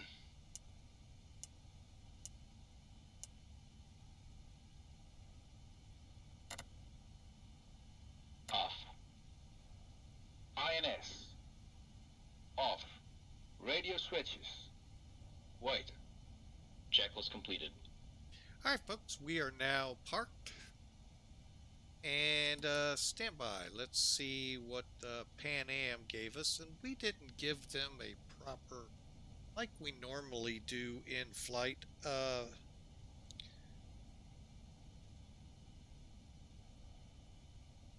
Alright, got in the Twitch chat room, folks. You can see the link to them. Folks, they're a great airline to join and fly for. There's a couple things to know, benefits, if you will, for flying for Pan Am. One, not only did you get to fly for one of the big historical airlines in the U.S., Pan Am, but you also get to fly for TWA, which is kind of odd when you think about it, because the two actually very fierce competitors. That's why I say it's kind of ironic that the two are in one airline. To your benefit. Now, some other things. Pan Am, you're going to fly more of the historical fleet. The 74s, the 72s, Airbus, if you have them, 300. We talked about that on Discord earlier. Trying to think, DC-3 is in the fleet, and others, the MD-11, which I don't think Pan Am actually had, but it's used as a kind of catch-all to catch the TriStar 1011. So a lot of great aircraft available. TWA, instead of flying its historical fleet of DC-9 727s, has 767s and 737-800s. So you get a chance to go more modern, as if TWA was still here. And then there's Atlas. And if you're into military aviation, they do have a wing. I'm not sure if it's associated through the Pan Am virtual site, but you can find details to get on with their wing in Digital Combat Sim, otherwise known as DCS. So give them a look, give them a try. There's not many rules, folks, but you know what? Check them out. I'd love to see you over here with them. So I've been with them about a year, 2 years, something like that. Really good bunch. Great software with this PHP VMS ACAR system. I've heard rumors of a newer one coming. I just haven't heard it come online yet, or where they are, if they are. So again, that could just be a nasty rumor started by me, and I'm notorious for them. So, but anyway, let me get charts out of your site there. But again, check them out, crew.paavirtual.com, and hope to see you in the skies of Pan Am. All right, we are in here. I'm going to go ahead, bring the jetway up to the plane. Neat thing with this aircraft, folks, you can actually unload. Many of them say they can. I never see them do it. I'm going to go ahead and deplane and unload. All right, so that'll take a few minutes. That's perfect, because what we need to do is head over, speaking of Pan Am, and hit the dashboard. Speaking of one of our TWA pilots, he is in the air from Lambert to Albuquerque. So flying probably the 737-800. All right, so let me see here. We landed 393 feet per minute here with an accepted flight, so that's cool. But yeah, folks, check them out at panamvirtual.com. Crew, that is. Crew, Papa Alpha Alpha Virtual.com. All right, let's go in here and start looking more into the metrics. I am going to come offline just so people don't, and frame rates don't yank at me. All right, while we get unloaded, by the way, let's see where we are in the process. 218 souls are off already. Going, thank gosh we're here. All right, so we're offline. Let's bring SimToolkit in. I mentioned this at the beginning, folks. They got us at 273, so much better. All right, let's get NavGraph out of the way. As you can see, Miami came up with their approach. We knew it would. You can see the little circle we did to get back on track because of being still too high. We turned late. I wanted to turn a junior and be a lot lower. That was me. Okay, so how do we do this? First off, this green flag here completes your flight if it's not already. That's how you'll know it's completed. Click on the flight you want. There. Here's the routing we took. There and in. Let's check some of the details. Quick metrics, 3-hour, 45-minute run, 1,316 miles. Burned about 36,000 kilograms of fuel. We landed at 132, folks. I think the ref we stayed at 135, so that's really good. 273 feet a minute, which rounds to about a G. Barely felt the landing. That's how we like it. So, what were the secrets? A lot. I didn't touch a certain switch, which we'll show you here in a second. All right, here is our runway. Oh, land. What? Why? Oh, I tell you some of this. All right, okay, we got a displace threshold here, folks. And it starts right here with a hold short of 2.7. Huh? Okay, I'll bite. And then we have a land and hold short coming down 1.2. That makes sense. The actual threshold where you're supposed to land beyond that line is just on the other side of runway 27. Okay, so it's right where the blue dot is. Where the green dot is where we touch down. And folks, do you see where it is? It's right where it's supposed to be. Okay, we should have been right here. It's about 1,000 feet down the runway, but we were 1,400 feet down. Oh my, call out the FAA. Police, we're in trouble, Muffy. But we were right on the center line. That's how it's supposed to happen, folks. Take a snapshot. This doesn't happen much here flying with Mike, so thank you. All right, looking over here at the more important metrics. How did we fly the approach? Okay, so we were a pitch slightly 1 degree, roll.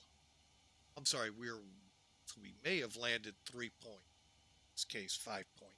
But anyway, so we did really good if you look at all of it. Ideals 304, we were 308, crabbing slightly, and a 132 landing speed and all. So really looks good here. All right. Now hopefully we've got all the people off. We do. All the cargo is out. All right, what I'm going to do here, folks, is we are going to retry to set this up and do a rewind. That way it's got all the doors closed too. How about that? Snazzy.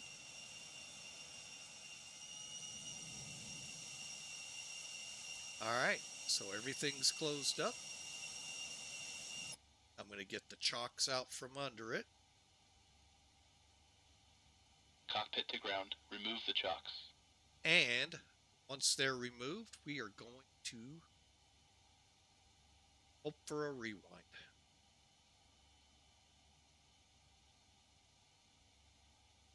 Chocks removed. Okay, flight.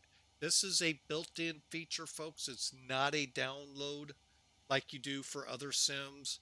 Have to start it where you want to replay. It is built in and it works. In X-Plane 11, it's not going to work. Okay.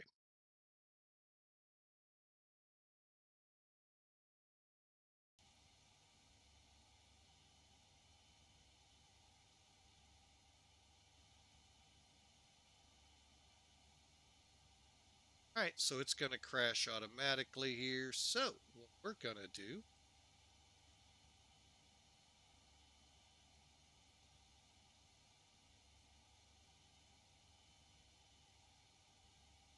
is get this up here and prepare for it to crash. All right, and I'm going to get the, it happens, folks. That's the only downside is we do every now and then do get a crash to desktop when that does happen. All right, and there it is. All right, folks, I do want to say, though, thank you so much for flying with Mike today. Has been a pleasure. We flew for approximately about 5 hours, almost 5.5 hours. So thank you again for being a part, and look forward to our next flight, which is going to be Thursday, I believe. Yes. And we're going to fly, well, we'll see. I've scheduled it from Phoenix over to John Wayne, but I may go the other direction. We'll see. So, but for now, folks, I'm going to go ahead and sign out of here.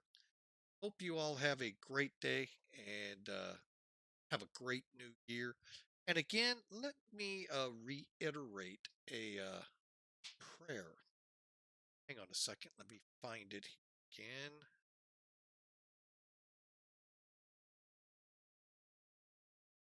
That I got from a friend on Facebook.